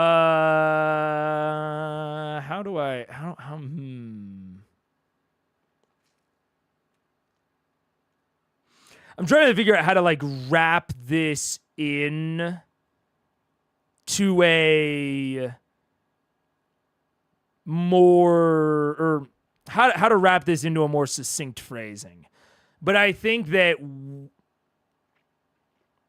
no matter how close, or no matter how close we appear to get to someone, we are always willing to sacrifice them to achieve the ultimate goal. There is no one we wouldn't sacrifice to accomplish the goal. That ultimate desire. And I like constricting it to no one. And I think it is something that the character feels uncomfortable about and would generally like to change. I always feel the need to maintain a facade or can't be honest or truthful. I think you're in a similar area to me, but I think they want to be. I think their like instincts are to not be honest or not like reveal the whole truth, because the truth is that they would kick their companions to the curb if it meant progressing their mission. So they feel uncomfortable about sharing that. But that wall is going to be maintained because at the end of the day, they still need to accomplish the goal. But also, they need to figure out a way to be honest and to develop a relationship that can last, that is more important than the overall goal. If they are ever going to be truly close to someone. And maybe they're saying, hey, I'm not going to think about that for now. I'm not going to think about, being close to somebody before I accomplish this. Yeah. So the patron name. Dreams and desires. Like if I say what I really think, feel, everyone will hate me. Precisely. And they also don't like how they think and how they feel. Like they would like to change, but maybe they got higher priorities right now.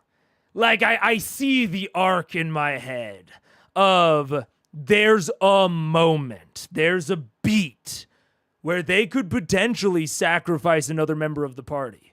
Or they, possibly there's a situation that would progress them further, but it would involve, kind of leaving a man behind. And I think that would be like the struggle point of, do they change or do they stay how they are? Like that would be like the kind of one of the inflection points, or at least a beat of them potentially overcoming this flaw. But there would need to be a lot more of, smaller instances of the flaw. But yeah, okay, the patron name, dreams and desires. I think something around a naming convention around like giving you what you want. Our Lady of Wants comes to my mind. I'm thinking around names that are like your unconscious desires, your subconscious, the things that you can't help but feel, the undecided, the id. What's the whole id and ego thing? Isn't that like, that's like, I think that's like not totally accurate though. Choosing between saving a member of the party or saving a magic amulet for falling down a cliff. Yeah, I mean, especially if that magic amulet is very important. Yes. Absolutely. Yeah. Signora del Sogno. What is Sogno? Signora del Sogno. Sogno. Dream in Italian. Lady of the Dream. I do like this idea that like her domain is dreams and she comes to you in your dreams to offer you your desires. It's a very fae kind of patron, but it takes it's all down to the classic devil at the crossroads, but instead of the devil making you sign a contract, the lady meets you in your dream. She can shape around you the things that you love. She can examine the things that you love. She can know you on an unconscious level that even the devil might not be able to really get at. And not only give you what you say you want, but give you what you don't even know that you want. She's offering you this, it's very Garden of Eden, very fruit of the tree. She's offering you your desires within, so dreams are her domain and desires are her profession. But I like that it would be Lady of the Dreams because that's where people would speak of her. It'd be, the horned man at the crossroads. In the same way, it would be the Lady of the Dreams. Maybe a music aesthetic sub-theme? Yeah. I am going to say Lady of the Dream instead of Signora del Sogno because I do not speak Italian. And I don't want to front like I do. But Signora del Sogno does have a ring to it, I will say. Lady of the Dreams. And obviously somewhat evocative of like Lady of the Lake. But I'm into it. It's this ethereal image of someone giving you something that you want. But I think the core conflict of it is it's not necessarily what you need, right? It's maybe what you want, but not what you need. And that's the core conflict and why it's maybe a warlock patron and not a god. Sonata? I do like Sonata. We'll go Sonata. Sonata. I do. Yeah, it's a harpy, enthralling. Yeah. Sonata. Lady of Dreams. Yeah. I'm into it. I'm into it. Okay. Sphere of influence. Choose a subclass. And it could sort of be a very it's a very Grog, Strongjaw type arc of loving people and connecting with others. That is, you can have all the gold and riches in the world. You can have the things that you think you want, that even your unconscious thinks you want, but that is not going to truly fulfill you in the same way that the love of another will. Pact of the Endless. Mark stress into the terrifying visage. Not terrifying. I don't think the Lady of Dreams is terrifying. She's just giving gifts. She's giving gifts. She's a group hug player from Magic the Gathering. She's just giving gifts. And she's either giving her devoted gifts or she's giving other people gifts. Although, spending a favor in place of armor, that is a gift. And Dunley Devotion is a gift. I could reflavor the terrifying visage. I could reflavor that to just not be terrifying. Spend any number to imbue your primary. When you do, choose any time you choose to deal this additional damage, mark a stress. I see dueling things. It's tools towards getting what you want. That feels more aggressive to my ear. I feel a little bit more active, a little bit less protective. It is a theme that does things. It doesn't prevent things from happening. It goes out and it's aggro. It's Magic the Gathering red. It's not so much this defensive posture, I think. So I'm going to say Wrathful. And, it can even be... we could obviously do the Terrifying Visage as sort of a nightmare sort of form, but I also see the Wrathful in that. So set my traits. Let's see. What are suggested traits? I'm certainly not going to use them, but I want to know what they are. Let's see. So it's either suggested 1 agility, 1 strength, finesse, instinct, presence, knowledge. Okay. So it wants me to have agility and then instinct and presence and dump strength. That makes sense. So, or all of these things. So definitely presence. Especially given that certain things scale on presence. So that is certainly important. And then 2 + 1s and a -1. I like -1 strength. I'm into that. That feels right. And then knowledge, instinct, finesse, agility. I'm not as sure. Honestly, I don't have as much of a sort of intuition for those. So agility, sprint, leap, maneuver. Nah. Finesse, control, hide, tinker. It could be a finesse play. I don't mind finesse. Oh, wait, and it's interesting. It suggested agility. I think I lean finesse over agility, and I do want to have 1 physical trait. So we'll do finesse. That feels more correct. And then instinct or knowledge. Perceive, sense, navigate? Absolutely. I had a feeling, but definitely instinct over knowledge. Again, I feel them being in the shit, solving problems that crop up. Not necessarily in the planning. Not in the war room. They're on the ground. Choose your starting weapons. Suggested is scepter.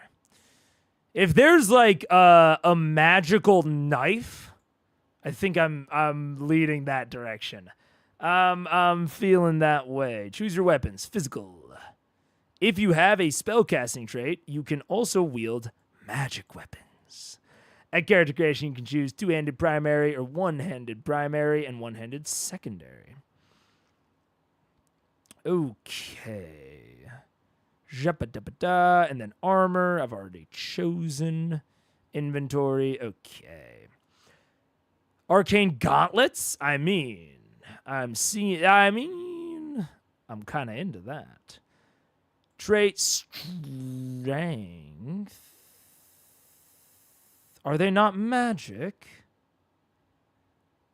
Oh, they aren't magic.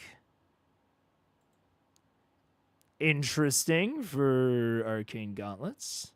Arcane frame wheelchair. I do not picture them in a wheelchair. Battle axe, broadsword, cutlass. I'm assuming this is not magic. Trait is finesse, which I'm assuming probably means you can use dexterity, classic finesse. Dual staff doesn't quite feel... Ooh, glowing rings?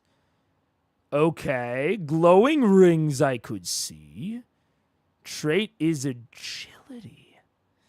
Wait, am I misunderstanding how the thing works? Physical weapons...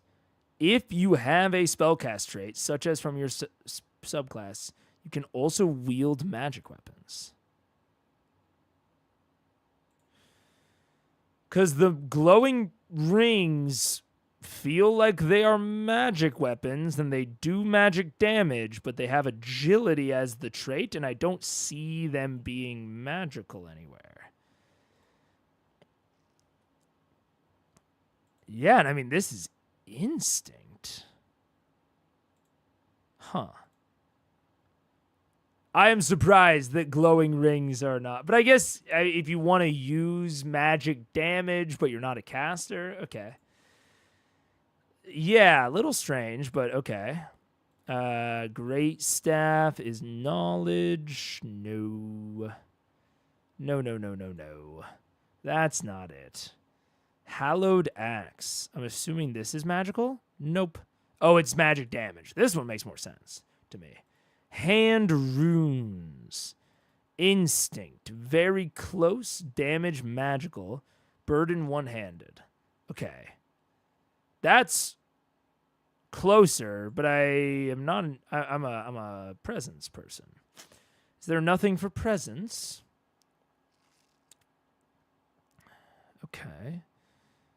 It feels like it would be natural to put their trait in like a thing that I could, sort by, but I guess that's fine. Not seeing a lot. I'm going to be honest with you. Not a lot here. Scepter. Presence? Okay, well, can also be used with these statistics. Presence, melee 8. Okay. Is that the only presence weapon? Yep. That's certainly not presence. Wand? Nope, that's knowledge. I guess I also haven't seen a lot of knowledge. Huh. Okay. I will play a brawler in an upcoming one-shot, and I was so disappointed that wearing arcane gauntlets doesn't count as being unarmed for the purposes of unarmed combat. That would be cool. It would be cool if there was like a brass knuckles weapon or something. It should enhance unarmed strikes. I'm kind of with you. I'm kind of with you on that. Like, I get why it doesn't, but... Huh. Well, I know why it's suggested scepter.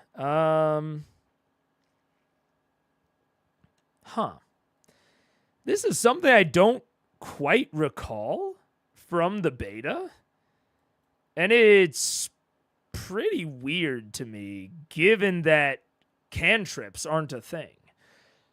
Right? Like, the fact that D&D doesn't have, you know, magical weapons is fine because magic users have cantrips.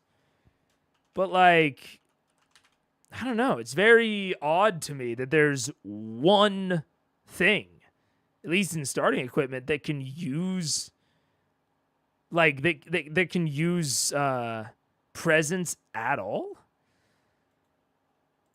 It makes me want to go and see, is this like an issue with Demiplane? Like, is there a rule I'm not quite understanding? What's going on?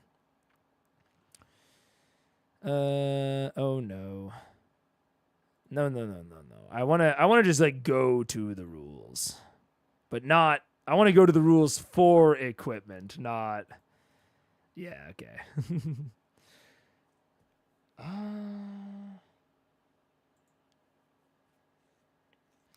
Like, I sort of feel like it's probably not an issue with Demiplane, but then that's just... I want to see if there's, like, higher tier weapons, especially now. Why not just include multiple possible traits for different casters? Yeah, I mean, that you know, does tie back into what we were talking about the other day of, like, the invariance of spellcasting traits. Wands use knowledge or presence, yeah. Or they just use your spellcasting trait. Like, seems very restricted. Let's see. So these are all physical weapons. So I would assume that they are not, you know, in that. Magic weapons. All magic weapons require a spellcast trait. So the arcane gauntlets require you to have a spellcasting trait.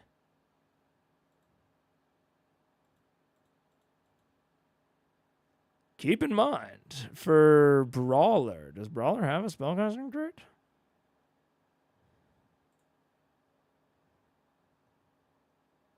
I'm kind of assuming not. Yeah. So they wouldn't be able to use it regardless.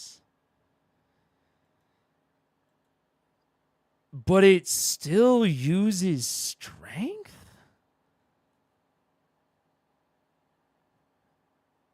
I feel like I'm missing something, but maybe I'm not. Maybe they're just like, yeah, you know, spellcasters got to have physical traits too.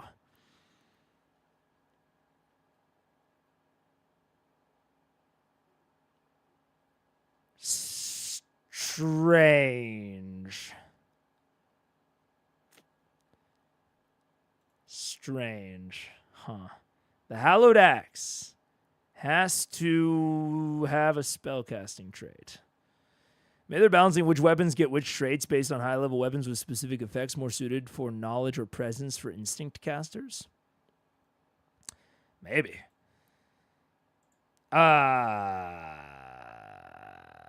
It's just it's a little interesting that it's like magic weapons require you to have a spellcasting trait, but your spellcasting trait is not going to be the trait that is used. Like, does anyone have strength as a spellcasting trait? You know what I'm saying? Like, the design of this is purposefully mad. It's purposefully multi-attribute dependent. Unless I'm missing something. But this seems just like, oh no, yeah, it's multi-attributes dependent. Wait a second. Cutlass and rapier are presents? What?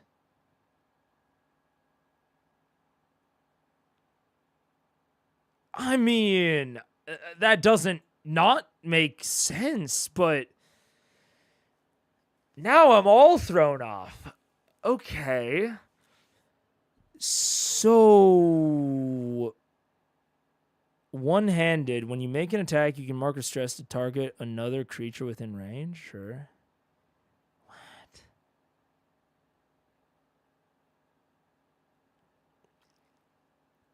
Yeah, these are very multi-attribute dependent, I'll say that.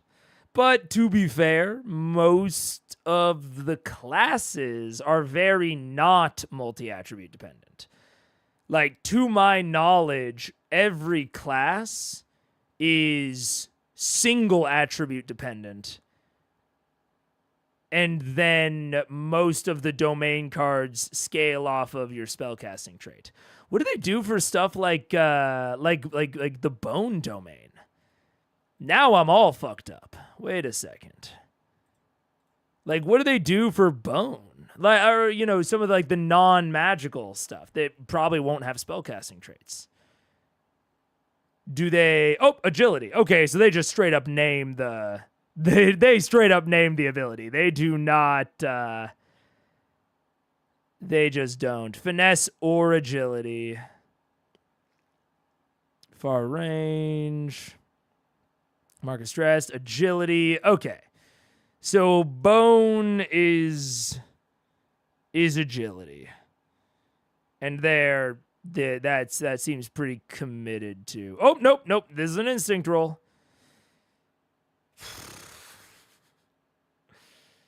Look, for everything I'll say about D&D, it was always pretty clear at character build which attributes would be important for you. If you knew the game even a little bit. Debatably, I mean, I think you could debate that, but I feel relative. Oh, no, that's knowledge. This feels weird. It feels like there's just a lot of attributes just scattered in random places. Like, I'm not seeing a distinct line on why things are what they are, you know? Like, why are, like, glowing rings being agility and hand runes being instincts? Like, I guess I can kind of understand that. And I can kind of understand these. But I don't know. It's very strange.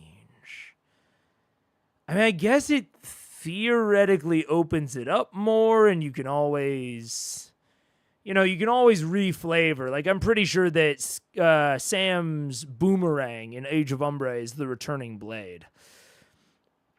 So you can reskin them. Okay. This is taking me a second to readjust to in my head, because I do not remember finding this so disorienting when I looked at it during the beta. So I guess in theory, this is just giving you more flexibility on what weapons you can choose and, you know, the stats that come with them, and you can always reskin them, but definitely weird. Does that imply the weapons themselves aren't magical and only work as a focus, or does it imply that magic only works if you have the skill to operate them? Either. I think either, yeah. I think it's probably, the way that I'm implying it is the latter. Is like they only really work if you know how to make them work, but I don't know. Because it is interesting. It's like the Hollowed Axe isn't scaling on how good you are at magic. So I would kind of say that not defeats, but that is sort of runs a little bit counter to the idea that they are focusing your magic power, because they don't scale off of your spellcasting stat. They scale off of strength. So it seems like you just need to know how magic works in order to activate them. Still strange as hell. Okay. Okay. Well, the returning blade is kind of interesting. When this weapon is thrown within its range, it appears in your hand immediately after the attack. I'm kind of into that. Is there are there separate rules for throwing weapons? Because I am, I'm finesse.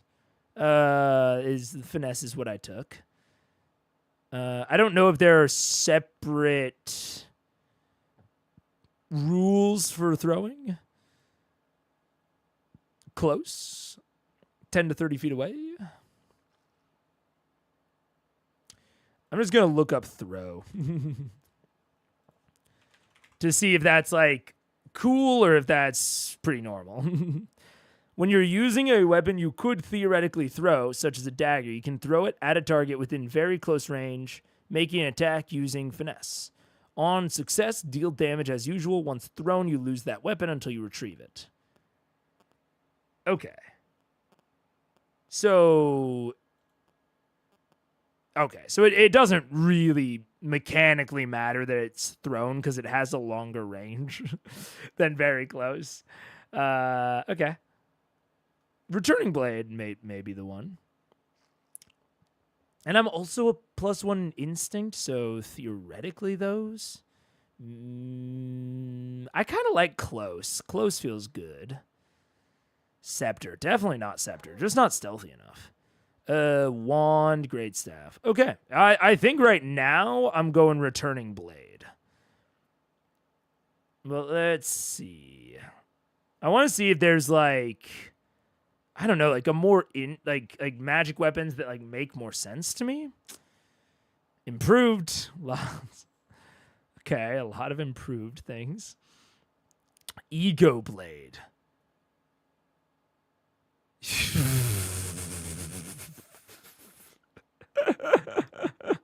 That's very funny. You must have a presence of 0 or lower to use this weapon. Okay, that's kind of funny. Maybe I'm coming around on it. Okay, wait, hold on. Casting Sword. This weapon can also be used with these statistics. Knowledge far. See, it's interesting because it's kind of like what Ivo was talking about earlier. It's like wand uses knowledge or presence. It's like, okay, the casting sword can be used with strength, melee, or knowledge far. So it does look like they have it. It's just yeah, it was just really throwing me off before. But I'm okay, I'm coming around to it. I'm adjusting. Let's see. Gilded Falchion. Oh, wait, what? No. I didn't go low enough. Devouring Dagger. On a successful attack, the target must mark a stress. Oh. Oh. Hammer of Exodia? Sorry, we got some Yu-Gi-Oh in here? I mean, I know it's not spelled the exact same, but come on. Eruptive. Huh. Utari Blood Bow. We roll the maximum value on the damage. Roll an additional damage die. It explodes. Exploding dice confirmed. I love exploding dice. Ooh. Scepter of Elias. Invigorating. On a successful attack, roll a d4. On a 4, clear a stress. Whoa. But it's a scepter. Why do they keep wanting me to use all these scepters? Wand of Enthrallment. Before you make a presence roll, you can mark a stress to get a +2 bonus. Hey, all right, maybe I'll use a wand. I don't know. That seems kind of gas. Okay, all right. I'm coming around. Maybe there's some cooler stuff.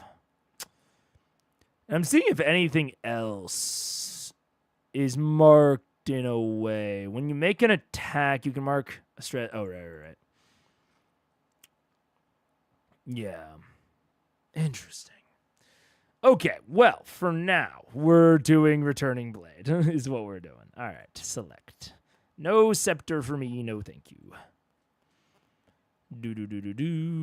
Choose starting. Oh, wait, starting weapons. Starting weapons? So I chose Rapier.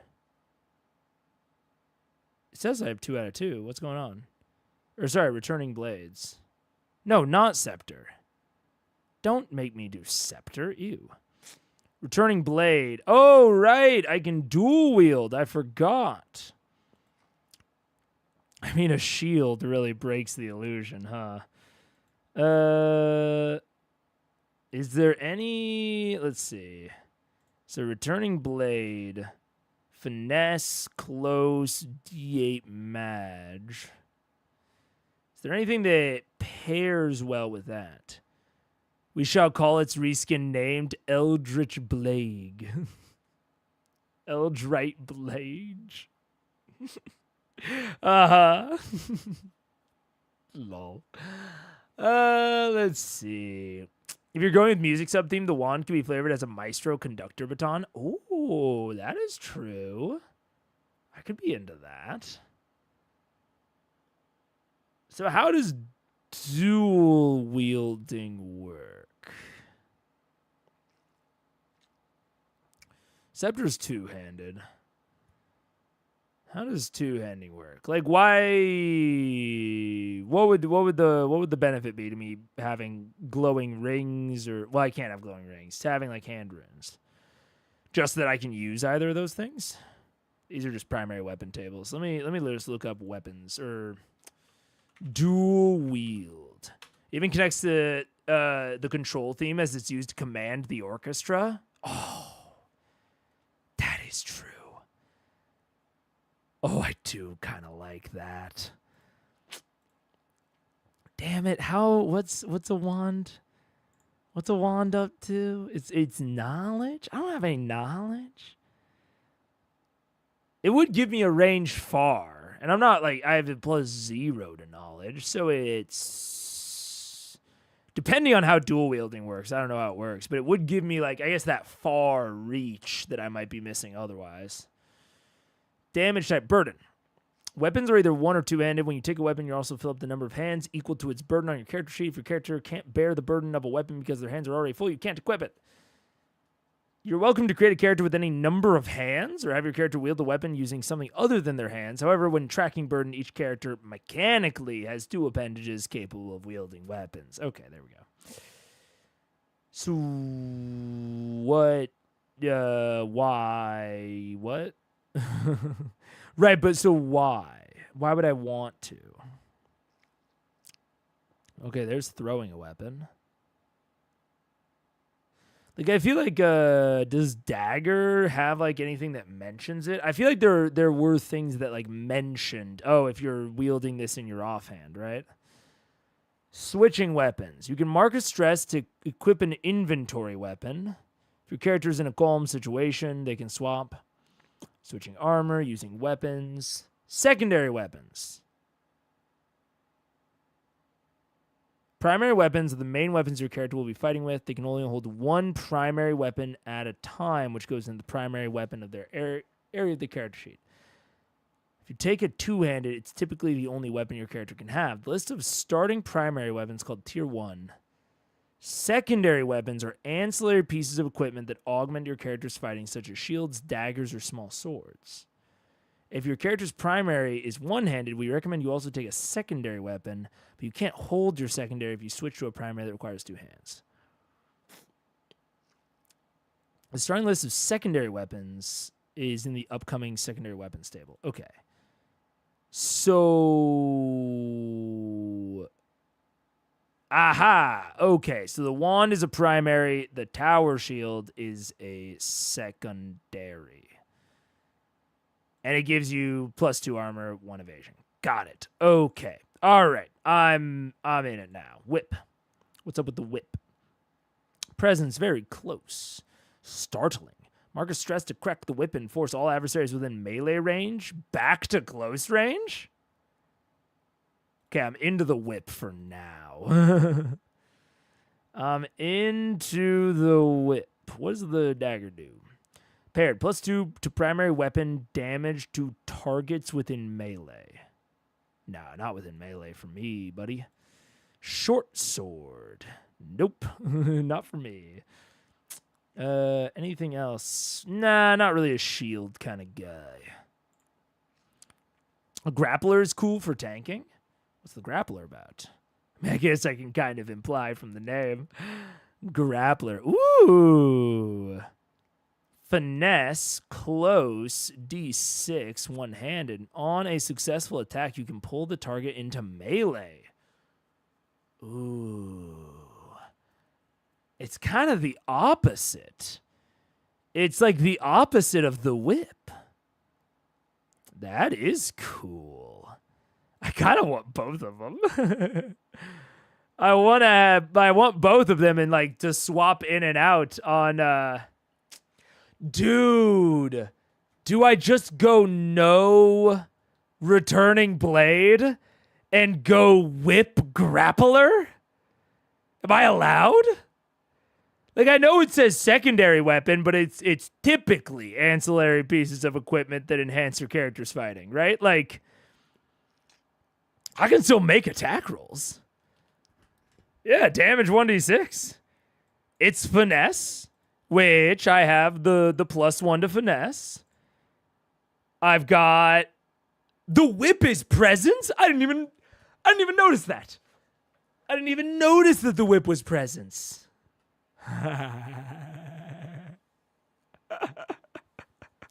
So I've said before on this stream that I do not often make characters that are what you might refer to as good, but I often make characters that really lean into one theme or another.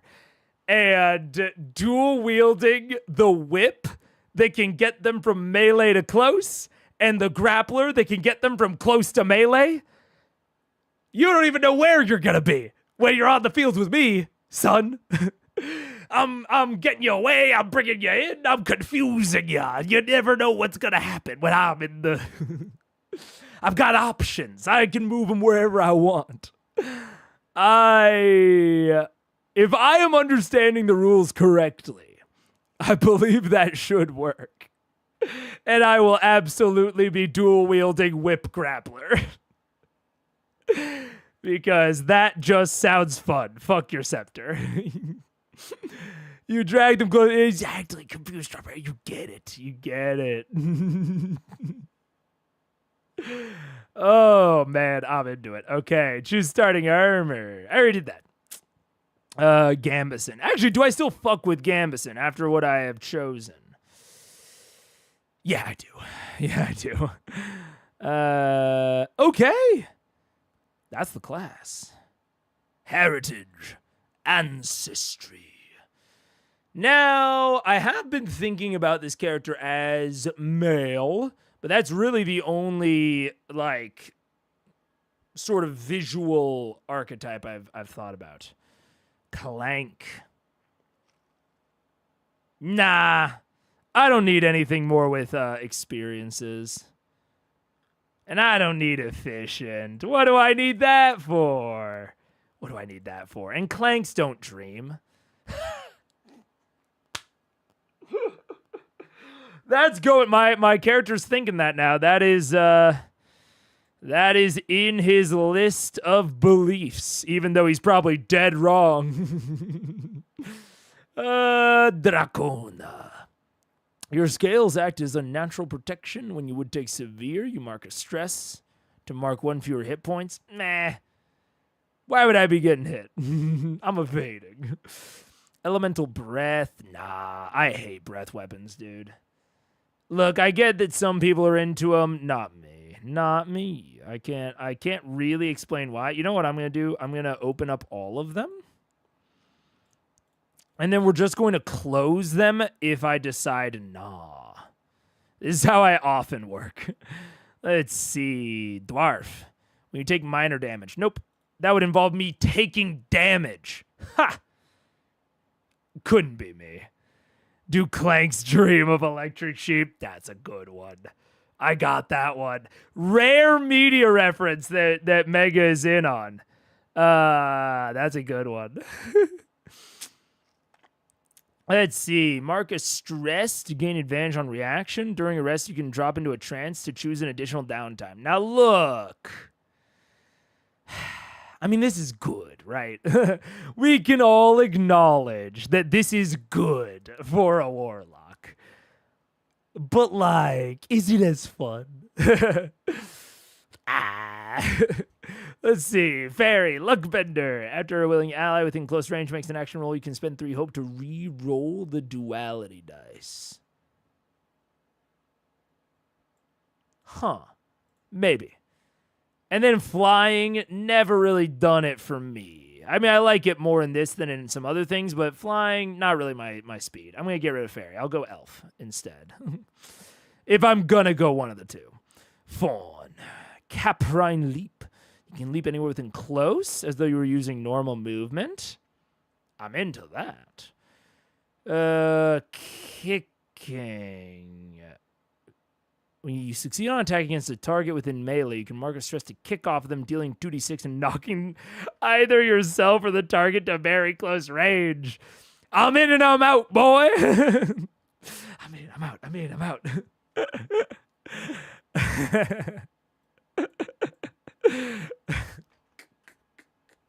I grapple them into me and then I immediately kick off of them. That's actually kind of cool. Like in the, in the visual nature of Daggerheart, to grapple someone into melee range to then immediately kick off of them. Like, that's a move, man. That's a cool ass move. We're selecting for now. I'm not married to it, but we're selecting for now because that kind of is sick. And the flexibility with the leap to get where I need to be. I don't love the aesthetics of Fawn, if I'm being 100% with you, but I could get over it. Fawn does seem to go with a very mobile build so far. It does. Furbolg. When you succeed on agility to move very far into melee, you can mark a stress to deal 1d12 physical unshakable. When you would mark a stress, roll 1d6 on a result of 6. Don't mark it. Honestly, unshakable is cool and good, but also sounds hella annoying. It's in that vein of shit I gotta remember. So not my jam. Fungal Network. Make an instinct roll to use your mycelial array to speak with others of your ancestry. On success, you can communicate across any distance. Now, that is interesting. That's an interesting one. Let's be honest, Chad, he just wants to play with some omnidirectional mobility gear. Yeah, I just want to be in what is it? Not Left 4 Dead, fucking the one where you not Far Cry. Jeez, what is it? The one that is just like explosion porn simulator. What am I thinking of? Not Far Cry, but games similar to Far Cry, not Dying Light. No, not Dishonored. God, what am I thinking of? Ghost Recon Wildlands. They're in. No, none of them are hitting it. What is it? Far Cry, Ubisoft, Metro. No, what? God, I can't think of Retai Kido. No, Metal Gear Solid is in the. It's in this general area, but no one is mentioning it. Sniper Elite. God, Just Cause. Just Cause is what I was thinking of. Yes. Yeah, I want the omnidirectional gear like in Just Cause. I know it took me forever to get there. Death Connection. While touching a corpse that died recently, you can mark a stress to extract a memory. Oh, man. This is cool. And it's also less combat-y, which I do see myself as combat avoidant. And I think I'm also not that into the aesthetic of the fawn. I think I'm getting a little bit distracted by the grappler whip, which I do think is funny. And that's ultimately not really what I am. So I think while it is fun and funny, Fungal Network and Death Connection go so much more into the theme of dreams and desires. I mean, even this, of extracting a memory of the corpse related to a specific emotion or sensation of your choice, desire. Like being able to see what a dead person desired would be so on theme. And the Fungrel network is really on theme with the dread words or whatever. I'm gonna go Fungrel for now. Because Fungrel is the one that has really spoken to me the most, and I do like the aesthetic of Fungrel. Shingeki no Kaijin? I don't recognize the name still. Fungrel could go well with the dream and manipulation theme. Oh, magic mushrooms!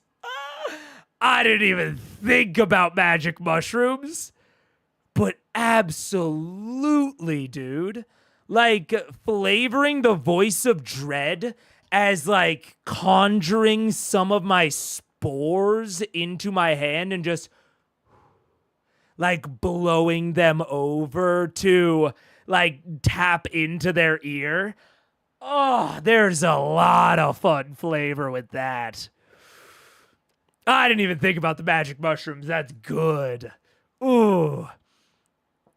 Unless your GM is a jerk, yeah, they want to not be dead.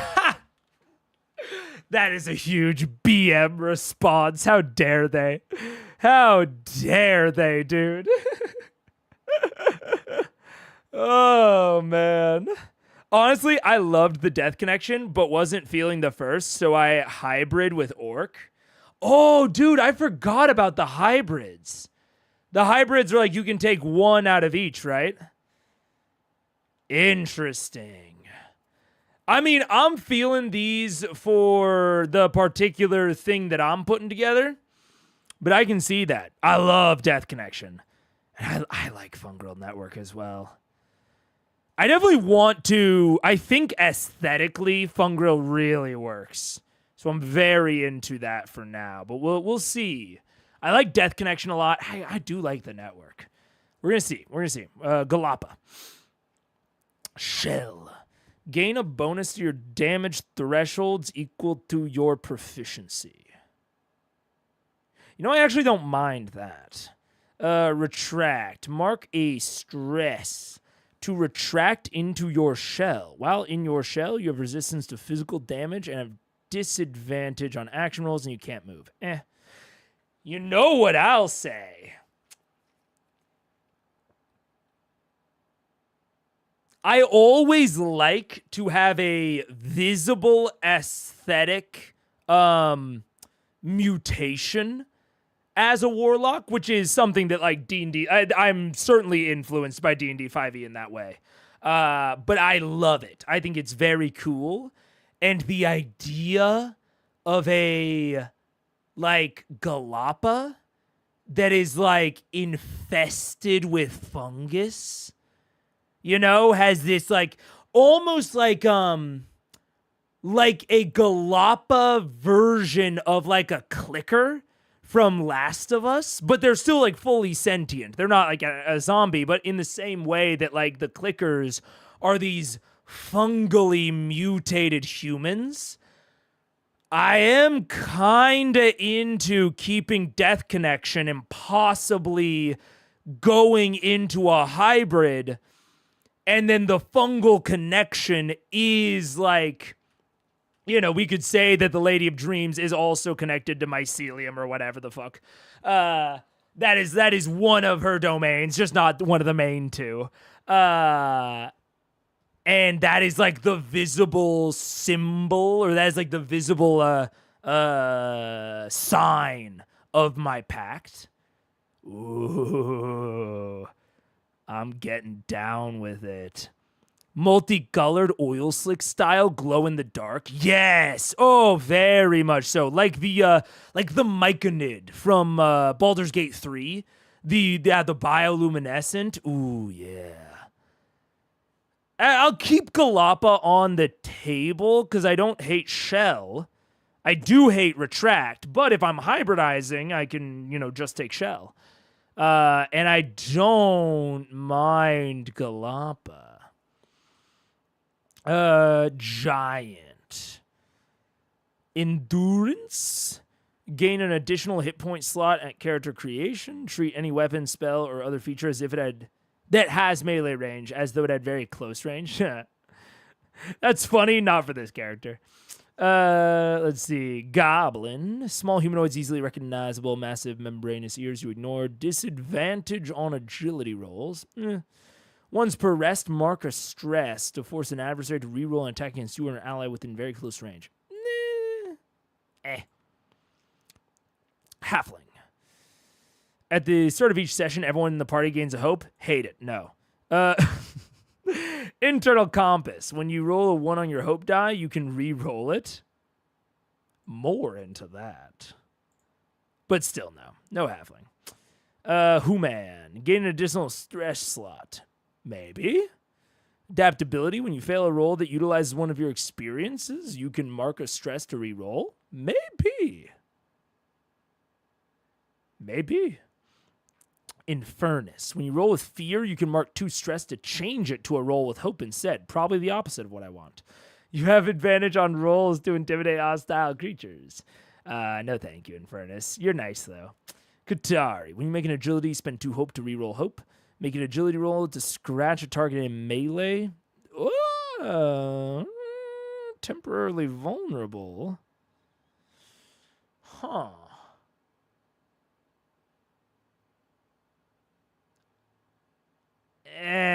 No. Orc.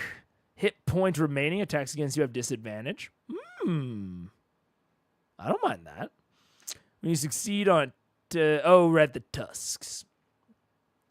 Look, I don't want to steal Delphi's orc grill, but sturdy I don't mind. Sturdy I do not mind. Ribbit. You can breathe and move naturally underwater. You can use your long tongue to grab onto things within close range. Mark a stress and use your tongue as a finesse close weapon that deals 2d12 physical using your proficiency. Okay, well... Well, that's... The interesting the thing about this is I probably wouldn't because I have the grappler, but... You can use your long tongue to grab onto things within close range is very fun. Yeah, Flesh Eldritch Blast.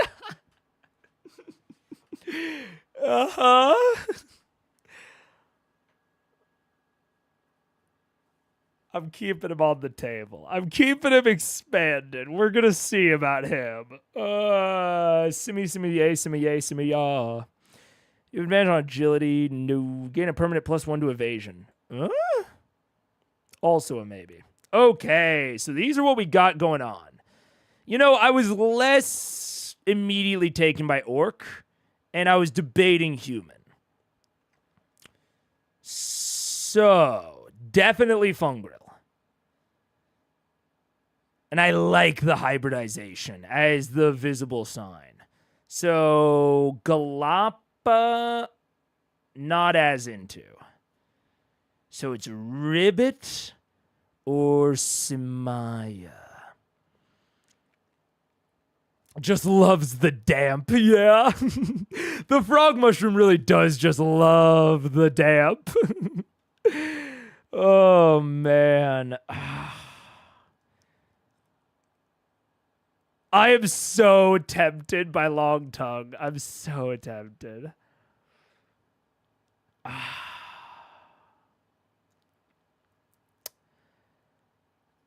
But I think if I was actually going to play this character, which is what I'm kind of, trying to base on, I think I would want aesthetically monkey fungus as opposed to frog fungus. And I would want nimble as just like this passive power upgrade because I am being so kind of weird in my other build options. Like if you lean too far into the weird stuff, you start to get one tricky and it starts to be kind of spotlight hoggy where like the only thing you're trying to do is your weird shit. So I like taking Samaya for this, like, hey, I'm just naturally nimble. I've got +1 bonus to evasion, which I'm augmenting with my Gambison. Kind of going more into that evasion, avoiding damage type of thing. And then it's not, and then I have just kind of like this baseline level, and then I can do my weird shit on top of it. I think there's a lot of reasons. It's not as fun as Rivet. And like for a one shot, probably Rivet. If this character was a one-shot character, probably Rivet.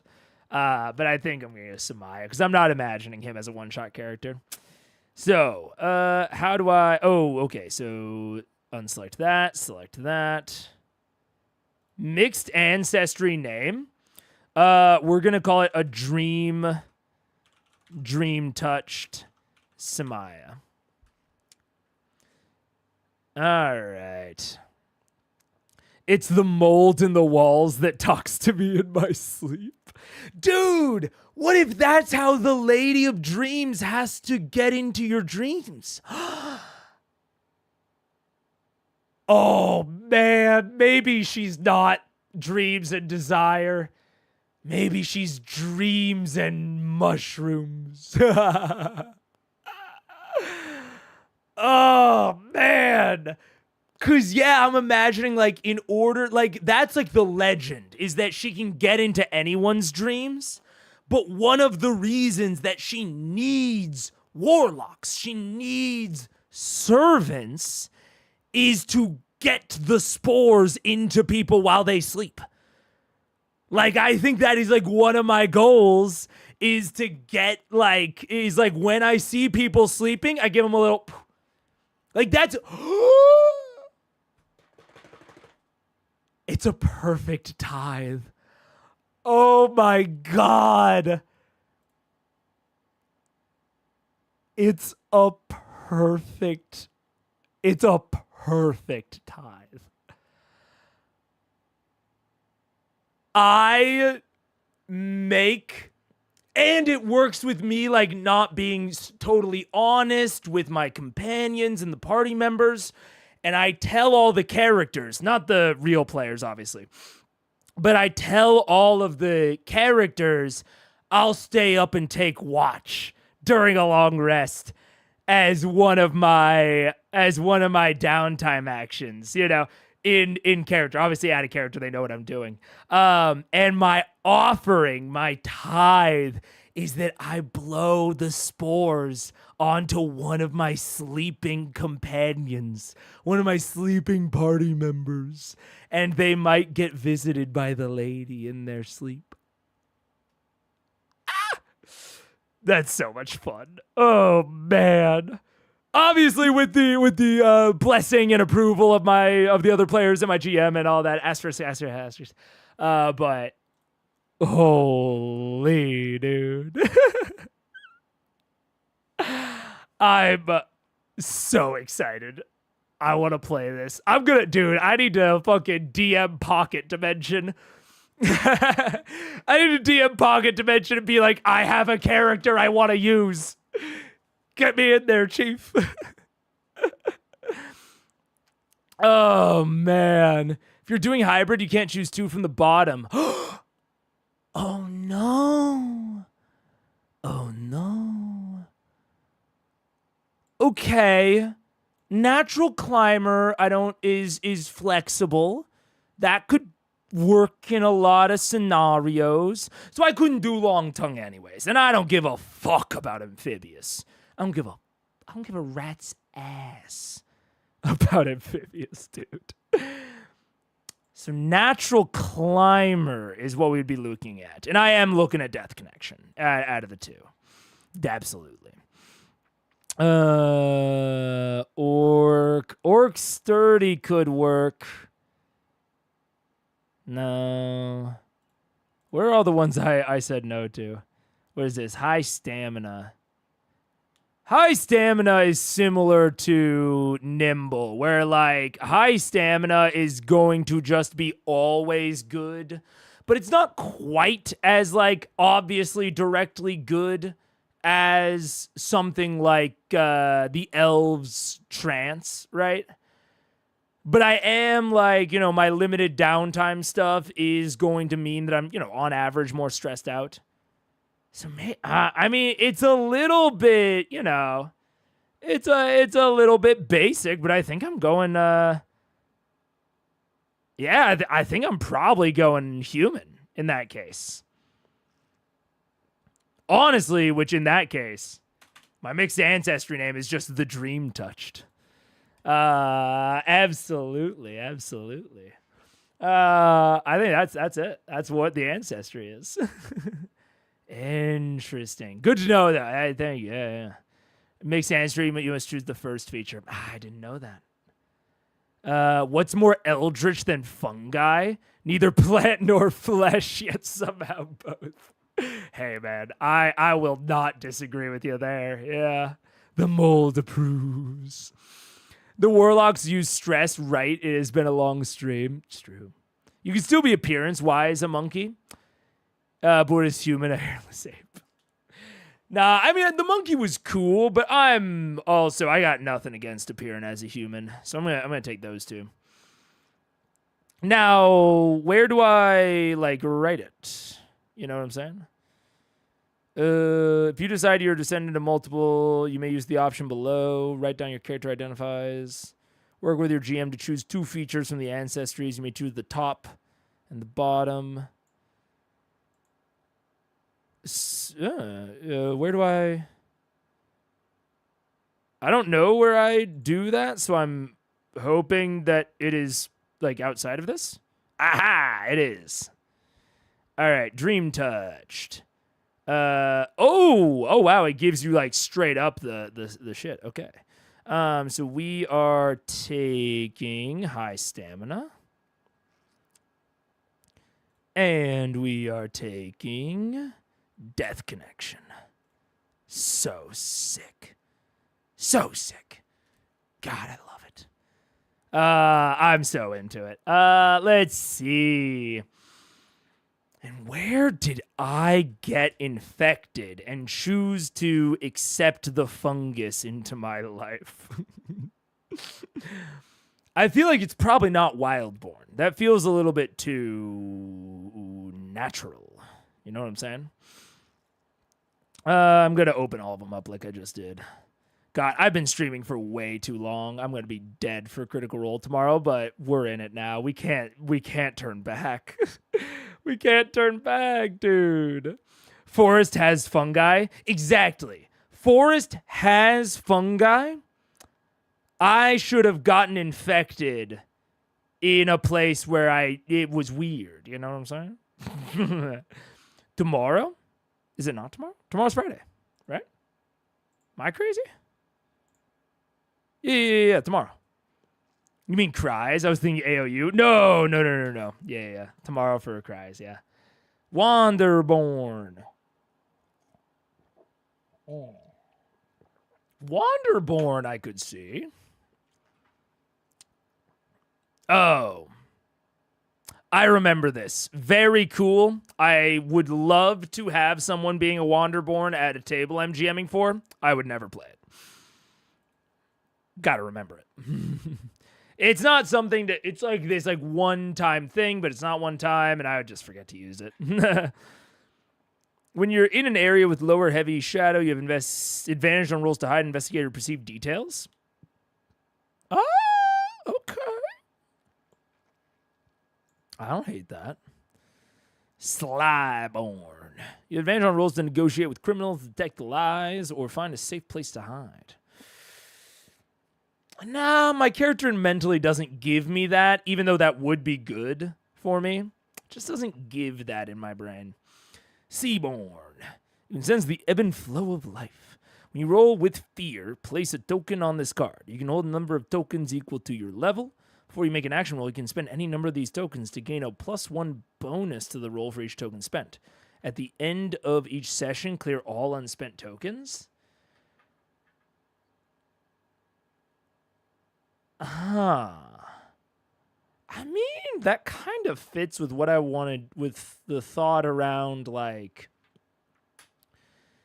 the Path of the Wrathful and the Umbral Veil is like this like storing up sort of thing, but it also gets wiped at the end of session. I don't maybe. Subterranean pleases the mold. Well, that is true. Seaborn is mechanically very good. As someone who loves the ocean, it is so tempting at all times. I get that. I'm keeping it on there because it does seem good.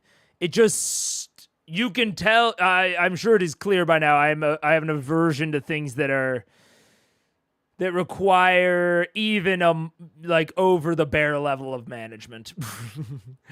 Ridgebone. Steady, you have advantage on rolls to traverse dangerous cliffs, ledges, navigate harsh environments, and use your survival knowledge. Maybe. Orderborn. Dedicated. Record 3 sayings or values your upbringing instilled in you. Once per rest, you describe how you're embodying one of these principles through your current action. You can roll a d20 as your hope die. No. Loreborn. You have advantage on rolls that involve history, culture, or politics of a prominent person or place. I don't hate that. I don't hate that. No, it's more the mastermind vibe, and that's not me. Highborn. You have advantage on rolls to consort with nobles, negotiate prices, or leverage your reputation. That, on the other hand,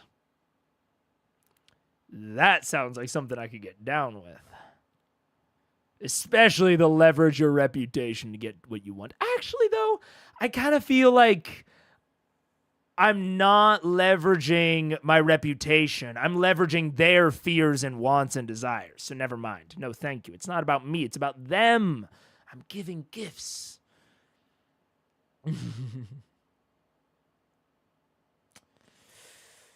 Is the corruption both physical and societal? You know, it's a little... I have an aversion to things that are too tropey. And Underborn is a little tropey. It does please the fungi. But I'm kind of into it. And I could even see it being something that, like, there is a lot of urban legend and myth around, and possibly I was a little bit arrogant, and I may not have believed the legends. I might have thought that they were, just old wives' tales. Maybe I didn't, I don't know, like put a cloth over my face while I slept. I don't know, maybe that's a thing you have to do in this setting, or in my city. I can already see it. I said it out loud, and I was like, that sounds sick. But I think they don't know it's mold, right? They don't know it's fungus. They don't know it's in the walls. But the same society and culture that has the legends about the Lady of Dreams also has legends about bad spirits. And I think the Lady of Dreams is the only spirit at work in this community. But that's where the manipulation comes in. She has not only implanted a legend of herself as a more like beneficial, deific, character, but she has also implanted these legends of like the bad spirits, the bad heirs, which are also just her. And they are the, nightmares that she gives people. Nightmare. In order to manipulate them towards her goals. However, there have started to be maybe, in a way that was uncontrollable by her, when she started blaming it on like the bad heirs, the bad spirits, the community started implementing like urban legend health measures to keep the bad spirits out that also happen to be keeping the mold and the spores out. And then I didn't follow it because I was like, the bad spirits, come on, what is it? The 200 years ago? Come on, guys, we're more evolved than that. And then I get spored. Yeah. thinking highborn, like you got corrupted by society. I see the parallels, but you can already tell. I mean, you can probably hear it and see it now. I think about environment. I think about where and how it works into my story and all that. Yeah. Thought I was someone who has mushrooms growing out of their head. Don't you know who I am? At a merchant is hilarious. It is pretty good. Oh, man. I'm going Underborn. We're going for it. And Underborn's also good. Like, that also helps. Experiences. Choose your description. I won't go too far into it, but clothes that are... What are the clothes? Nondescript. What is the description of my clothes? That they are nondescript. They defy description. Eyes look like... I think my eyes look like whatever they were like beforehand, but they have floating yellow kind of sparkles in them, like floating around almost as if on a current, on air. What were they before, though? I think probably blue. Probably dark. Probably brown. Brown with flecks of sickly gold that seem to migrate across the iris. I like migrate as a word there. You're still alive. Seraph is a strength caster. They exist. Oh. Well, there you go. Fair enough. Eyes glow faintly in the dark. I'm going to go with mine, but that is cool. Body that is... Now, the idea of the mushrooms just, like, growing just, like, randomly out of pores doesn't do it as much for me. Let's see. Clickers, Last of Us. Yeah, I'm thinking more like this. Something, I mean, not this, literally, but something that is a little bit more baked in, but also not instantly terrifying. Which is tough because, clickers are scary. I think it's going to be like stuff that I can hold, that I can like put under my shirt. Like, I think I can dress in a way that I am human passing. Which just goes even, I said it out loud. Of the, like, what is like passing as neurotypical, like pan. That is like the kind of phrasing that came to mind, and it kind of it ties back into I'm not willing to open up, I'm not connecting with people, I'm not being fully honest, and I think I am human passing, but if I ever were to like I can imagine a scene, because I would also, again, like, I like telling my players or the other players all of this. Like, the other players at the table would be very aware of all of the secrets that I'm keeping. I imagine this character as having a lot of secrets. But my players, or the other players at the table, I would be very straightforward with.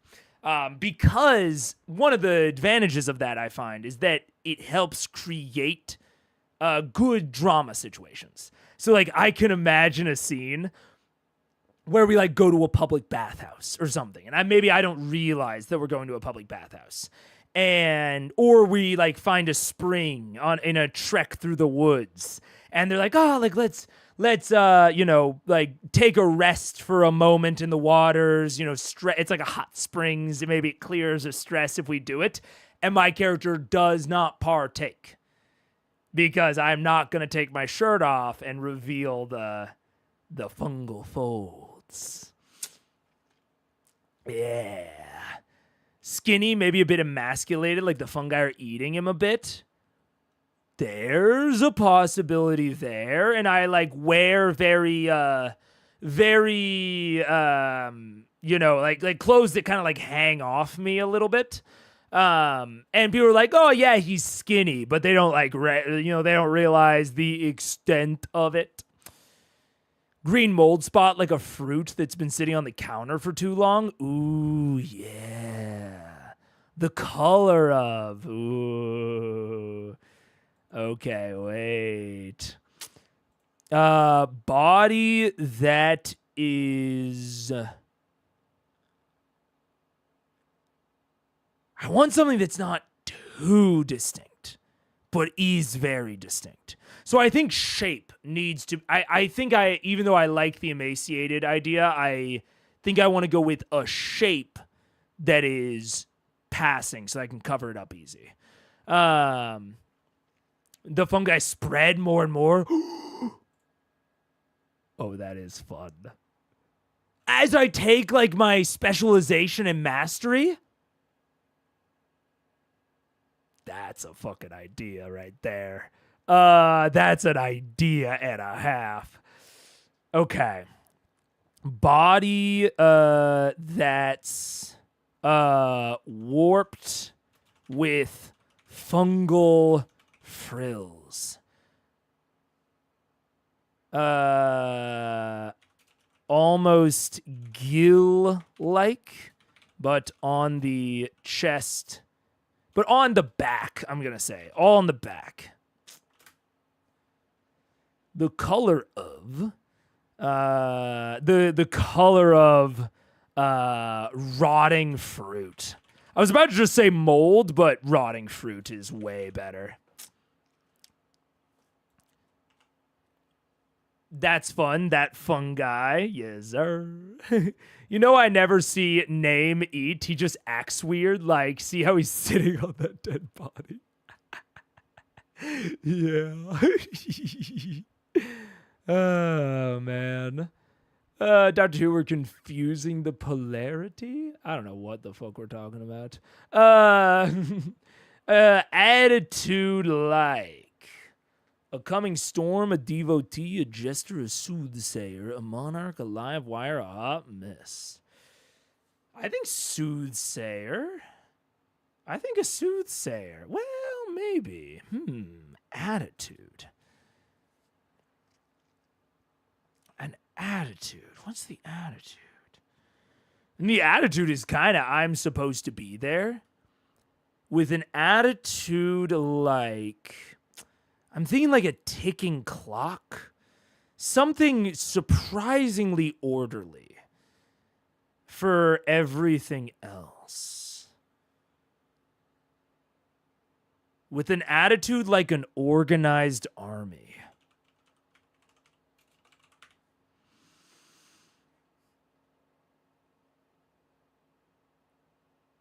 I don't know. I don't know about that one, but I'm going to keep it for now. Because it's the closest to what I feel. Because I feel this control, but it's all striving towards a goal. It's not just self-discipline for the sake of it. It's self-discipline in the pursuit of accomplishment. I don't know. We'll see. If the character was a woman, she could be called Amanita, like a fly Amanita. That's fair. That is fair indeed. Answer my adipose for a name. How about adipose? See Daniel Grace. I recognize the term adipose, but I don't know exactly what it means. Used for the storage of fat. Ooh. Interesting. It's a connective tissue. But it's also an inactive organ in your endocrine system. What does endocrine do again? I recognize the term. An inactive organ. Network of glands that produce and release hormones, which are chemical messengers that regulate various bodily functions. These hormones travel through the bloodstream to target cells and tissues, influencing processes like growth, metabolism, reproduction, and mood. It's the chemical messenger system. Wow. There's some shit there. Love the adipose, so cute. Oh, the Doctor Who thing. I recognize adipose now. I'm into it. I'm into it. Where do I even put my name? Is it at some other point? I really like endocrine. I'm going to have to be thinking about that because I don't want to name it directly adipose or directly endocrine, but something in that realm I'm into. Answer your background questions. Absolutely. What desperate situation led you to pledging your life to your patron? Oh, all of these. Oh, that's right. I can answer one or many. Well, I already answered this one.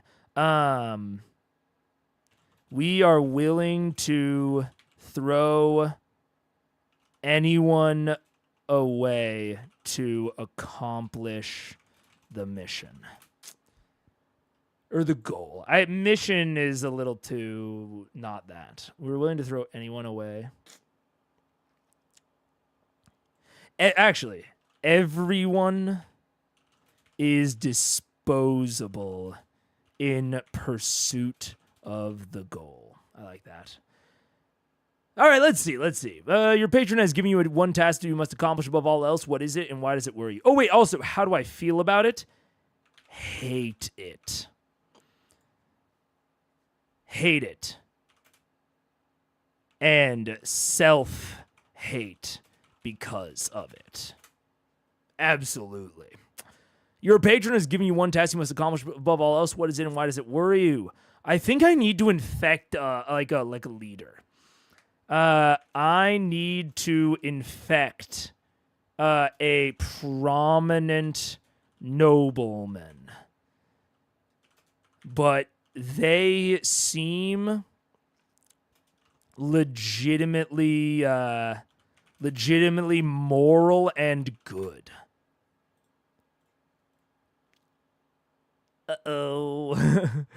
What desperate situation led you to pledging your life to your patron? No desperation. She offered me what I want, and I took it. Maybe no desperation, only desire. Only desire.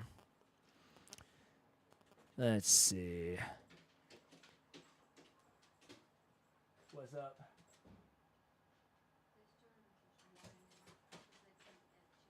Oh, the doggies. The doggies couldn't get to me.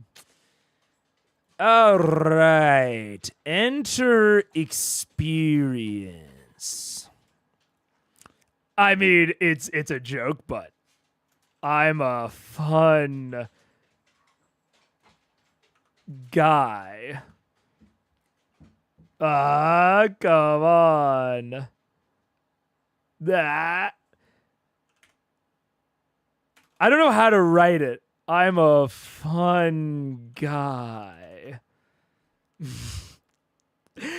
But I think it is going to be like, I can fit in a lot of places. Like, I'm not going to be honest and I'm not going to be vulnerable. But I'm a good time at a party. Because I am absolutely willing to not only mold myself, but mold others to facilitate the situation. And I guess we're gonna put that. And then another experience. Mold other. Oh. Mold other.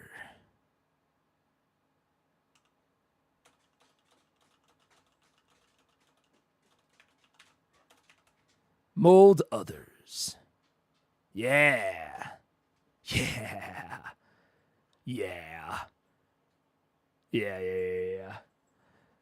What's up? You making mushroom puns without me? I am making mushroom puns without you. You'll have to watch the stream. I'm sorry. Literally my job for a while. I know. Literally. With the bird. What?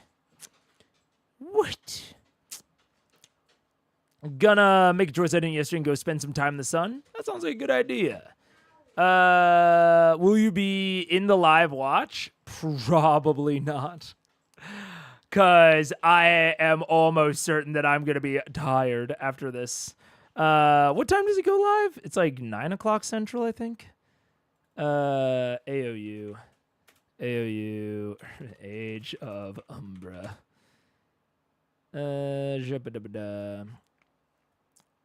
What's the schedule? Thursdays at 7 p.m. Well, okay. That doesn't tell me what time zone. I'm assuming that's Pacific, and so that would be 9 Central. I don't remember. I haven't watched it live since the first time. I might. I don't know. We'll see. We'll see how much I crash after stream, which sometimes happens. I haven't eaten since...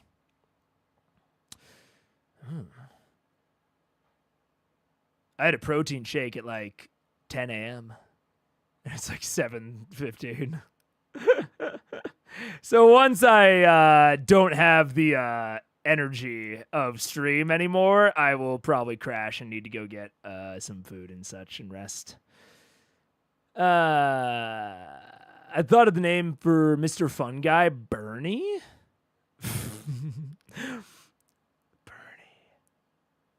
I don't get it unless it's a Bernie Sanders reference, and even then I don't really get it. Sierra doesn't put the time zone, which is weird. Yeah. Let's see. Okay. Ba-ba-da-ba-da. Create connections. Okay. I think... Okay, I confide in you about what my patron says and does. Why? Now, I can't really create connections here. I mean, I guess I could ask chat. You guys look at these. What do you guys think? Actually, I'll take direct suggestion. Actually, no, I'll page do it. What? Oh, I thought of a name. What's your name? What's my name? Is your person mushroom related? Fungi? They're infected. You would have him be named Liam, short for mycelium.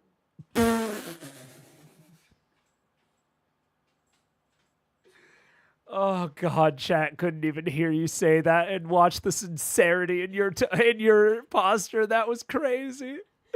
You gotta say it again into mic. I said he could name him Liam, short for mycelium.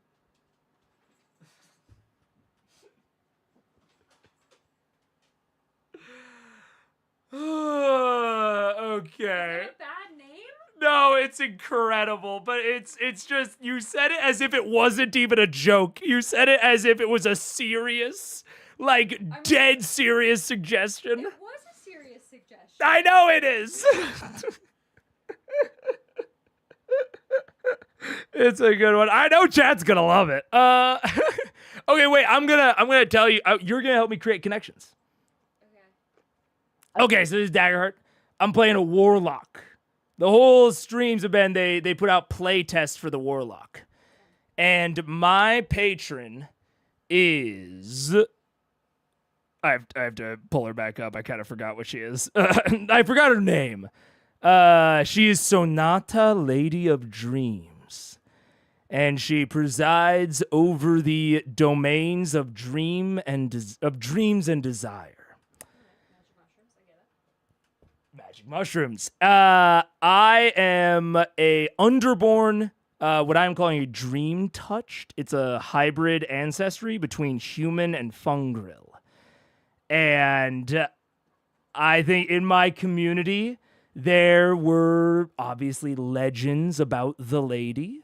And she would come and offer you sweet fruits in your dreams, what you truly desired. There's trepidation, but she's generally considered a good force. However, there's also rumors and legends of evil spirits, bad air that will infect your dreams and give you nightmares. These are also from the lady, but she has manipulated the populace into thinking that these are not of her. However, what she couldn't have anticipated is that the populace came up with health measures. You have to wear like a loose cloth mask when you sleep to keep out the bad airs, keep out the bad spirits. And this also coincidentally keeps out the lady's spores that have spread through the community and get into you when you sleep. I thought that all of the legends and the health precautions therein were frivolous, silly old superstition.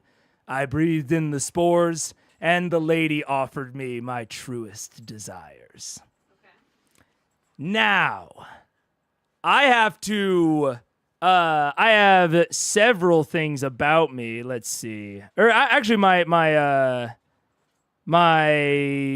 I'll give you my description. I wear clothes that are nondescript. I have eyes that are brown with flecks of sickly gold that seem to migrate across the iris. A body that is warped with fungal frills, almost gill-like on my back, but I keep them covered so that no one can see them. My skin and my flesh is the color of rotting fruit, and it is spreading, but I can cover it up with clothing for now. And I have an attitude like an organized army.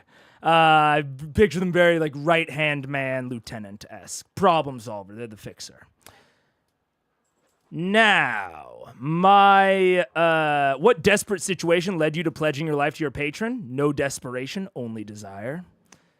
Your patron has given you one task you must accomplish above all else. What is it, and why does it worry you? I need to infect a prominent nobleman, but they seem legitimately moral and good. And you and your patron are similar in a very specific way. What characteristics do you share, and how do you feel about it? Everyone is disposable in pursuit of the goal. Hate it, and have a lot of self-hate about it. And every rest, this is part of the warlock class at base, I have to tithe to the patron. I have to spend one of my downtime actions tithing in order to get the class resource, which is favor. If I don't, the GM gains a fear.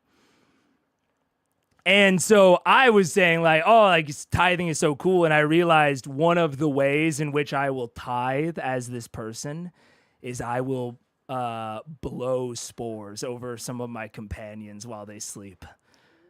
My tithing will be taking watch. So, with all of that in mind, let's create the connections. I confided in you about what my patron says and does. Why? And she's like a very like another player that you're confiding in? Yeah. So imagine you're another player that's going to play at the table with me. And my patron, the Lady of Dreams, she's a very like classic Faustian bargain. Why did you tell me this? Yeah. She's a very like classic like devil at the crossroads, meets you when you're lowest, but it's also like a Garden of Eden, like offers you your unconscious desires, manipulates the dream to make you want it even more. I think you're feeling guilty.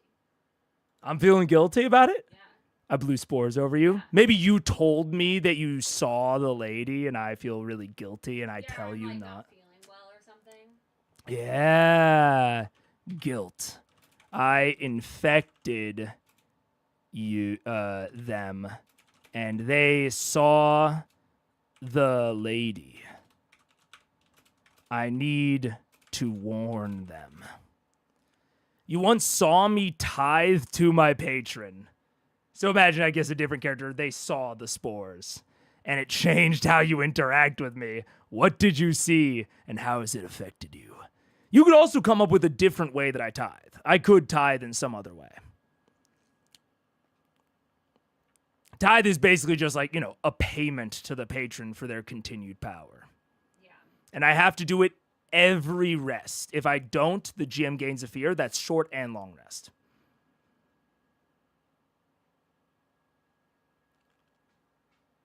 What did you see, and how has it affected you? I feel like we keep it the same. I think I don't want to complicate it, so I want to keep it the same. The why you tithe. I don't know. But you could also, I'm saying you could add in an additional option if you wanted. Okay. Because I could tithe in multiple ways. I think maybe you said you have spores on your back. I'm growing mushroom frills. Yeah. But you keep it hidden. I think I saw some of them I wear a swim shirt at the beach. Yeah. I think I saw some of them fall off. Ooh. And then you brush them into our stew. And I was like, that's fucking gross. Whoa. You're dungeon meshing us a bit, and I'm a little concerned about it. But I'm also maybe you're just trying to use your nutrients. I don't know how that works. That sounded sexual. That's not good. Anyway, yeah, I don't know, and I'm concerned about it, but I'm also trying to keep an eye out to see if you're doing it for the betterment of the group or if it seems more sus than that. So it's just hella suspicious from you now.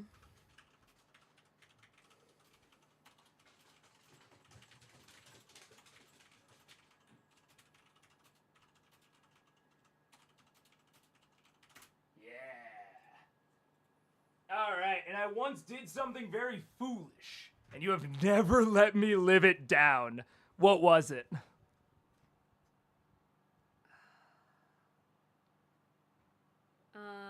that would be tough for me. I think we would probably beef over that. I don't know. I don't know your character well enough. This is part of the way that you generate the character. Yeah. And to generate the connections. Let's do something foolish. I think you you were worried. You thought there was a threat, and you cast a spell. You used up one of your spell slots on it, and it was not. It was It was like a bunny. It was nothing. Okay. It's like a boy who cried wolf situation. Yeah, you it's the classic you freak out and it's just a deer in the brush. Gotcha. But you really freaked out. Use I don't know, some big wizard spell shit, and then we were like, "Oh, you caught a deer. Good job." Okay. I once thought something harmless was very dangerous and reacted drastically. All right. Okay. I'm into it. My Orcrill was Mycenia. That's good. Oh, man. So I went to see the doctor about giving me an STD, stew-transmitted disease. Oh, no. That's pretty good. That is pretty good. That's good. Okay, that is it. And then the last one that I want your help with, because I'm not gonna name them Liam. What the fuck? Because I already kind of had a direction I wanted to take the name in. What? I wanted to name it after the endocrine system. It's a network of glands that produce and release hormones, which are chemical messengers and regulate various bodily functions. They travel through the bloodstream to target cells and tissues. So, something off of endocrine. Is it a guy or a girl? Guy. I was like, if it's a girl, I feel like Kryn. Kryn. Very, like, would be a good name. Yeah.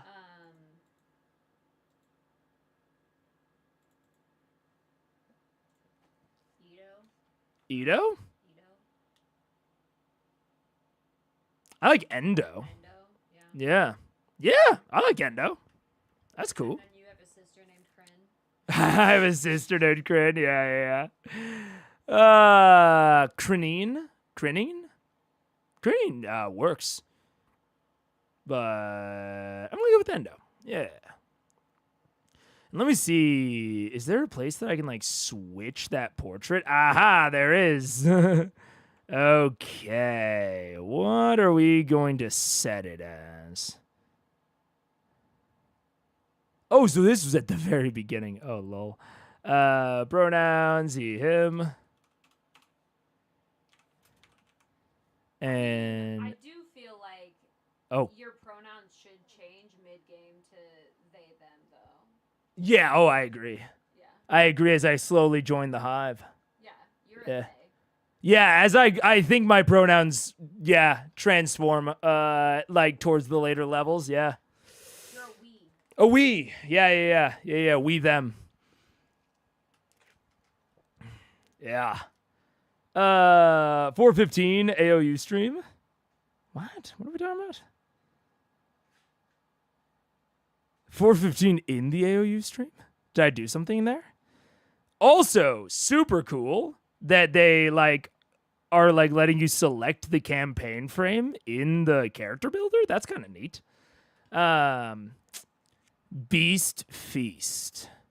No. Colossus of the Drylands, a proper region of gunslingers and outlaws, has fallen into terrors of colossal creatures have awakened from beneath the earth. 5 banners burning, long brewing tensions between rival nations boil over, threatening all-out war. Motherboard. In a world where magic takes the form of technology left behind by long-forgotten civilization. New. Age of Umbra. The invading nation attacks an ancient forest deity. A virulent overgrowth spreads throughout the land. This one definitely.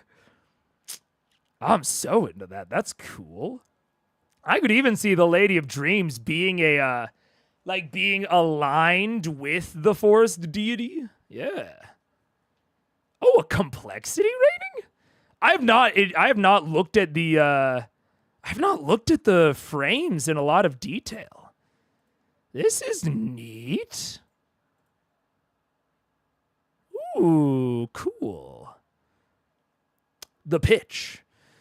Fanewick was once a place of great abundance and peace, dangerous to those unfamiliar with the land, but a cornucopia to those who respected its ways.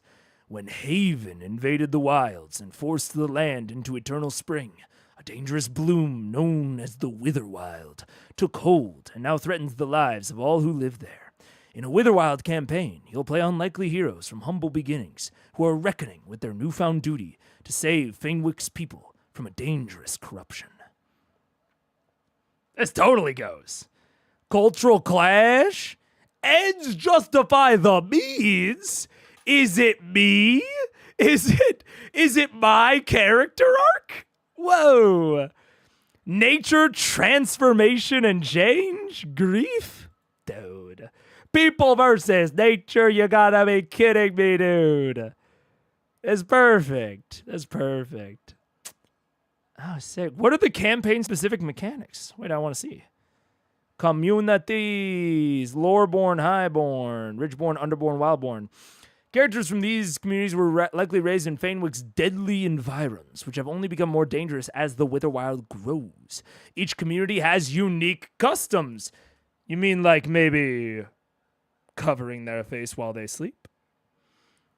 Some freely shared and others keep secrets that allow them safe passage through dangerous terrain and the faint divinities' territories. The Lady of Dreams could absolutely be a faint divinity. What's that? Sounds reasonable. Wait. Now I'm too interested. Wait. The woods are dark and twisting, filled with faint divinities who perform small miracles and services for its inhabitants, but are just as likely to lure travelers off narrow paths to their ruin? It sounds exactly like what I was picturing for the Lady of Dreams. Oh, man. These wicklings remain insulated from their neighbors' wars until plague forced the people of the Haven into desperate acts. Whoa, cool. Neato. It's almost like there are like similar storytelling patterns and tropes that if you are, tapping into, you are likely to be convergent with other people that want to tell similar kinds of stories. It's almost like that because it is like that. Oh, man. Okay. The serpent sickness. Victims cough up dust soon after their skin breaks out into a scaling rash. Dude, this is awesome because people that see me tithing could think that I am like spreading the sickness when I'm not. And they could even think that potentially I am covering up and am kind of shy about my body because I might have the sickness, even though I don't. Interesting. Haven. The Godless Gate. Whoa. They hatched a plan to kill one of the mightiest of these Yeezys known as Shunashin the Granite Ophid. Whoa. Deicide. Deicide's a good word. Let's see. Desperate to save their people, invaded Fainwick, amassed the scarce red buds. Their forces plunged into the deep wood, plucked out the reaping eye from the most powerful faint deity that protected the land, the great owl Nicta, the shepherd of seasons. The shepherd kept Fainwick in balance by turning her eyes upon the land, first for ripening, then ruination. Thus Nicta maintained the cycle of seasons. Ooh. When are they going to do a campaign in this one? When am I going to do? I want to watch this. Shit. Can only watch over Fainwick with the sowing eye, forcing the land into everlasting spring. Dude, I'm super into it. Okay. In exchange for protection from the Witherwild for themselves and their families, some wicklings from these groups have been forced to take jobs as farmers in Haven's flower fields. Though it is backbreaking work performed for a nation destroying their land, the farmers are offered safety. What faint deities do you give tribute to? Almost like tithes? Oh, man. Coolio. Foolio. Okay. Ancestries. Fungril. Since the Witherwild spread throughout Fainwick, some Fungril inhabiting the forest have grown noticeably larger than Fungril from other regions. Fair enough. Classes. I'm sure that they don't have Warlock on there yet. Hey, fair enough. I don't blame them. Make the invasion personal. Treat death with importance. Oh, okay. Absolutely. Embrace vulnerability. Find your character's humanity and showcase it whenever you can. They should be as vulnerable during quiet moments as they are vicious during violent ones. And see, this would be, this is like exactly what I would want the arc to be, is embracing vulnerability. Oh, man. That's cool. So what are the frame-specific mechanics? Is it just the sickness? That doesn't seem as... Archmage Phylax discovered a rare red flower. I mean, the serpent sickness is somewhat of a mechanic, but are there just no frame-specific mechanics? Because that would be kind of sad. If I guess do they not show them in here? Does Age of Umbra specifically go over the frame-specific mechanics? Chalk Chasm, Ember Reach, Selesnian. Oh, okay. So no mechanics in there. Ridgeborn, Seaborn, Underborn, Wildborn, Wonderborn, Ancestries, classes. Player principles, for sure. Oh, so the Lurking Darkness. Is Lurking Darkness a Matt Mercer original? I kind of assumed it would be in here.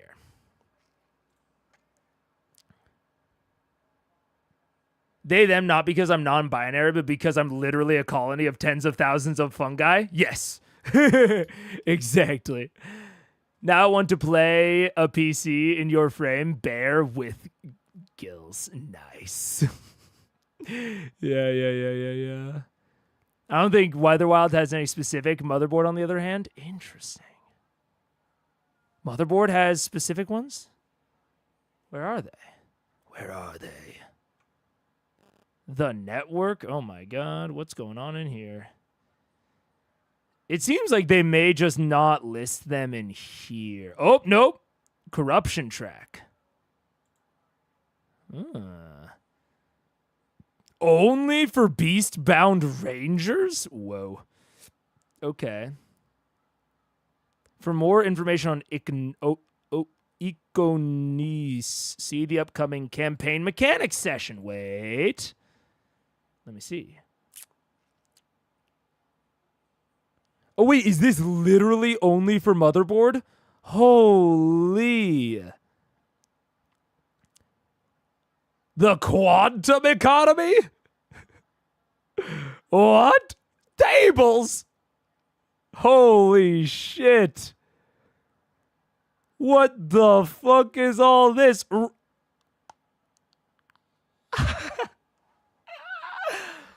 Whoa, dude. This is sick. The individual language unit word has no discrete letters. Code is based on 9 nodes, each representing 3 letters. Each word is a circuit that flows from charge to ground. To begin, I know this is a tangent, but to begin making the word motherboard, draw a single node and connect the charge indicator. This is called the charge node and indicates where the word begins.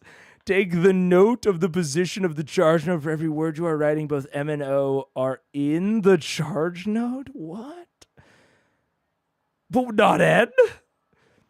Locate the second node for the next letter. In this case, T is down and left. Oh. So mother. Oh my god. Add a trace line to connect the circuit between the charge node and the new node. Source node to the end node. The source node has the letter M in its first, N in its second, O in its third. For M, add one subnode, the dot, to the trace, and for O, 3 subnodes. So every trace line will have a varying amount. Okay, for sure. Is that it? And then the second node, so we connect it up to there, adding 2 subnodes. By continuing, we get... Oh, wow. Whoa. Oh! Because these are the 9 positions. Holy shit. So this is middle dot 1 M dot 3 O Mo. Bottom left second node T. Oh god, I need like a dial pad in front of me. Going up to top right, which would be, wait, what's the dial pad? A, B, C, and then ending in Y, Z at the bottom right. So A, B, C, D, E, F, G, H, I. So going from here to middle, that's H. The. Dude, that's sick. Lastly, add the ground to place the last subnode and terminate the trace. That's so fucking cool. And the line connections really remind me of Gallifreyan, which is also a very cool conlang. I am mad, dude. I don't want to be a Daggerheart simp, but holy, they put so much work into making it so cool. And I kind of wish that, there was more of this. Although this stuff wasn't in the motherboard quick reference. Dude, that's so fucking sick. In the PDF, only Witherwild mechanic listed is corruption. It is listed as a campaign mechanic. Might just not be included during character creation. That makes sense. That makes total sense. I'm sure that, this motherboard language, what is the motherboard language called? Writing in code. Okay, fuck you, bro. Chris Willett, fuck you. Okay, so the charge node is connected to the inner, which looks to be connected up first. So that would be the second letter of the middle, which is MNO. So N to the top, that's A, B, C, D, E, F. So E, N, E, and then bottom left, second place is T. Net to the bottom. Oh, wait, I can look at them here. Net. Oh, it's network, isn't it? Yeah, it's network. Holy. Oh, because you have to go around with the trace. You don't have to, but it's cooler. Network. Wait, what is this connection? Oh, this is the connection between words. So ground to charge. Wow. This is so sick, man. I don't think I've seen Mega get this excited this many times in a single episode. Look, man. That's what I'm saying. I don't want to be a simp, but like, I can't help but be excited about cool shit. Like, if shit's cool, I'm gonna let you know that I think it's cool. Objectively, this is sick. Yeah, man. Subjectively, ow, my brain. It's so sick, man. Constructed words sometimes include too few nodes, so their orientation is on the 9-node grid is vague. Oh, yeah. Feld mount homing required just 2 diagonal nodes. In these cases, we add a null modifier to a remote corner of the glyph to indicate the relative position of the nodes involved in the word. Okay. Feld mount. Interesting. Homing. Is there to a remote corner of the glyph?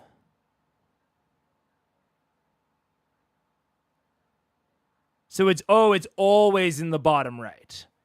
I see. Okay. It's always in the bottom right, or it's in like the most remote corner you can make it. Because I was like, this still seems somewhat ambiguous. Like, well, I'm trying to think of how it would be. Yeah, you want to you're putting the null node as far away as possible. So, but then wouldn't this still be ambiguous with a word that is constructed with just the middle and bottom nodes? Oh, wait, no, that is what that is.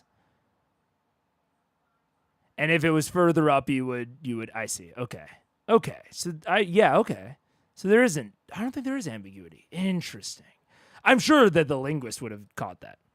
Subroutine. Subroutine 2? What's subroutine 1? Okay. Our example for this subroutine will be the sentence: the network carries communication from city to city. A few of these words in code have been simplified, non-nodally constructed forms, such as the, from, to. Refer to the following lexicon for a full breakdown.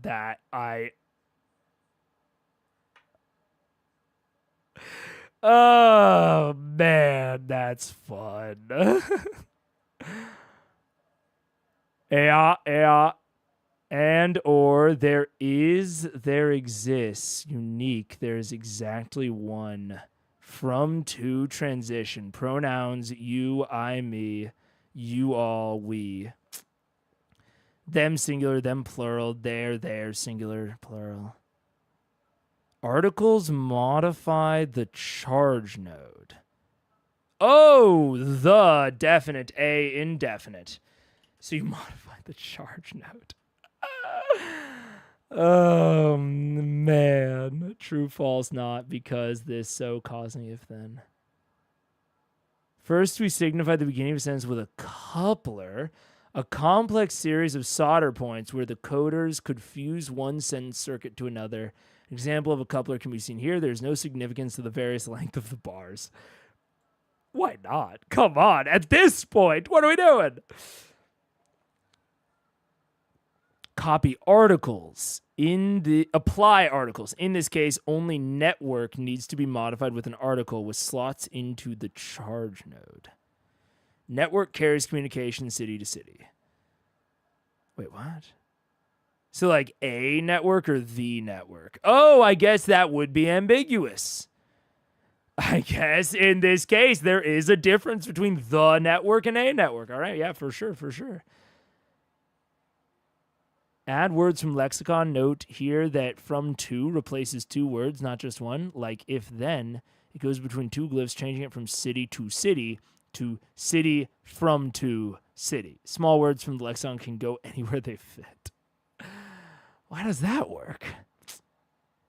So network the definite.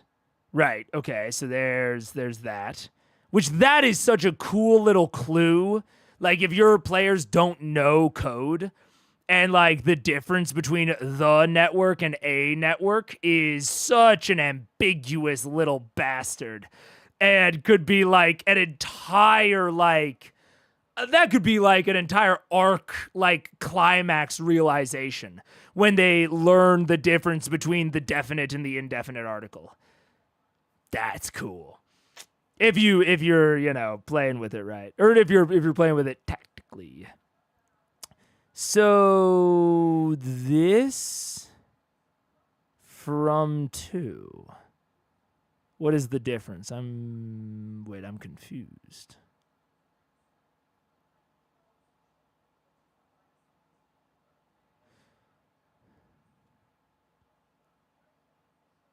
Oh, I see. City. So you say from to, you just put it there. Oh, you just put it anywhere they fit. Fair enough. That, out of all of this, seems a little ambiguous, but, languages are like that sometimes. I suspect not gates require special handling to lockpick. Oh, man. That's so fun. You really got to enjoy all the workarounds English speakers have to make up because English has no second person plural. Yeah. Oh, yeah. Affix periods, exclamation, and question marks to the ground node of the final word of the sentence. Makes sense. Commas divide the trace lines made in the next step with two vertical lines. Period, exclamation, question, comma. Oh. Whoa. Because this is city. This is a period. So this is being applied to the ground node. What is this? This must be a continuation from something else. So are these are the connection traces between nodally constructed words, right? Or I guess between these simplified words. For the following lexicon. So you're putting it wherever it fits, but you connect it via these? Is that what I'm meant to understand? So this is coming in, or are these commas? No, these are commas. The capacitor symbols. So what are these? So it flows into there. This is if then. Then we go into the charge node. So 2. Okay, wait 1 second. Wait 1 second. I know that this stream has gone off the rails, but we're fucking in it now, dude. I need a quick reference on the fucking alphabet. 1 second. And we can have that right there. There we go. All right. Okay. So, period exclamation point trace between words. Intersects a trace between words. What the fuck are these? Okay. So this is coming in there, starting at top left on the third. So that's C, I, T, Y. City. Oh, right. Okay, so city. So I assume this is carrying on the city to city thing. So I guess you connect the word replacements with these little bar traces.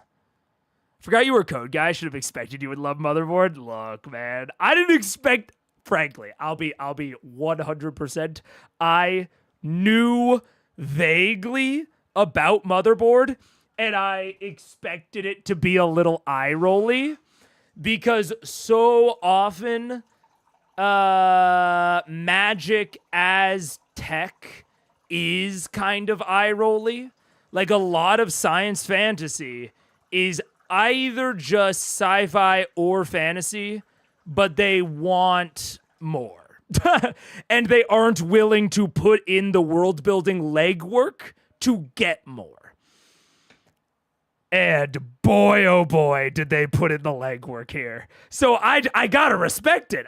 Game just respects game. They are not getting they are having their cake, and I'm allowing them to eat it. They deserve it.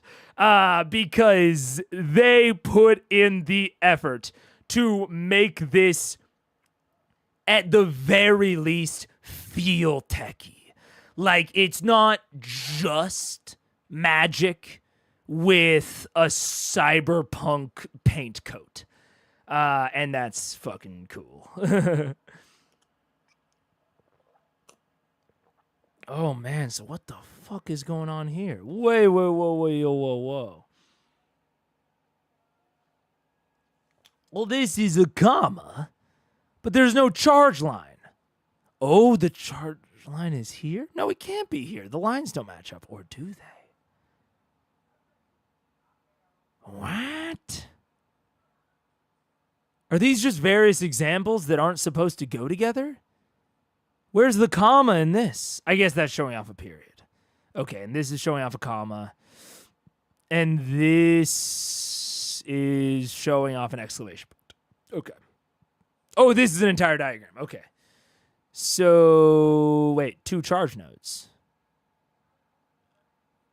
But this one's ground is connected to this one's charge, whereas this ground is hanging. So we would expect to start here.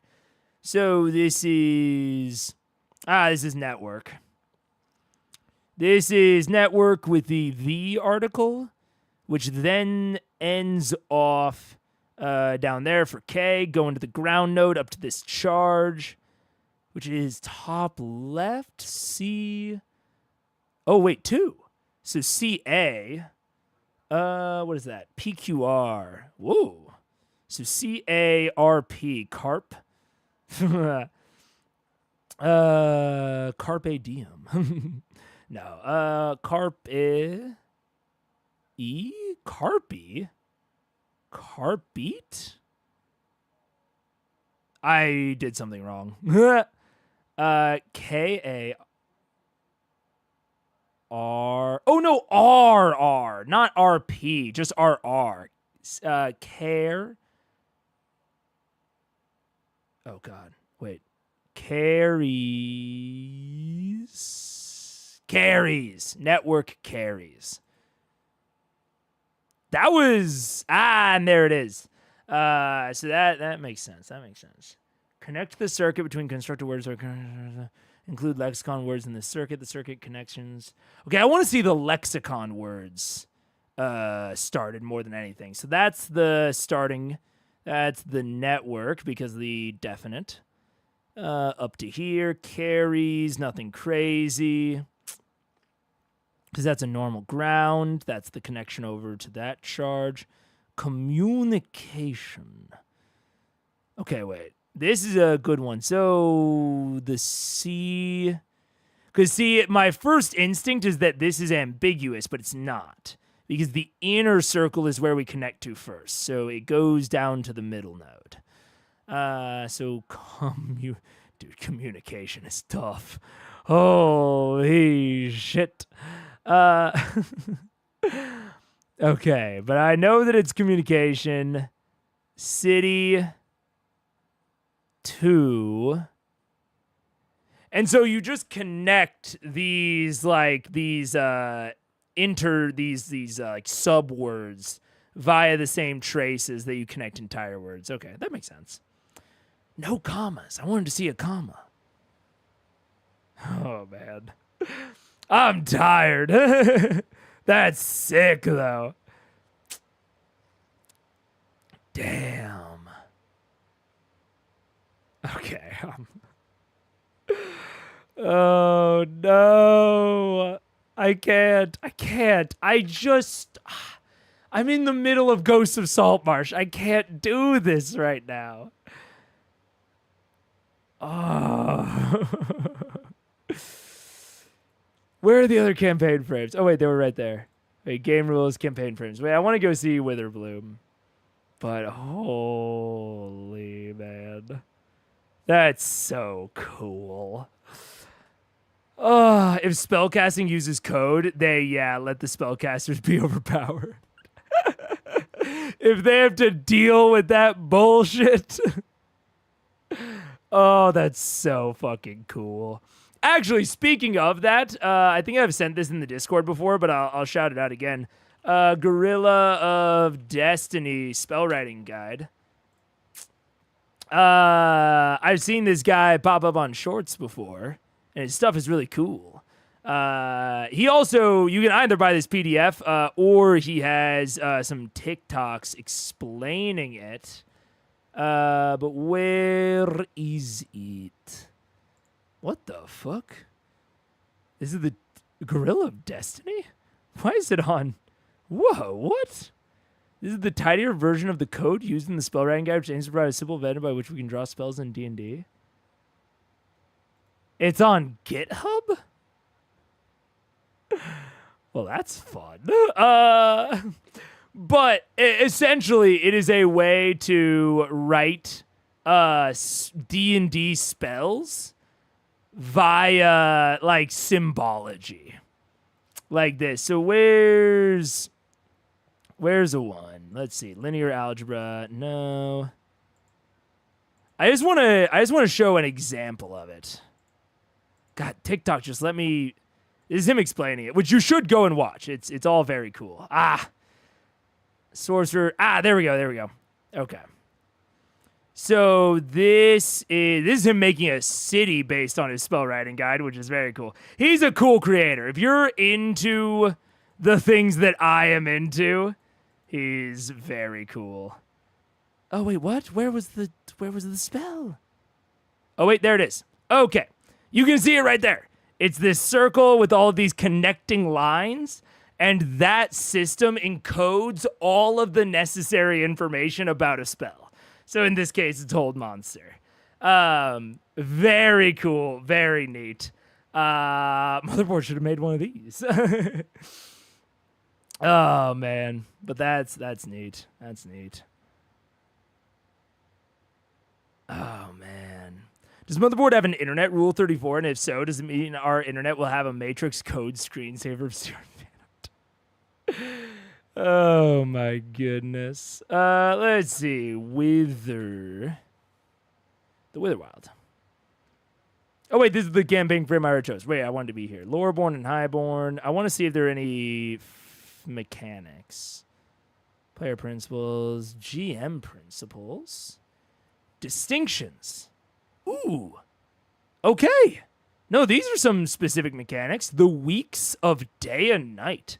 The day and night cycle occurs weekly, meaning the sun rises for an entire week before setting into a nighttime of the same length.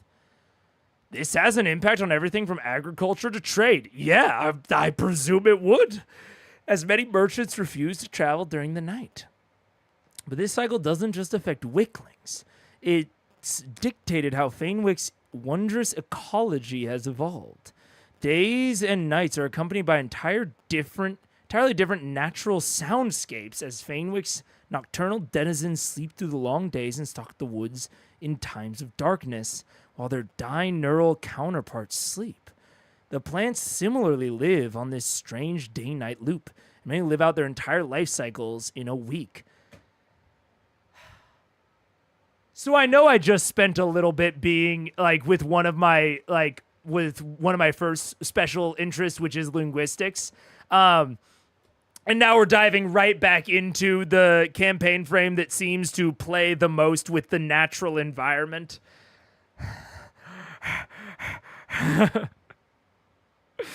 I don't want to become a Daggerheart channel, but I might have to. I might be forced. Sunrose vines make a thorny ascent to the top of the tree canopy over the course of the week, only to wilt under the light of the moon. Conversely, Nightbloom, a bioluminescent flower that emits the smell of burnt sugar and decay. They're including smells? Dude. What am I to do? Only blossoms when evening falls, illuminating patches of forest, a godsend to everyone forced to travel in the dark. The plague sweeping across Haven spares no one. So it seems like, not a hard mechanic, but a defining one. This seems on the level of the Umbra. Serpent sickness. Due to the rarity of the Crimson Lady's veil, many citizens begin to carry or consume all manners of flowers and snake sheddings in an attempt to protect or cure themselves. In the initial stages, victims are afflicted with a hacking cough laden with dust that resembles powdered bone and scaled rash. The final stages of the serpent sickness are so quick that many transform into statues where they stand, leaving all of Haven a cenotaph to once great power.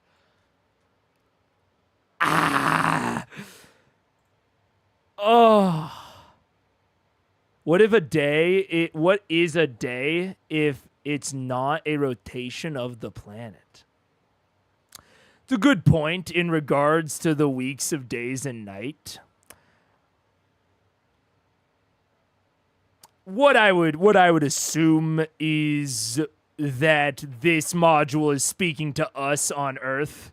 So it is saying a day and night in this setting are a week long in terms of Earth hours. That's what I have to be assuming. I think that the people would probably call it one day. There. It's just very long.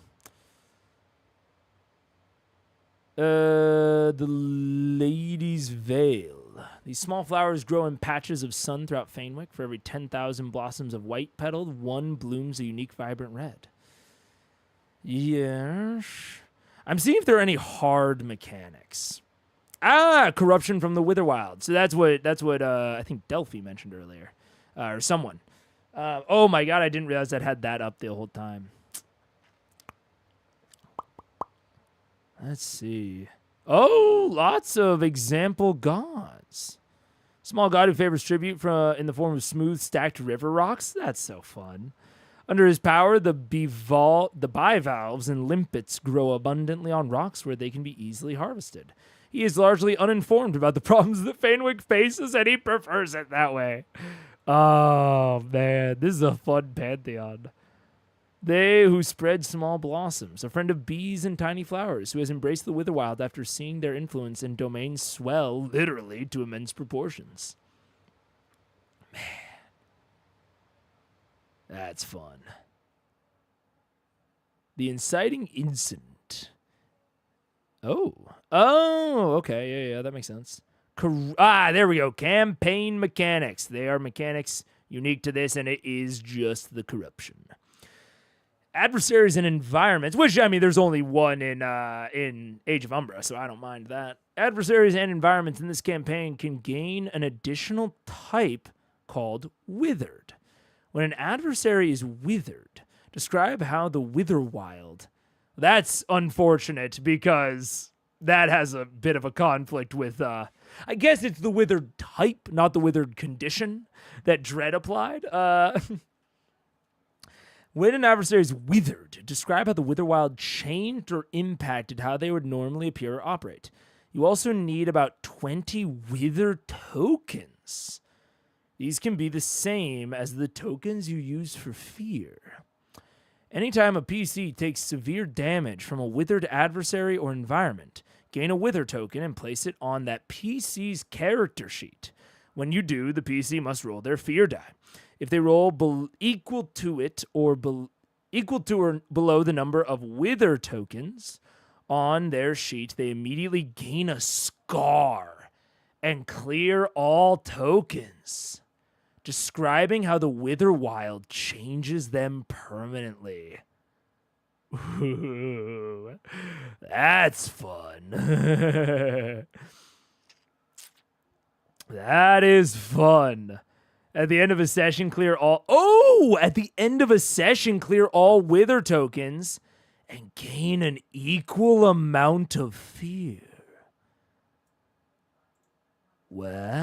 Wow. So if they can make it to the end of the session, they get rid of all the Wither tokens, but you gain additional fear. It's interesting. It has a... There is a level of like brutality to it, almost reminiscent, like a reminiscent grittiness to Age of Umbra, but it has a very different tone. It has this tone of infection and corruption, whereas Age of Umbra does have that, but Age of Umbra's feels much more psychological. Like, I've talked about how I was debating if Velk was already dead and taken by the Umbra or not. And there's this sort of psychological corruption, this fear embroiling you, and almost like a beacon. In the same way that there are the sacred pyres, it's like lurking darkness. For how much I am pretty mid on the lurking darkness table itself, the fact that the lowest two is a random encounter does reinforce this sort of attraction that, like, the pyres attract people like moths to flame, and anytime they're out in the darkness, they are attracting other things. Their non-corrupted nature, their unumbrified nature, is attracting the darkness. Whereas this is not necessarily attracting the darkness. It's just the environment trying to worm its way in.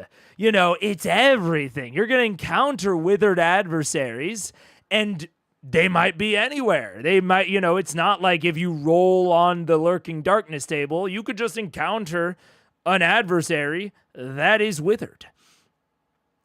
And then they can get that umbra, not the umbra, that wither into ya.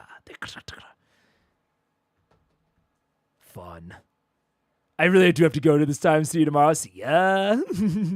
Have a good one. Scars aren't entirely bad either. No, they're not. I mean, well, they aren't entirely bad. Yeah, absolutely. Because doesn't a scar crosses out one of your hope slots? Oh, man. Crosses out one of your hope slots, which is great. It's this slow corruption. It's this slow degradation. I do think that Age of Umbra's mechanics do reinforce its themes. But I'm just going to say I like the corruption more. I'm not going to lie. This is cooler to me than the pyres and the darkness and all that. Like, it's fine. That's all fine. I'd be interested for someone that is inherently interested in both of the settings, which mechanic they find more interesting, because it's tough for me. I'm more interested in Witherbloom, or Witherwild, I should say, than I am in Age of Umbra.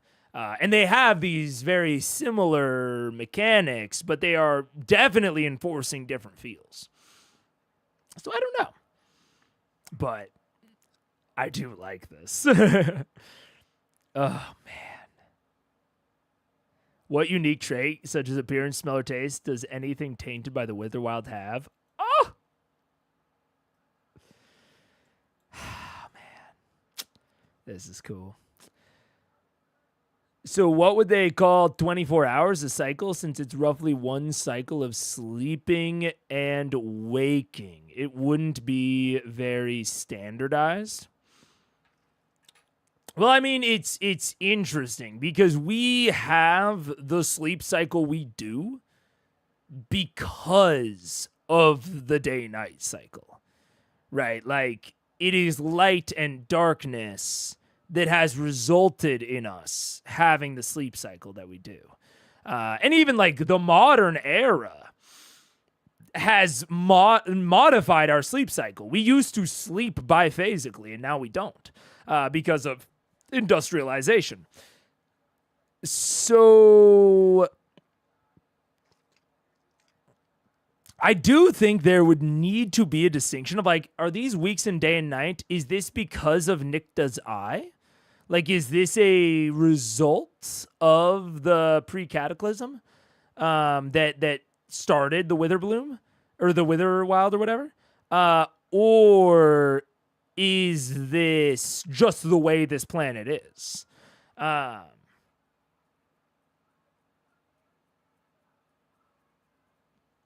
Is this natural, or is this a result of the pantheon and the whole shift?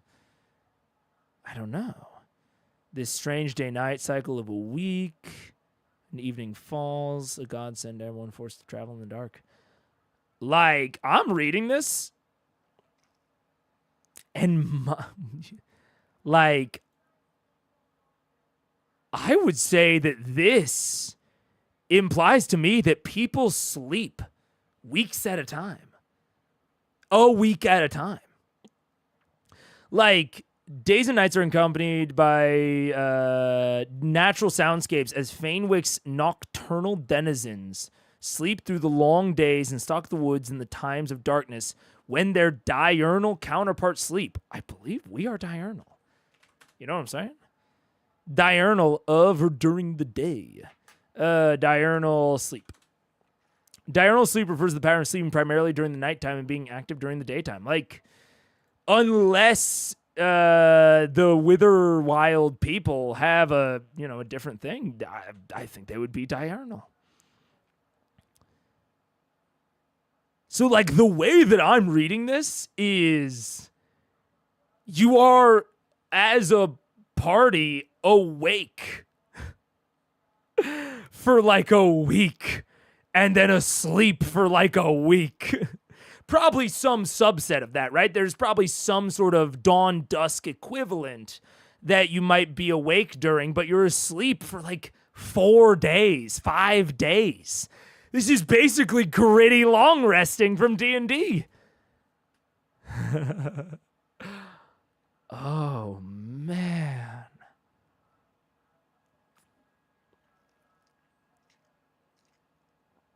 Dude.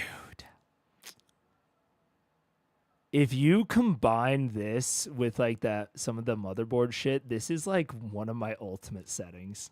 I don't remember reading a setting that I was more into. I love these tiny gods aspects. And it's also hilarious in terms of touchstones. I've never seen Princess Mononoke. It's on my list. I've only played Legend of Zelda Phantom Hourglass and not Tears of the King, Breath of the Wild. I haven't played any other Legend of Zelda. I have not seen the Dark Crystal. I have not seen Nausicaa of the Valley of the Wind. These are all getting moved higher up on my list.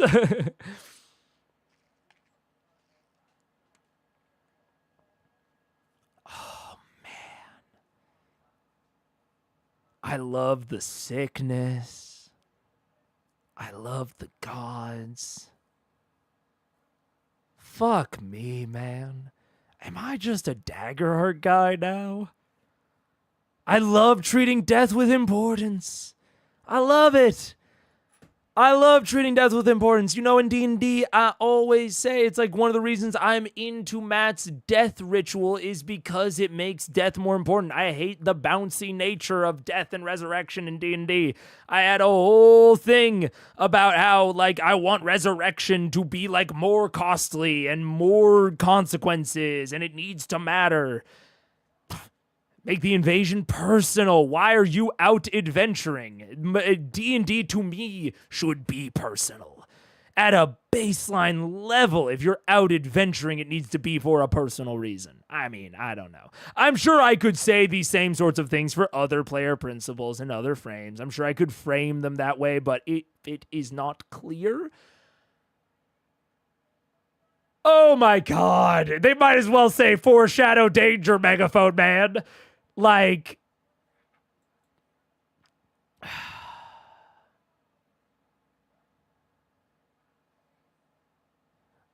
multi-dimensional allies and adversaries? You mean like a warlock patron? Come on.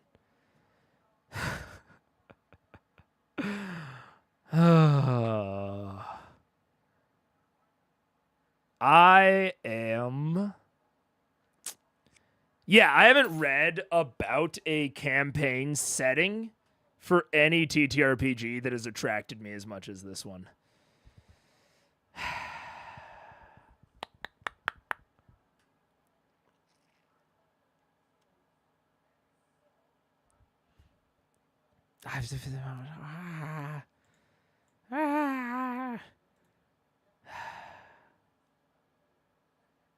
Man, this is cool.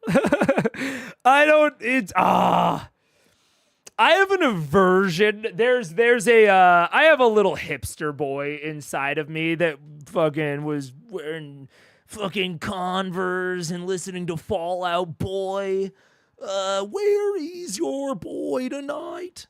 When I was, fucking 12 and 13, I've got a little bit of that forced counterculture even when I like something. I've got that brainworm in me, all right?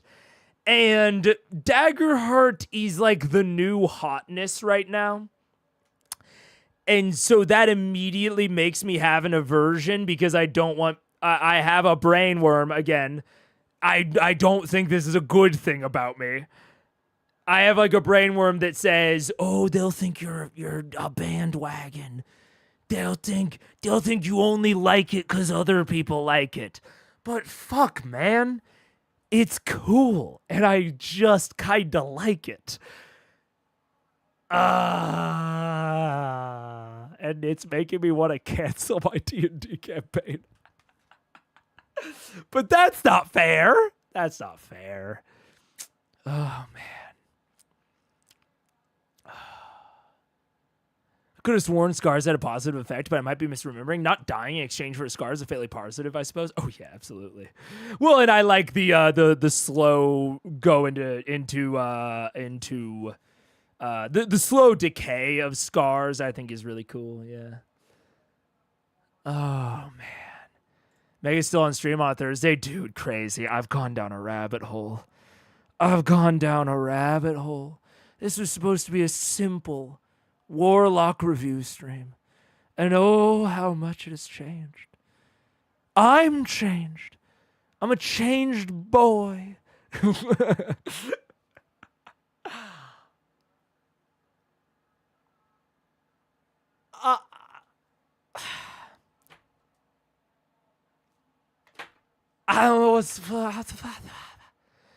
almost AOU time. I know. I was planning my ideal for this stream. I was like, yeah, quick 3-hour stream, 4-hour stream, quick in and out. Oh my god. I think you would really like Nausicaa based on your fungal warlock? I probably would. Oh. This is crazy. This is crazy. Evolutionarily, I'm unsure if life would evolve a week-long circadian rhythm. I mean, hey, let me put a hypothetical to you. You live on a planet that spins extremely quickly, like a Jupiter or something like that. Your day-night cycle is, we'll say, like 4 hours. Do you think you would develop like a 4-hour day-night cycle? I think you probably would. It's like sleep cycle. I think the people that evolved on that planet would probably evolve to, the Uberman sleep cycle. They'd be sleeping in like little 4-hour chunks, I think, it's hard to say because this is all speculative evolution. We kind of only have our one planet to base on, which has a 24-hour day-night cycle. So, anything that you're saying, anything that I'm saying, it's all speculative biology, but speculative biology is some of the most fun. From our understanding of how our circadian rhythm developed, it seems to be purely based on day-night, especially given that we have modified it via electric lights.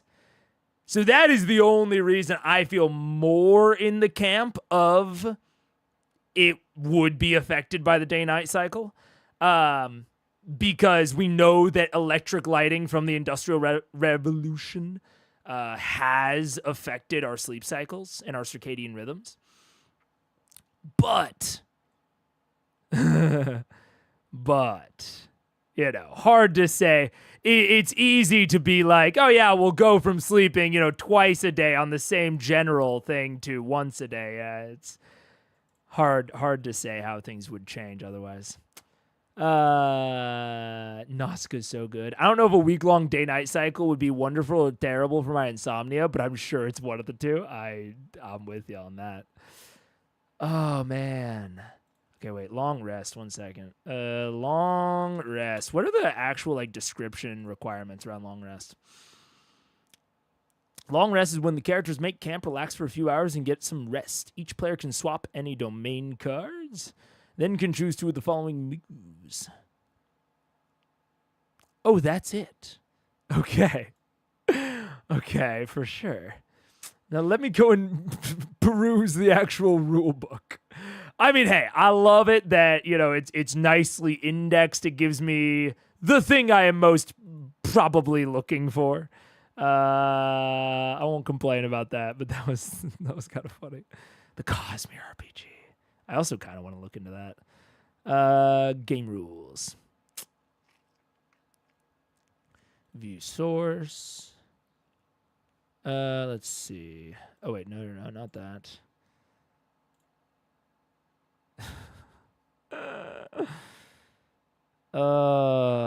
Chapter 1. No, not chapter 1. Getting started, rule overview, playing an adventure, probably. I'm sure it's somewhere in downtime or something like that. I did not notice the steamy. Oh my god. The chemistry. Holy shit. I want Paige to look at me like that. What the fuck? Let's see. Maps, movement, range, flow of the game. Where is it? Domain cards. Downtime. Hello. A party can choose to rest, and when they do, each PC has the chance to make 2 downtime moves. Though downtime is their chance to recover from the dangers, it's also an opportunity for the characters to have important emotional scenes with each other. Yeah. If the setting isn't built around week-long long rests, I think you could argue that the humanoid life evolved to be active more frequently, which lets them become dominant in the ecosystem. Wait, if the setting isn't built around week-long long rests, I'm arguing it might be. They're not directly stating it, but that's why I'm looking to the downtime rules. I was like, okay, does is a long rest in Daggerheart defined by a strict period of time, or is it left up to interpretation? Because if it's left up to interpretation, then I would say that the implication of the week-long day-night is week-long long rests. But I don't know. I don't know about that. I could obviously be wrong. But yeah. But that is super possible, Cabium. That is absolutely possible. I will say that the description of those nocturnal predators clearly indicated that there are at least some, if not many, life forms that have evolved to week-long sleeping. So, like, it's not a question of if some organisms have week-long circadian rhythms. That's not the question. The question is, do sentient species, or sapient, I should say, do the sapient playable ancestries have those same week-long circadian rhythms? Because the Witherwild absolutely made mention of right here. Let me see. This is distinctions. Let's see. The Fainwick's wondrous ecology has evolved. Doesn't just affect wicklings, it is dictate how the wondrous ecology has evolved. And Fainwick, I believe, is just the broad setting. It's not like a new term, right? Fainwick is just the setting. It's the Witherwild campaign. Do you save Fainwick's people from the dangerous corruption? Yeah. Oh, wait. Fainwick is a wild and untamed land. Yeah. So this is totally separate from, it seems at least. Totally separate. The gods of Fainwick. Wait. Where was it? The gods, the Witherwild, the Lady's Veil. The weeks. There it is. Day and night cycles are accompanied by different soundscapes. The Fainwick's nocturnal denizens sleep through the long days and stalk the woods in times of darkness, while their diurnal counterparts sleep. I mean, yeah.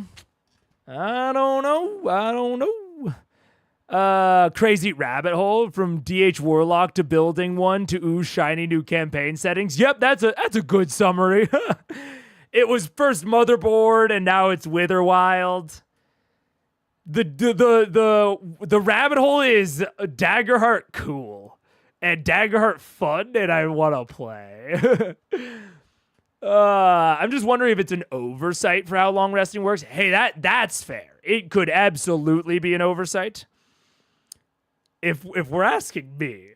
We know, I've talked about it. I like kind of brutal mechanics that make environments and entire settings feel like extremely different.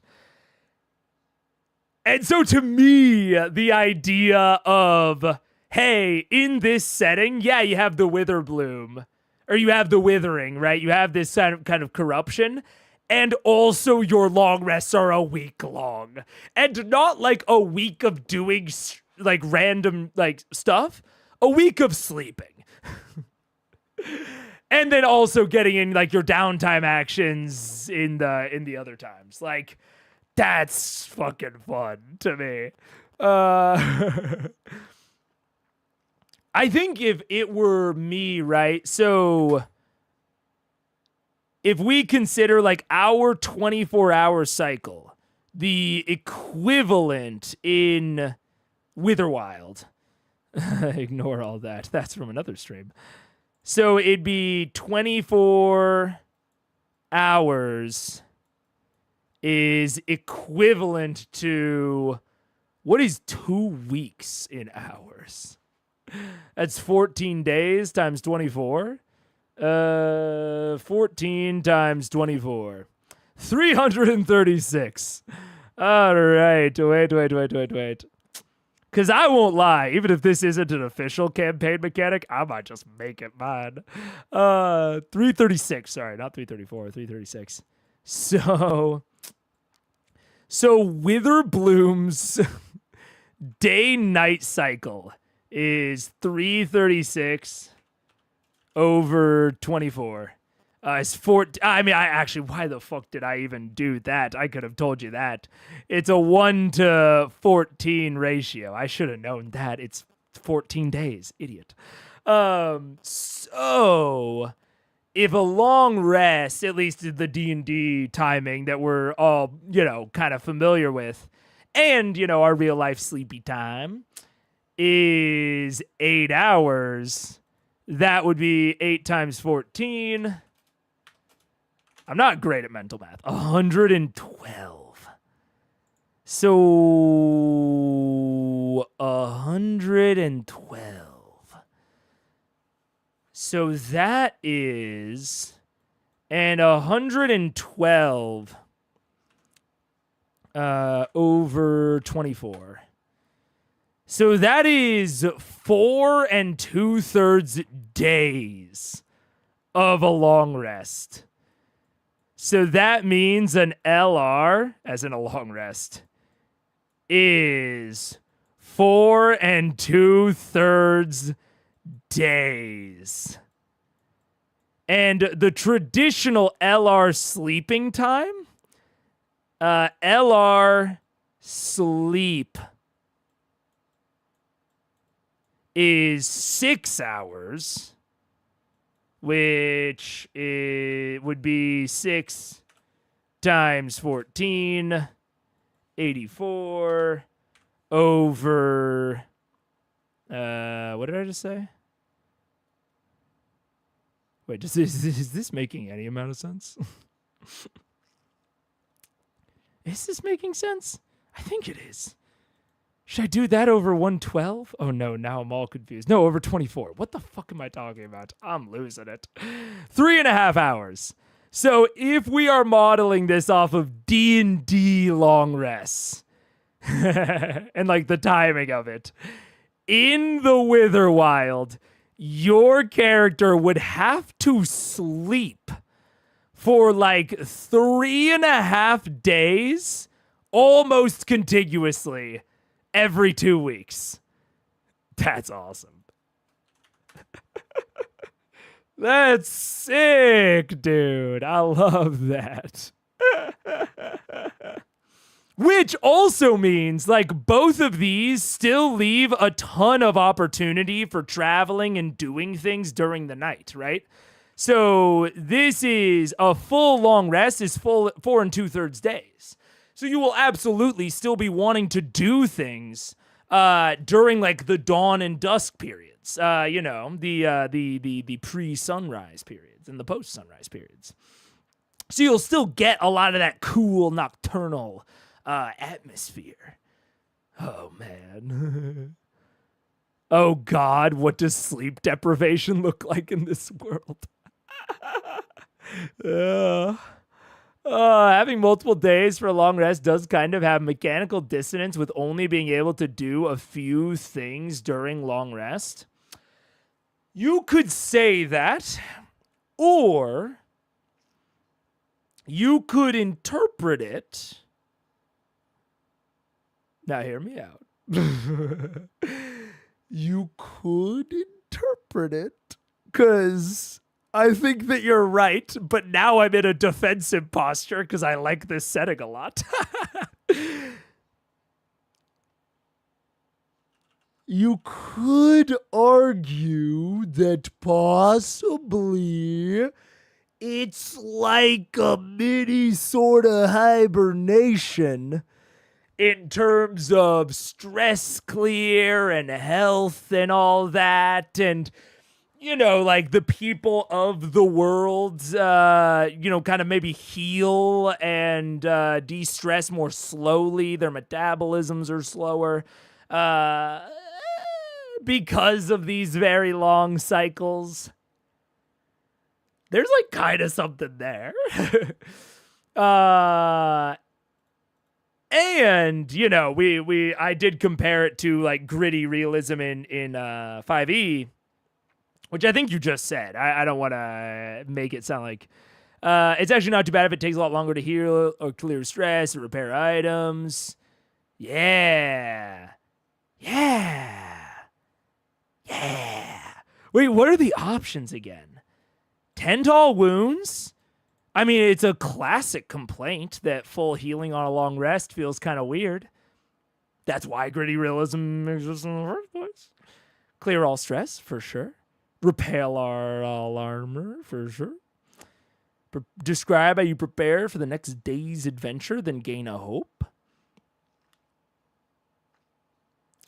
You know what I just realized? I think it does feel weird if you are comparing it to the feel of these things in other frames.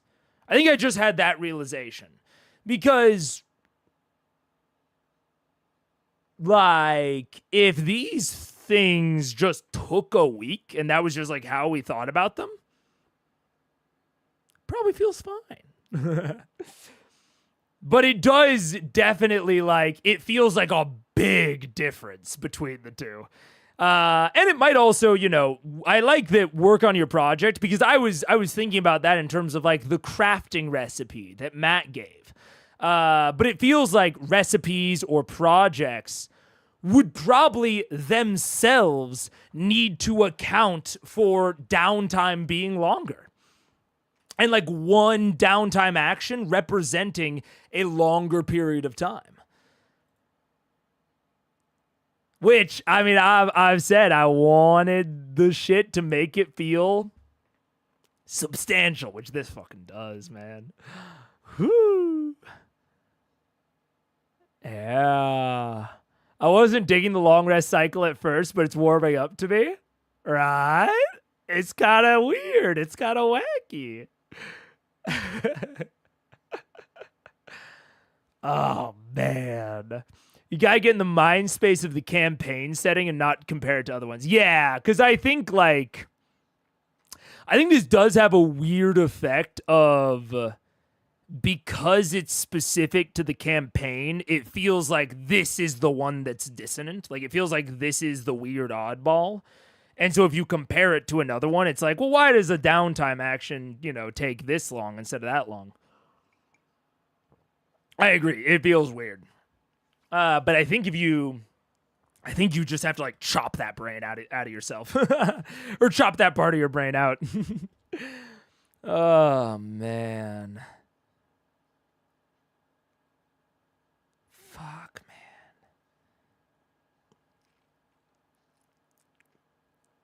And I like that it includes an inciting incident. I like that. Because a lot of times, like, I like cataclysms. I like pre and post cataclysm type stuff. But I also do like them offering a campaign, like a setting defining thing that the party can reasonably interact with. I'm into that as well. It's not the biggest deal in the world if it exists or doesn't, but if I prefer it to exist, like it's a nice to have for me.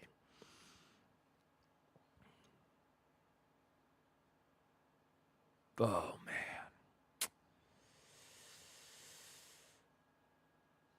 God, I might just have to start a Daggerheart campaign. I don't fucking know, man. Maybe I just run both.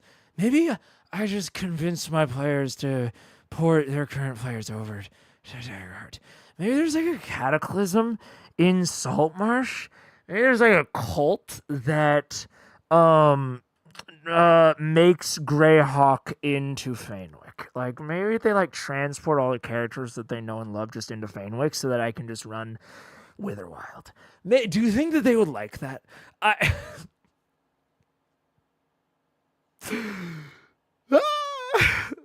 Oh my god. I don't know what to do. When I left, you were getting to the end of your character. How are you still going? I got distracted. I got distracted with other things. Just find a DH1 shop group to feel it out before you fully commit. Nah, I'm gonna be pestering Pocket Dimension, man. Oh no! I'm sorry in advance, Pocket Dimension, but I'm going to be begging you to run a Witherwild game so that I can play in it. Maybe I'll DM. We can make content out of it. We could like do the job at the same time. Just let me play.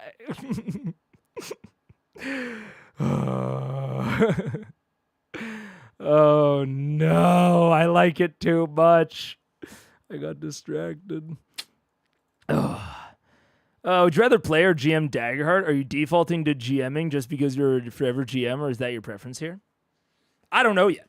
Is the very short answer. I haven't played Daggerheart at all. I've only gotten the chance to GM it, and GMing it's harder than GMing D&D. Not only because it's learning a new system, but also because of I think Daggerheart's a harder system to GM. So hard to say is my long and short of it. Hard to say. I think I will have to experience both. I mean, I have a feeling I will enjoy GMing it quite a bit. I also have the sense that I will probably enjoy playing it more than I enjoy playing D&D. I get that feel, but I can't be entirely certain. Yeah. If you want to keep the 24-hour rest cycle, have it be Cataclysm, where the sapient races were placed in stasis while the world around them became the 2-week cycle.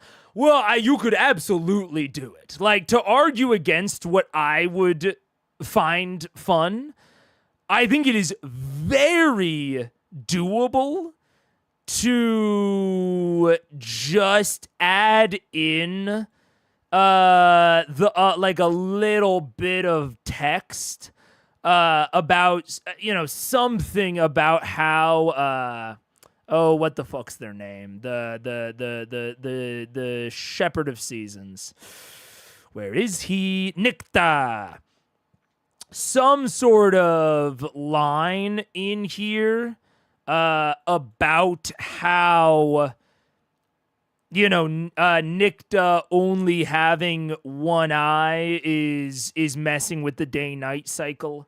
The day-night cycle getting extended is to like encourage the hypergrowth, which is resultant of Nikta losing the reaping eye. And then you could it's like, oh, Fainwick's wondrous ecology has evolved. They talk about how the Witherwild, the corruption empowered by Endless Spring, is spreading throughout Fainwick.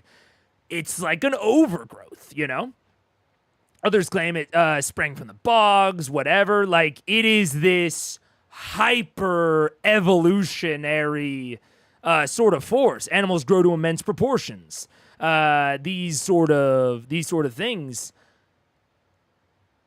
could mean that the withered creatures especially are the ones that can take advantage of the new day-night cycle.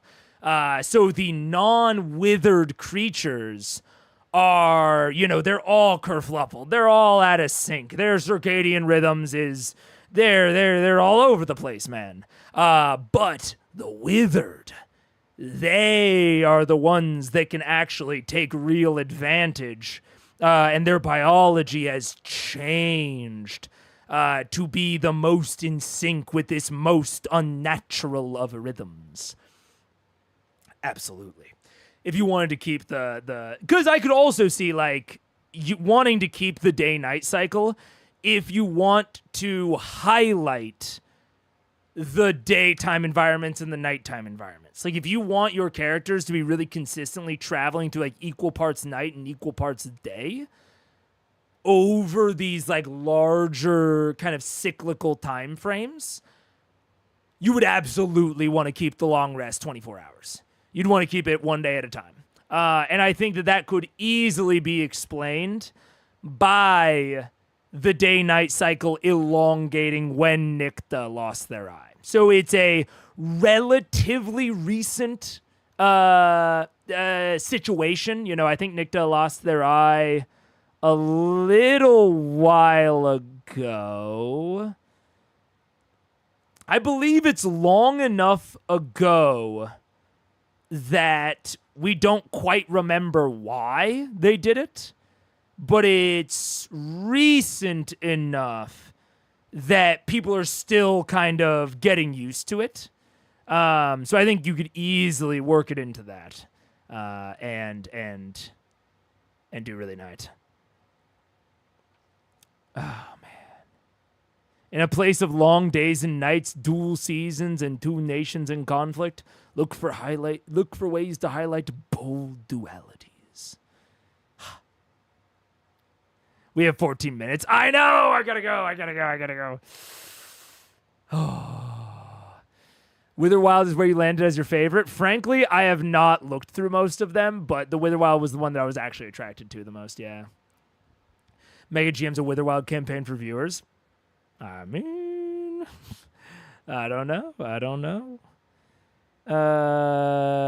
Heads up, because I don't know if you saw it, cast are going to be at level 2 in the app. They released a video about it. Oh, interesting. Cool.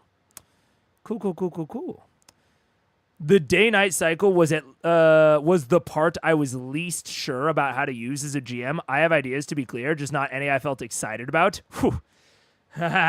Rewind the stream a couple of minutes before you joined. I'm very into it. I got very excited about it. Yeah. Because my excitement is rooted in the idea of making that mechanical and making long rests weeks long. I did all the fucking math. If we interpret the denizens to have a circadian rhythm based on this day-night cycle, a long rest would be 4.5 days, and they would need to be sleeping for 3.5 of that. Which I think is very funny and fun and cool, and I want to do it.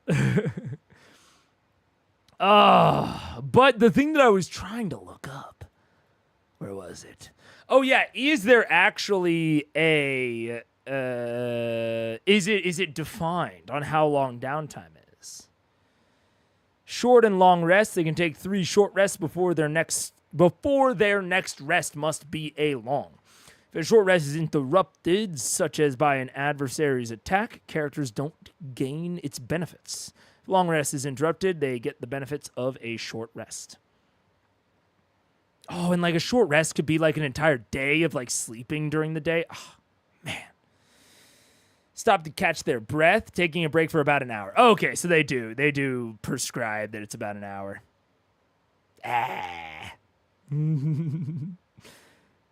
We could turn that up a little bit. Oh, man.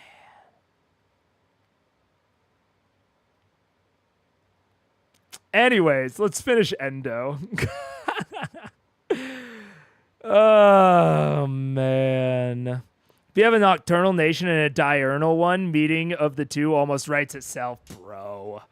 It really fucking does, dude.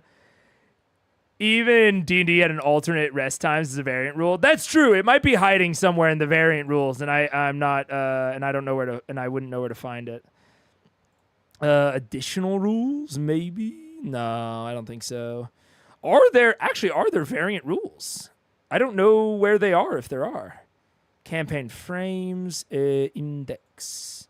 Is there an index? Would it possibly show me in the index?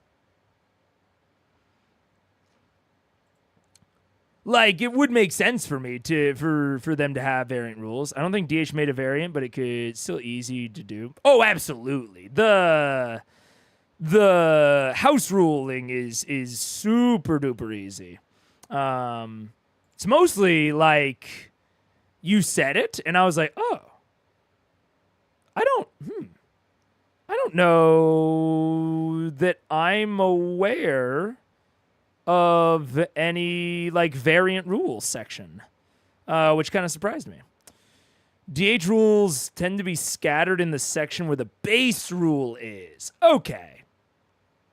That makes sense, frankly. That tracks. I'm totally good with that. The only other one I would see is like in here. Optional GM mechanics? Fate rolls. What the fuck are these?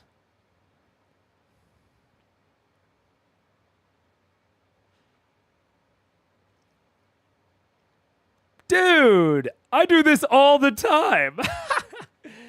I call it a luck roll. I don't actually remember if luck rolls are a thing in like the core D&D guidance. I don't remember if I made them up or if I stole them from a GM that I liked or if they're a variant rule or if they're a normal rule. But I do no modifier rolls all the time. They're like one of my favorite things. I tend to do it with percentile, but same difference, true. Oh, man. They don't have like a dedicated variant section, but like the action tracker, they just put it where it can be an alternate of. Okay, wait, I gotta finish Endo. Okay. He's... What am I gonna make him look like? Where's the Who Man? He's probably gonna be a Who Man. Because I don't have a good portrait for him yet. Where is the human? Is the human just like the deef? What? Am I crazy not seeing the human right now? Where are they? I guess they're just not in the portraits. I was looking for a specific human, the one that's on like the human generation or the background. But they're not there. So I will look for the one that fits it the closest. That feels the closest in vibe, even though that is an orc. But we're going to go with it. That's fine. Wait. Is there something else in here that I need to do? What? Why does it say 1? In getting started. He, him, level 1, campaign frame, upload or select. I selected. Hello? Oh, well, whatever. Here for both. Should we just do a live one? Dude, I'm so tired. I would need to at least go and eat dinner, and I don't have time to do that.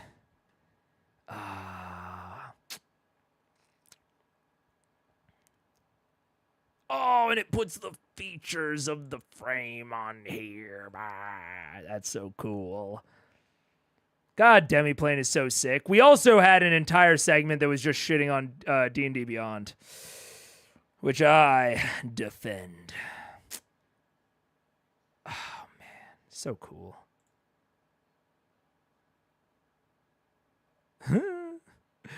Okay, all right. Is this public? Can I, like, share this? I don't know. I know that's a thing on D&D Beyond, but I'm not sure. Character builder. Anyone with link? Yo. Okay. Hey, if anyone wants to check out Endo, if you want to see what I did, bump around in the chat a little bit, or bump around in the thing a little bit, I'm going to throw it in No Spoilers Umbra.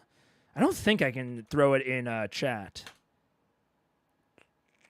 I can. Maybe I'll put it in the... Oh, and I'll put it in the description, actually. And I'll put Endo in the description. You guys can check it out. I don't know if anyone's interested in that sort of thing, but it seems like the sort of thing I might have been interested in. So if you're watching this in the VOD, it's in the description, and it's also in the Discord. You're the only person who can? Oh, like, I'm the only person that can share the link. That makes sense. Okay. The AOU is 4 hours and 15. Oh no. You can put frame features on your character. That's new. That's what I'm saying, dude. Oh, don't even get me started again about how much better Demiplane is. YouTube will prevent anyone else from posting links. That's fair. That's very fair. Okay. Well, Endo is done. It'll overlap the beginning a little bit, but I'm going to fill this out. We're going to say mixed, fungril, Human. What was your character's community? Underborn, I believe. Is that right? Am I correct about that? Pact of the Wrathful. Where? Underborn, yeah. Underborn. Class, subclass, Warlock. I'm going to say Wrathful. All right. And then I got to take it off screen really quick to put in my name. Zoop. And a zoop. And next.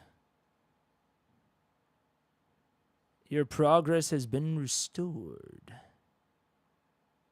Wait, what? Oh, it must have timed out. Okay, and let me make sure it just doesn't say my name anywhere. It's not like, thank you, blank. Okay, it doesn't. All right, 1 minute 30. We can go through it. Ancestry, mechanical, feedback, and evaluation. I didn't look at it. So we're skipping Ancestry. Community. Also didn't look at it. Skipping. Abilities, class, subclass. While running your character at this level.